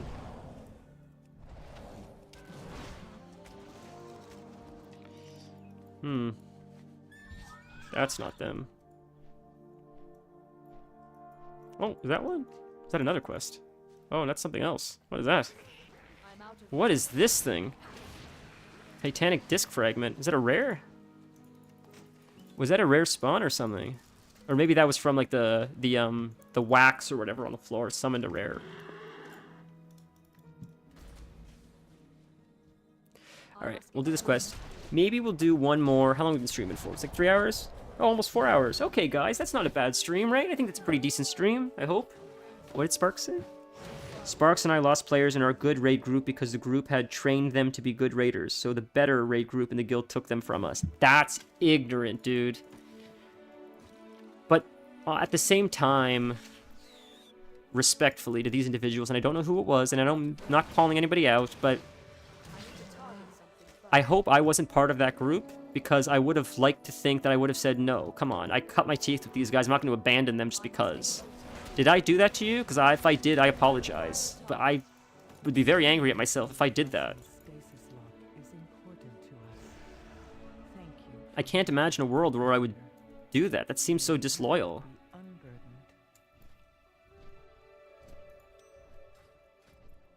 God, that's horrible. I hope I didn't do that.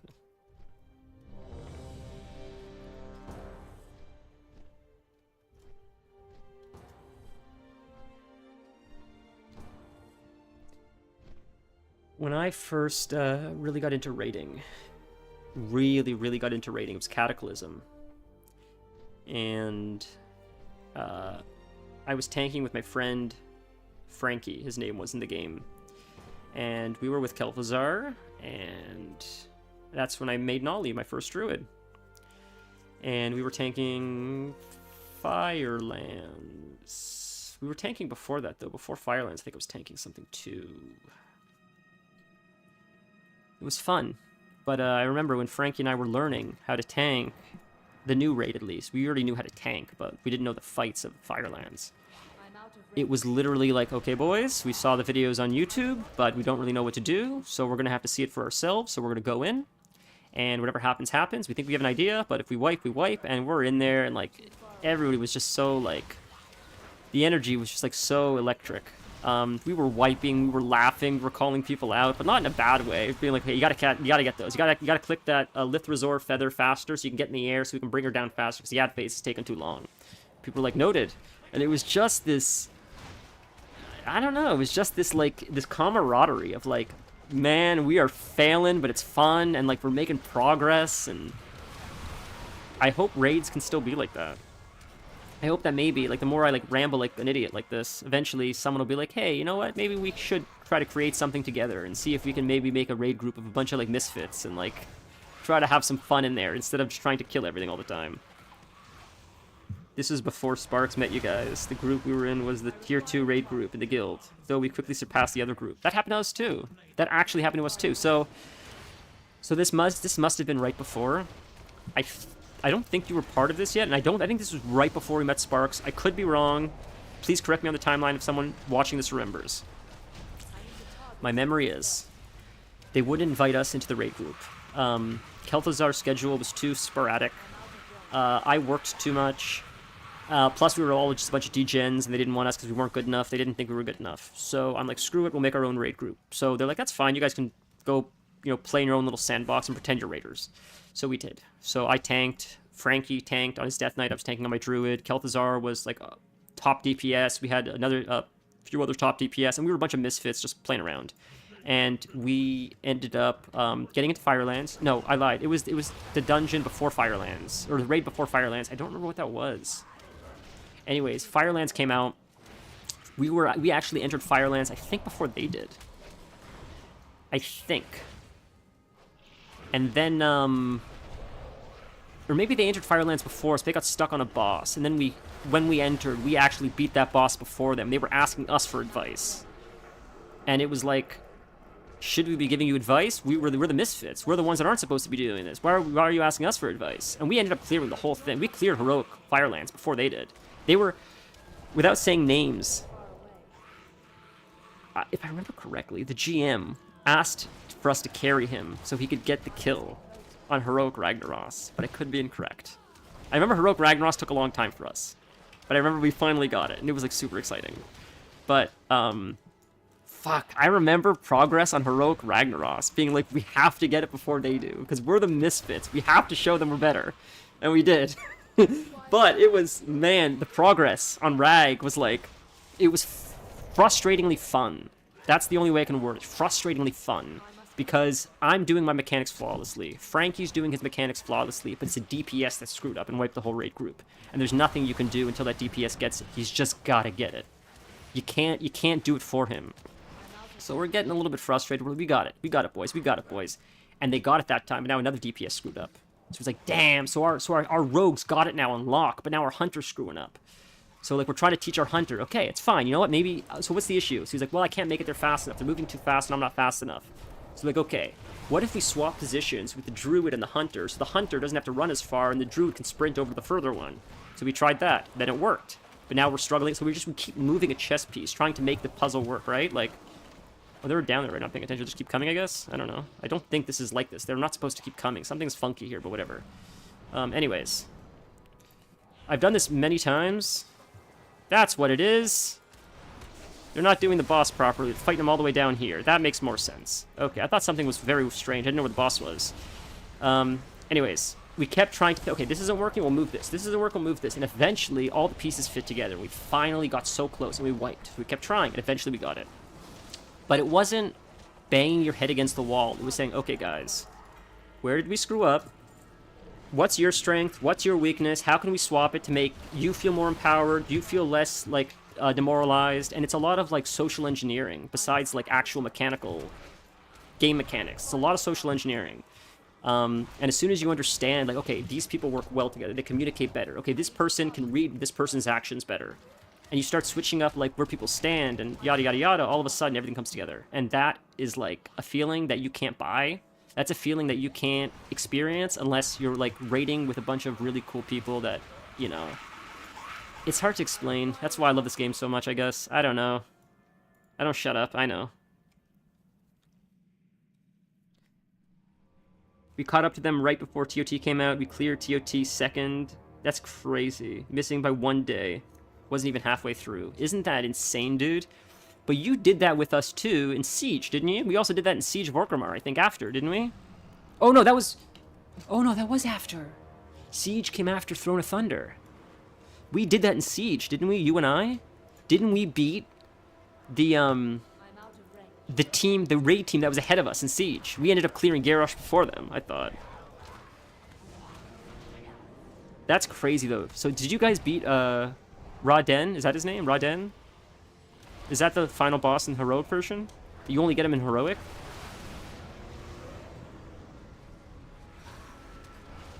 I need to target something first.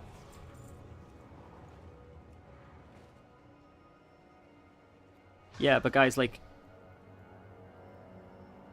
Yeah, I guess that's why I love raiding. That raiding, like, that's my goal for this whole thing. The whole purpose of this channel, essentially, is eventually people are going to get tired of me not shutting up, and they're going to say, I'll join his Discord, or I'll just, like, yeah, I guess Discord. I don't know, dude. And then maybe we can make, like, a raid group, or a Mythic Plus group, and just do some shit, and have fun, and have that same mentality of, like, laughing when we're wiping, and just, like, oh, let's run this, because this person really needs this item, and just, like, all getting excited when it drops for that person. That's what I'm trying to recreate. What I'm doing right now with this stream is what I did with challenge mode. Saying, I'm tired of the way things are, I'm just going to do it myself. And that's literally what this is. And I don't care if it takes 5 years. I don't care if every time I go live, I get 1 viewer, and then one time I get 3 viewers, and then one of those people join after 3 years. Because at least there's one more person in the Discord, and it's one step closer to making a raid group. And eventually, when I make a raid group, people will say, hey, can I join that raid? And all of a sudden, we have something. So there you go. Someone's got to start. So I'm happy to sacrifice my time and slowly try to develop something special here. Because I think it'll be worth it in the end. I really do. Flip it. Just joking. I must get closer. Too far away. I'm out of range. I require a target. Fuck, I really should write down topics to talk about, though, when I go live. Because I'm just rambling in circles like an idiot, which is probably not surprising. But I feel like if I were to prepare a little bit more, it'd be better. If I just can share something, I love this so much. Look at these weapons. How sick are they? Keep in mind, it is with an enchant. I do have an enchant on them, which is like agility or whatever, but don't they look so sick? Here, I'll show you what they look like at the enchant. I gotta get out of here. Hold on. I don't remember. I joined WoW again during Siege, and yes, we beat him. Annoyingly, the group that beat us transferred the week or two before from a more progressed server. I love how you remember that. I don't remember that. That's so funny. If I may ego boost for 1 second, one of the greatest WoW moments that I remember, and this is like straight ego boost. This is like, I'm putting a funnel from my ass into my own mouth and just shitting in my own mouth, feeding myself my own ego. This is pure pumping up my own ego, but I was late for raid one day. You guys, we already started the raid. We cleared up to, I think, like Galacras or something, or maybe not. Maybe it wasn't the second day. Maybe it was the first night of the raid. Maybe you guys were already getting to Nazgrim in the first night. I don't remember if it was night 2 or night 1, but you guys were at Nazgrim, clearing ads, making your way to Nazgrim, and I was running late because I was doing a challenge mode, and it was the last challenge mode we needed, and I thought, I could be incorrect. I thought I was partially raid leading at the time. I could be incorrect. Maybe my memory serves me incorrectly, but I thought I was partially like shot calling during some of the fights and stuff. Maybe not. But I remember I was running late, and you guys were okay with it because you guys knew I was like really pushing those challenge modes. But anyways, it was the last one I needed, and I was so close to doing it. And I was hoping that night, I remember thinking all day, if I can get this challenge mode, then I can join that raid that night with that new sexy armor that I wanted. Full ego shit. This is like I'm telling you, full ego maniac shit here. Anyways, I did it. I was so excited to get the armor. I stopped in Shrine of the Seven Stars to hand in the quest to get the armor and the mount. And then I remember running into the dungeon, running up to you guys as you're clearing ads for Nazgrim. You're like right before Nazgrim's room, clearing those like shamans and rogues. And I run in with those big ass horns on Nolly, and you guys were all so kind. You're all excited for me. And it was just such a nice moment. It felt so good. Ego shit. I know it's ego shit, but it felt so nice just that you guys were so happy for me, I guess, because you knew how badly I wanted it and how hard I was trying. And it was one of those moments, like, that's why this game is special. Because, like, I don't know. It just felt really good it almost felt better to see how excited my friends were for me than it was to even get the damn item itself, if that makes sense. I don't know. Full transparency. Maybe I've been streaming for too long now. Now I'm getting a little bit too sappy here, but it's true. That's actually true. It's a true story. I never forgot that, just that feeling of like how excited you guys all were, because I guess you could see how excited I was, and it just felt nice to just like have that moment with you guys. It just felt so genuine, I guess. I don't know. But to be honest, it sort of was the same thing when I helped Kel'Thuzar get his staff, and he brings it up all the time. He does bring it up for me all the time, how like exciting it was for him, and we were all excited for him, like, to get that staff, because he said Every abandoned him. Yeah, I vaguely remember that. I think I quit by that point because of work or something. I had to take a break from WoW, but he helped a whole bunch of people get it, running the raid over and over again. Then when it was his turn to do it, they all just like said like, we're not doing it anymore. We don't want to do the raid anymore. So he didn't get it until the end of the X-Pack. And I helped him get it. I think you were there too, maybe. I don't remember. But I feel like you were there for that, to help him get it. But he brings it up often. Like, the whole guild like abandoned him after he helped everybody else get it. And then the only person that showed up at the end was like a few of us to be like, no, let's get it for you. Like, you put in all this effort. And he always remembered how exciting it was, I guess, to do that with us. I don't know. Guys, I've been streaming for 4 hours. What do you want from me? It's just, I don't know, dude. Oh, this is this is what I'm talking about, Torin. I don't know if you're watching right now. You're busy. This is a very easy, simplified version, but this is essentially the puzzle that I say is very easy. Normally, there's like a whole bunch of these all over the place, and they're all overlapping in all kinds of crazy directions, and you have to like do this to make them like even.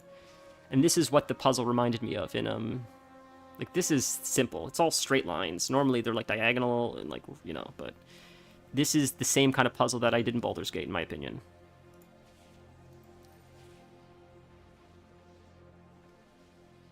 Oh, you never got it. You were there! You were there for the staff! Oh, man. You never got it either? That makes me sad.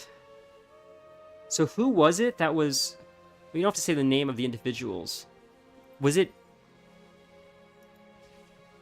Genesis? Can I say that? Was it Genesis? Was that the raid that screwed you guys?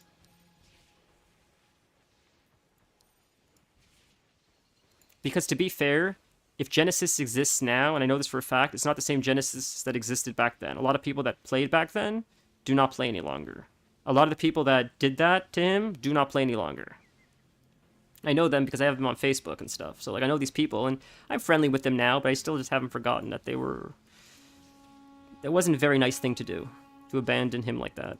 Especially after he's a team player more than a lot of people I know. Truthfully, more than me. He's definitely more of a team player than I am. That's for sure.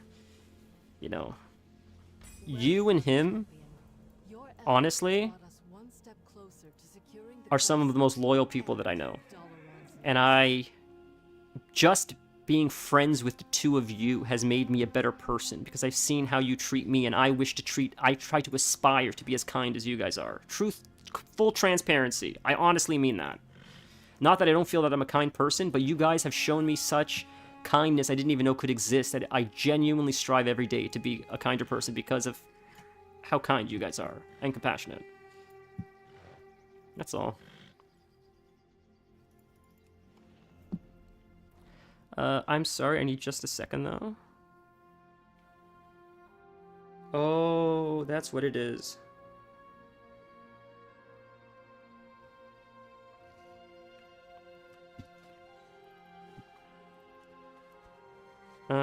We appreciate. Oh, see, she's watching. So, I got a text saying, "Are you still streaming?" And then all of a sudden, it shows up in chat. Oh, I guess she got her answer. Oh, you didn't get screwed. You just helped him get it. Yeah, I thought you were there. See, I knew I wasn't crazy. My memory might not be great, but at least I remember that you were there. He always talks about it. He brings it up. I have a private chat with him, like I've had for like 100 years already with him on Facebook. And he brings it up just from time to time. How, like, we were there to help him when no one else was. And he just always remembers, like, how in the end of the day, when, you know, we're his true friends, I guess. I don't know. Because it's not even about, like, the fact that it's a video game. It's just a matter of, like, just being there for your friend when your friend asks for help. It has nothing to do with what it's about. It could be a video game. It could be anything. It's just, are you there when they need something? Oh, I'll go get my shelf soon. Okay. So is it not in the box? I gotta get it. Okay. I'll get it. I'm in queue. I was hoping to do one more. Stream's going so well. Friends. Should we call it friends? How long have we been doing this for? 4 hours is not bad, right? It's a decent stream, right, friends? Been rambling for 4 hours. Didn't feel like 4 hours.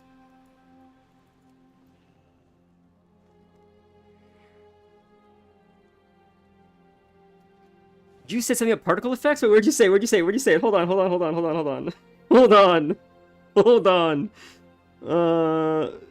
Lion server. Join WoW again. You ignored my particle effects comment. Where did you say something about particle effects? Hold on. I don't see the comment. Oh my god. Okay, can I tell a story though? First off, there's a few things. First off, okay. My friends did surprise me with the computer because I was tanking for them for a while, and my computer would literally crash. I would literally say in the raid group, guys, this mechanic's about to come up. This is where the particle effects crash my computer. Get ready to taunt because I'm gonna have to reset my computer. Literally. We're literally raiding Throne of Thunder like that. Okay? I'm not joking. They knew my computer would crash when that part would come on, so they bought me a computer. But they were so kind to me, and they, I guess because I was so associated with the Warlock, that when they made my computer for me and surprised me with it and brought it down to me so I could raid with them without crashing, they called it the lock closet. And it glowed green. It was the coolest thing. And it's like still the coolest thing I've ever owned. And I love it so much because it's just that personal touch and all these lock closet. Yeah, so, I don't know. Nice little gesture. It meant so much. Like, it wasn't even... I'm sure this is obvious. It wasn't even the actual computer itself. Of course, like, wow, having a computer doesn't crash is super exciting, but, like, it's like, holy fuck, the fact that anyone even thought about me that much, that's insane. Who cares about the item itself? It's the thought. Like, that's, like... I think about it every single day. Every single day. It's the nicest thing anyone's ever done for me. But yeah.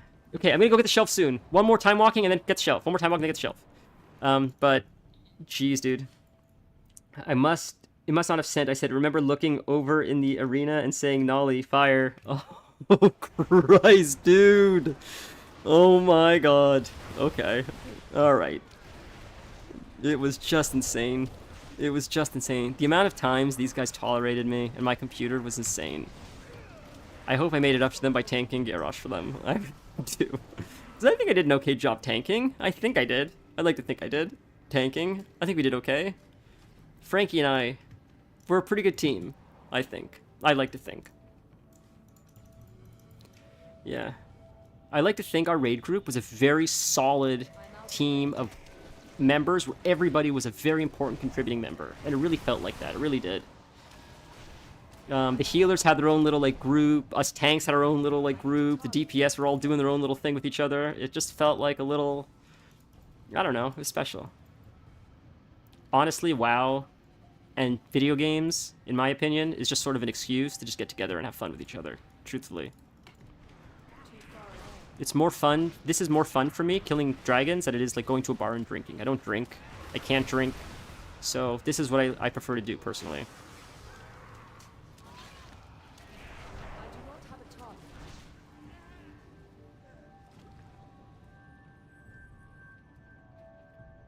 It's only 2 bosses. Okay, Missy, and then I'm going to run down. We're going to kill the 2 bosses, and then we'll call it, and I'll run down and go get that thing. So exciting news. So what arrived was actually...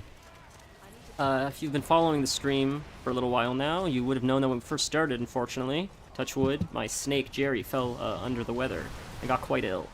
And I had to take him to the veterinarian.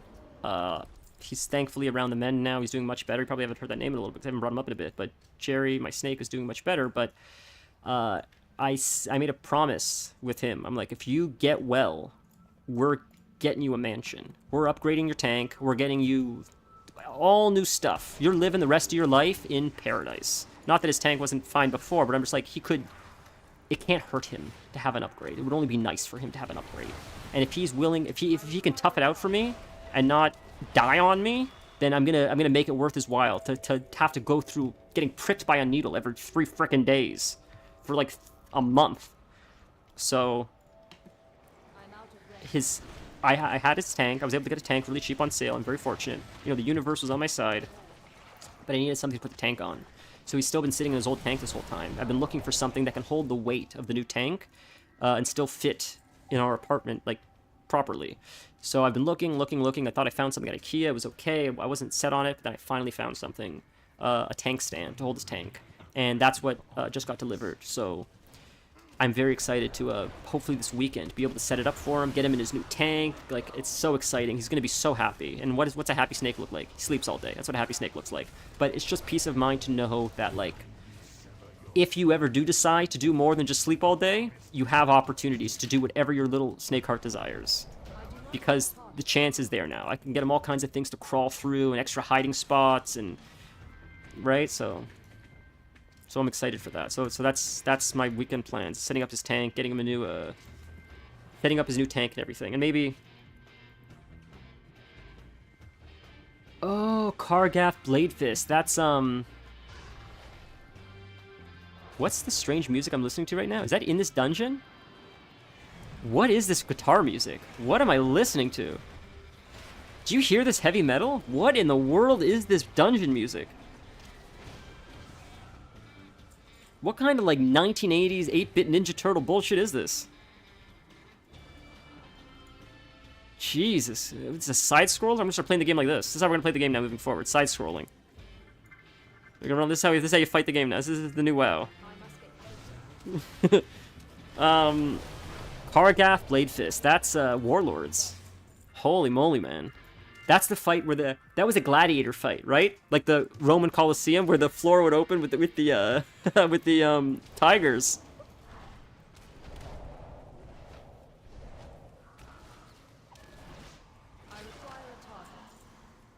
That was a fun dungeon.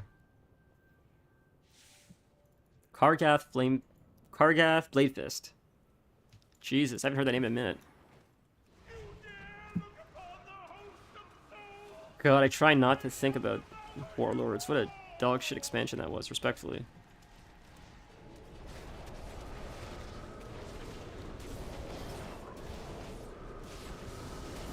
Oh my god. Well, I hated Battle for Azeroth too, honestly. Did suck. Legion was just such a... Legion, man. That was my cat jam right there. Okay, friends. I feel like, Kargath was the final boss. Oh. But you know what boss I'm referring to? The first boss you fight in High Mall is... yes, yes.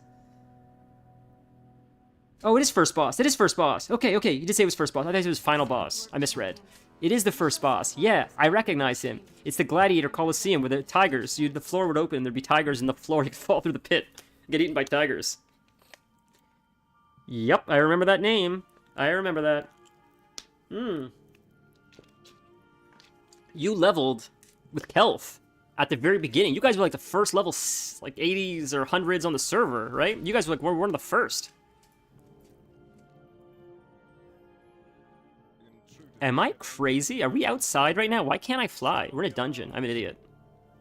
I'm an idiot. It goes dungeon to dungeon to dungeon. I'm an idiot. I'm dumb. Forgot about that.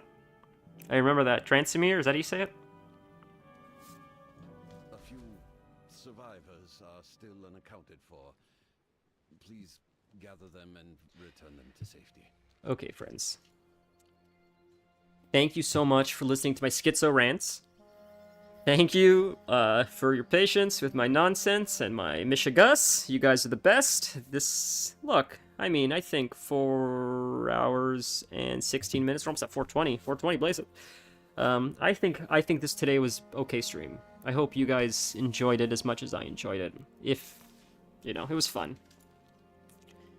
You finished it under 24 hours. You psycho, man. You are absolutely out of your mind. I remember you guys were going so hard. It was insane, the rate that you guys were leveling.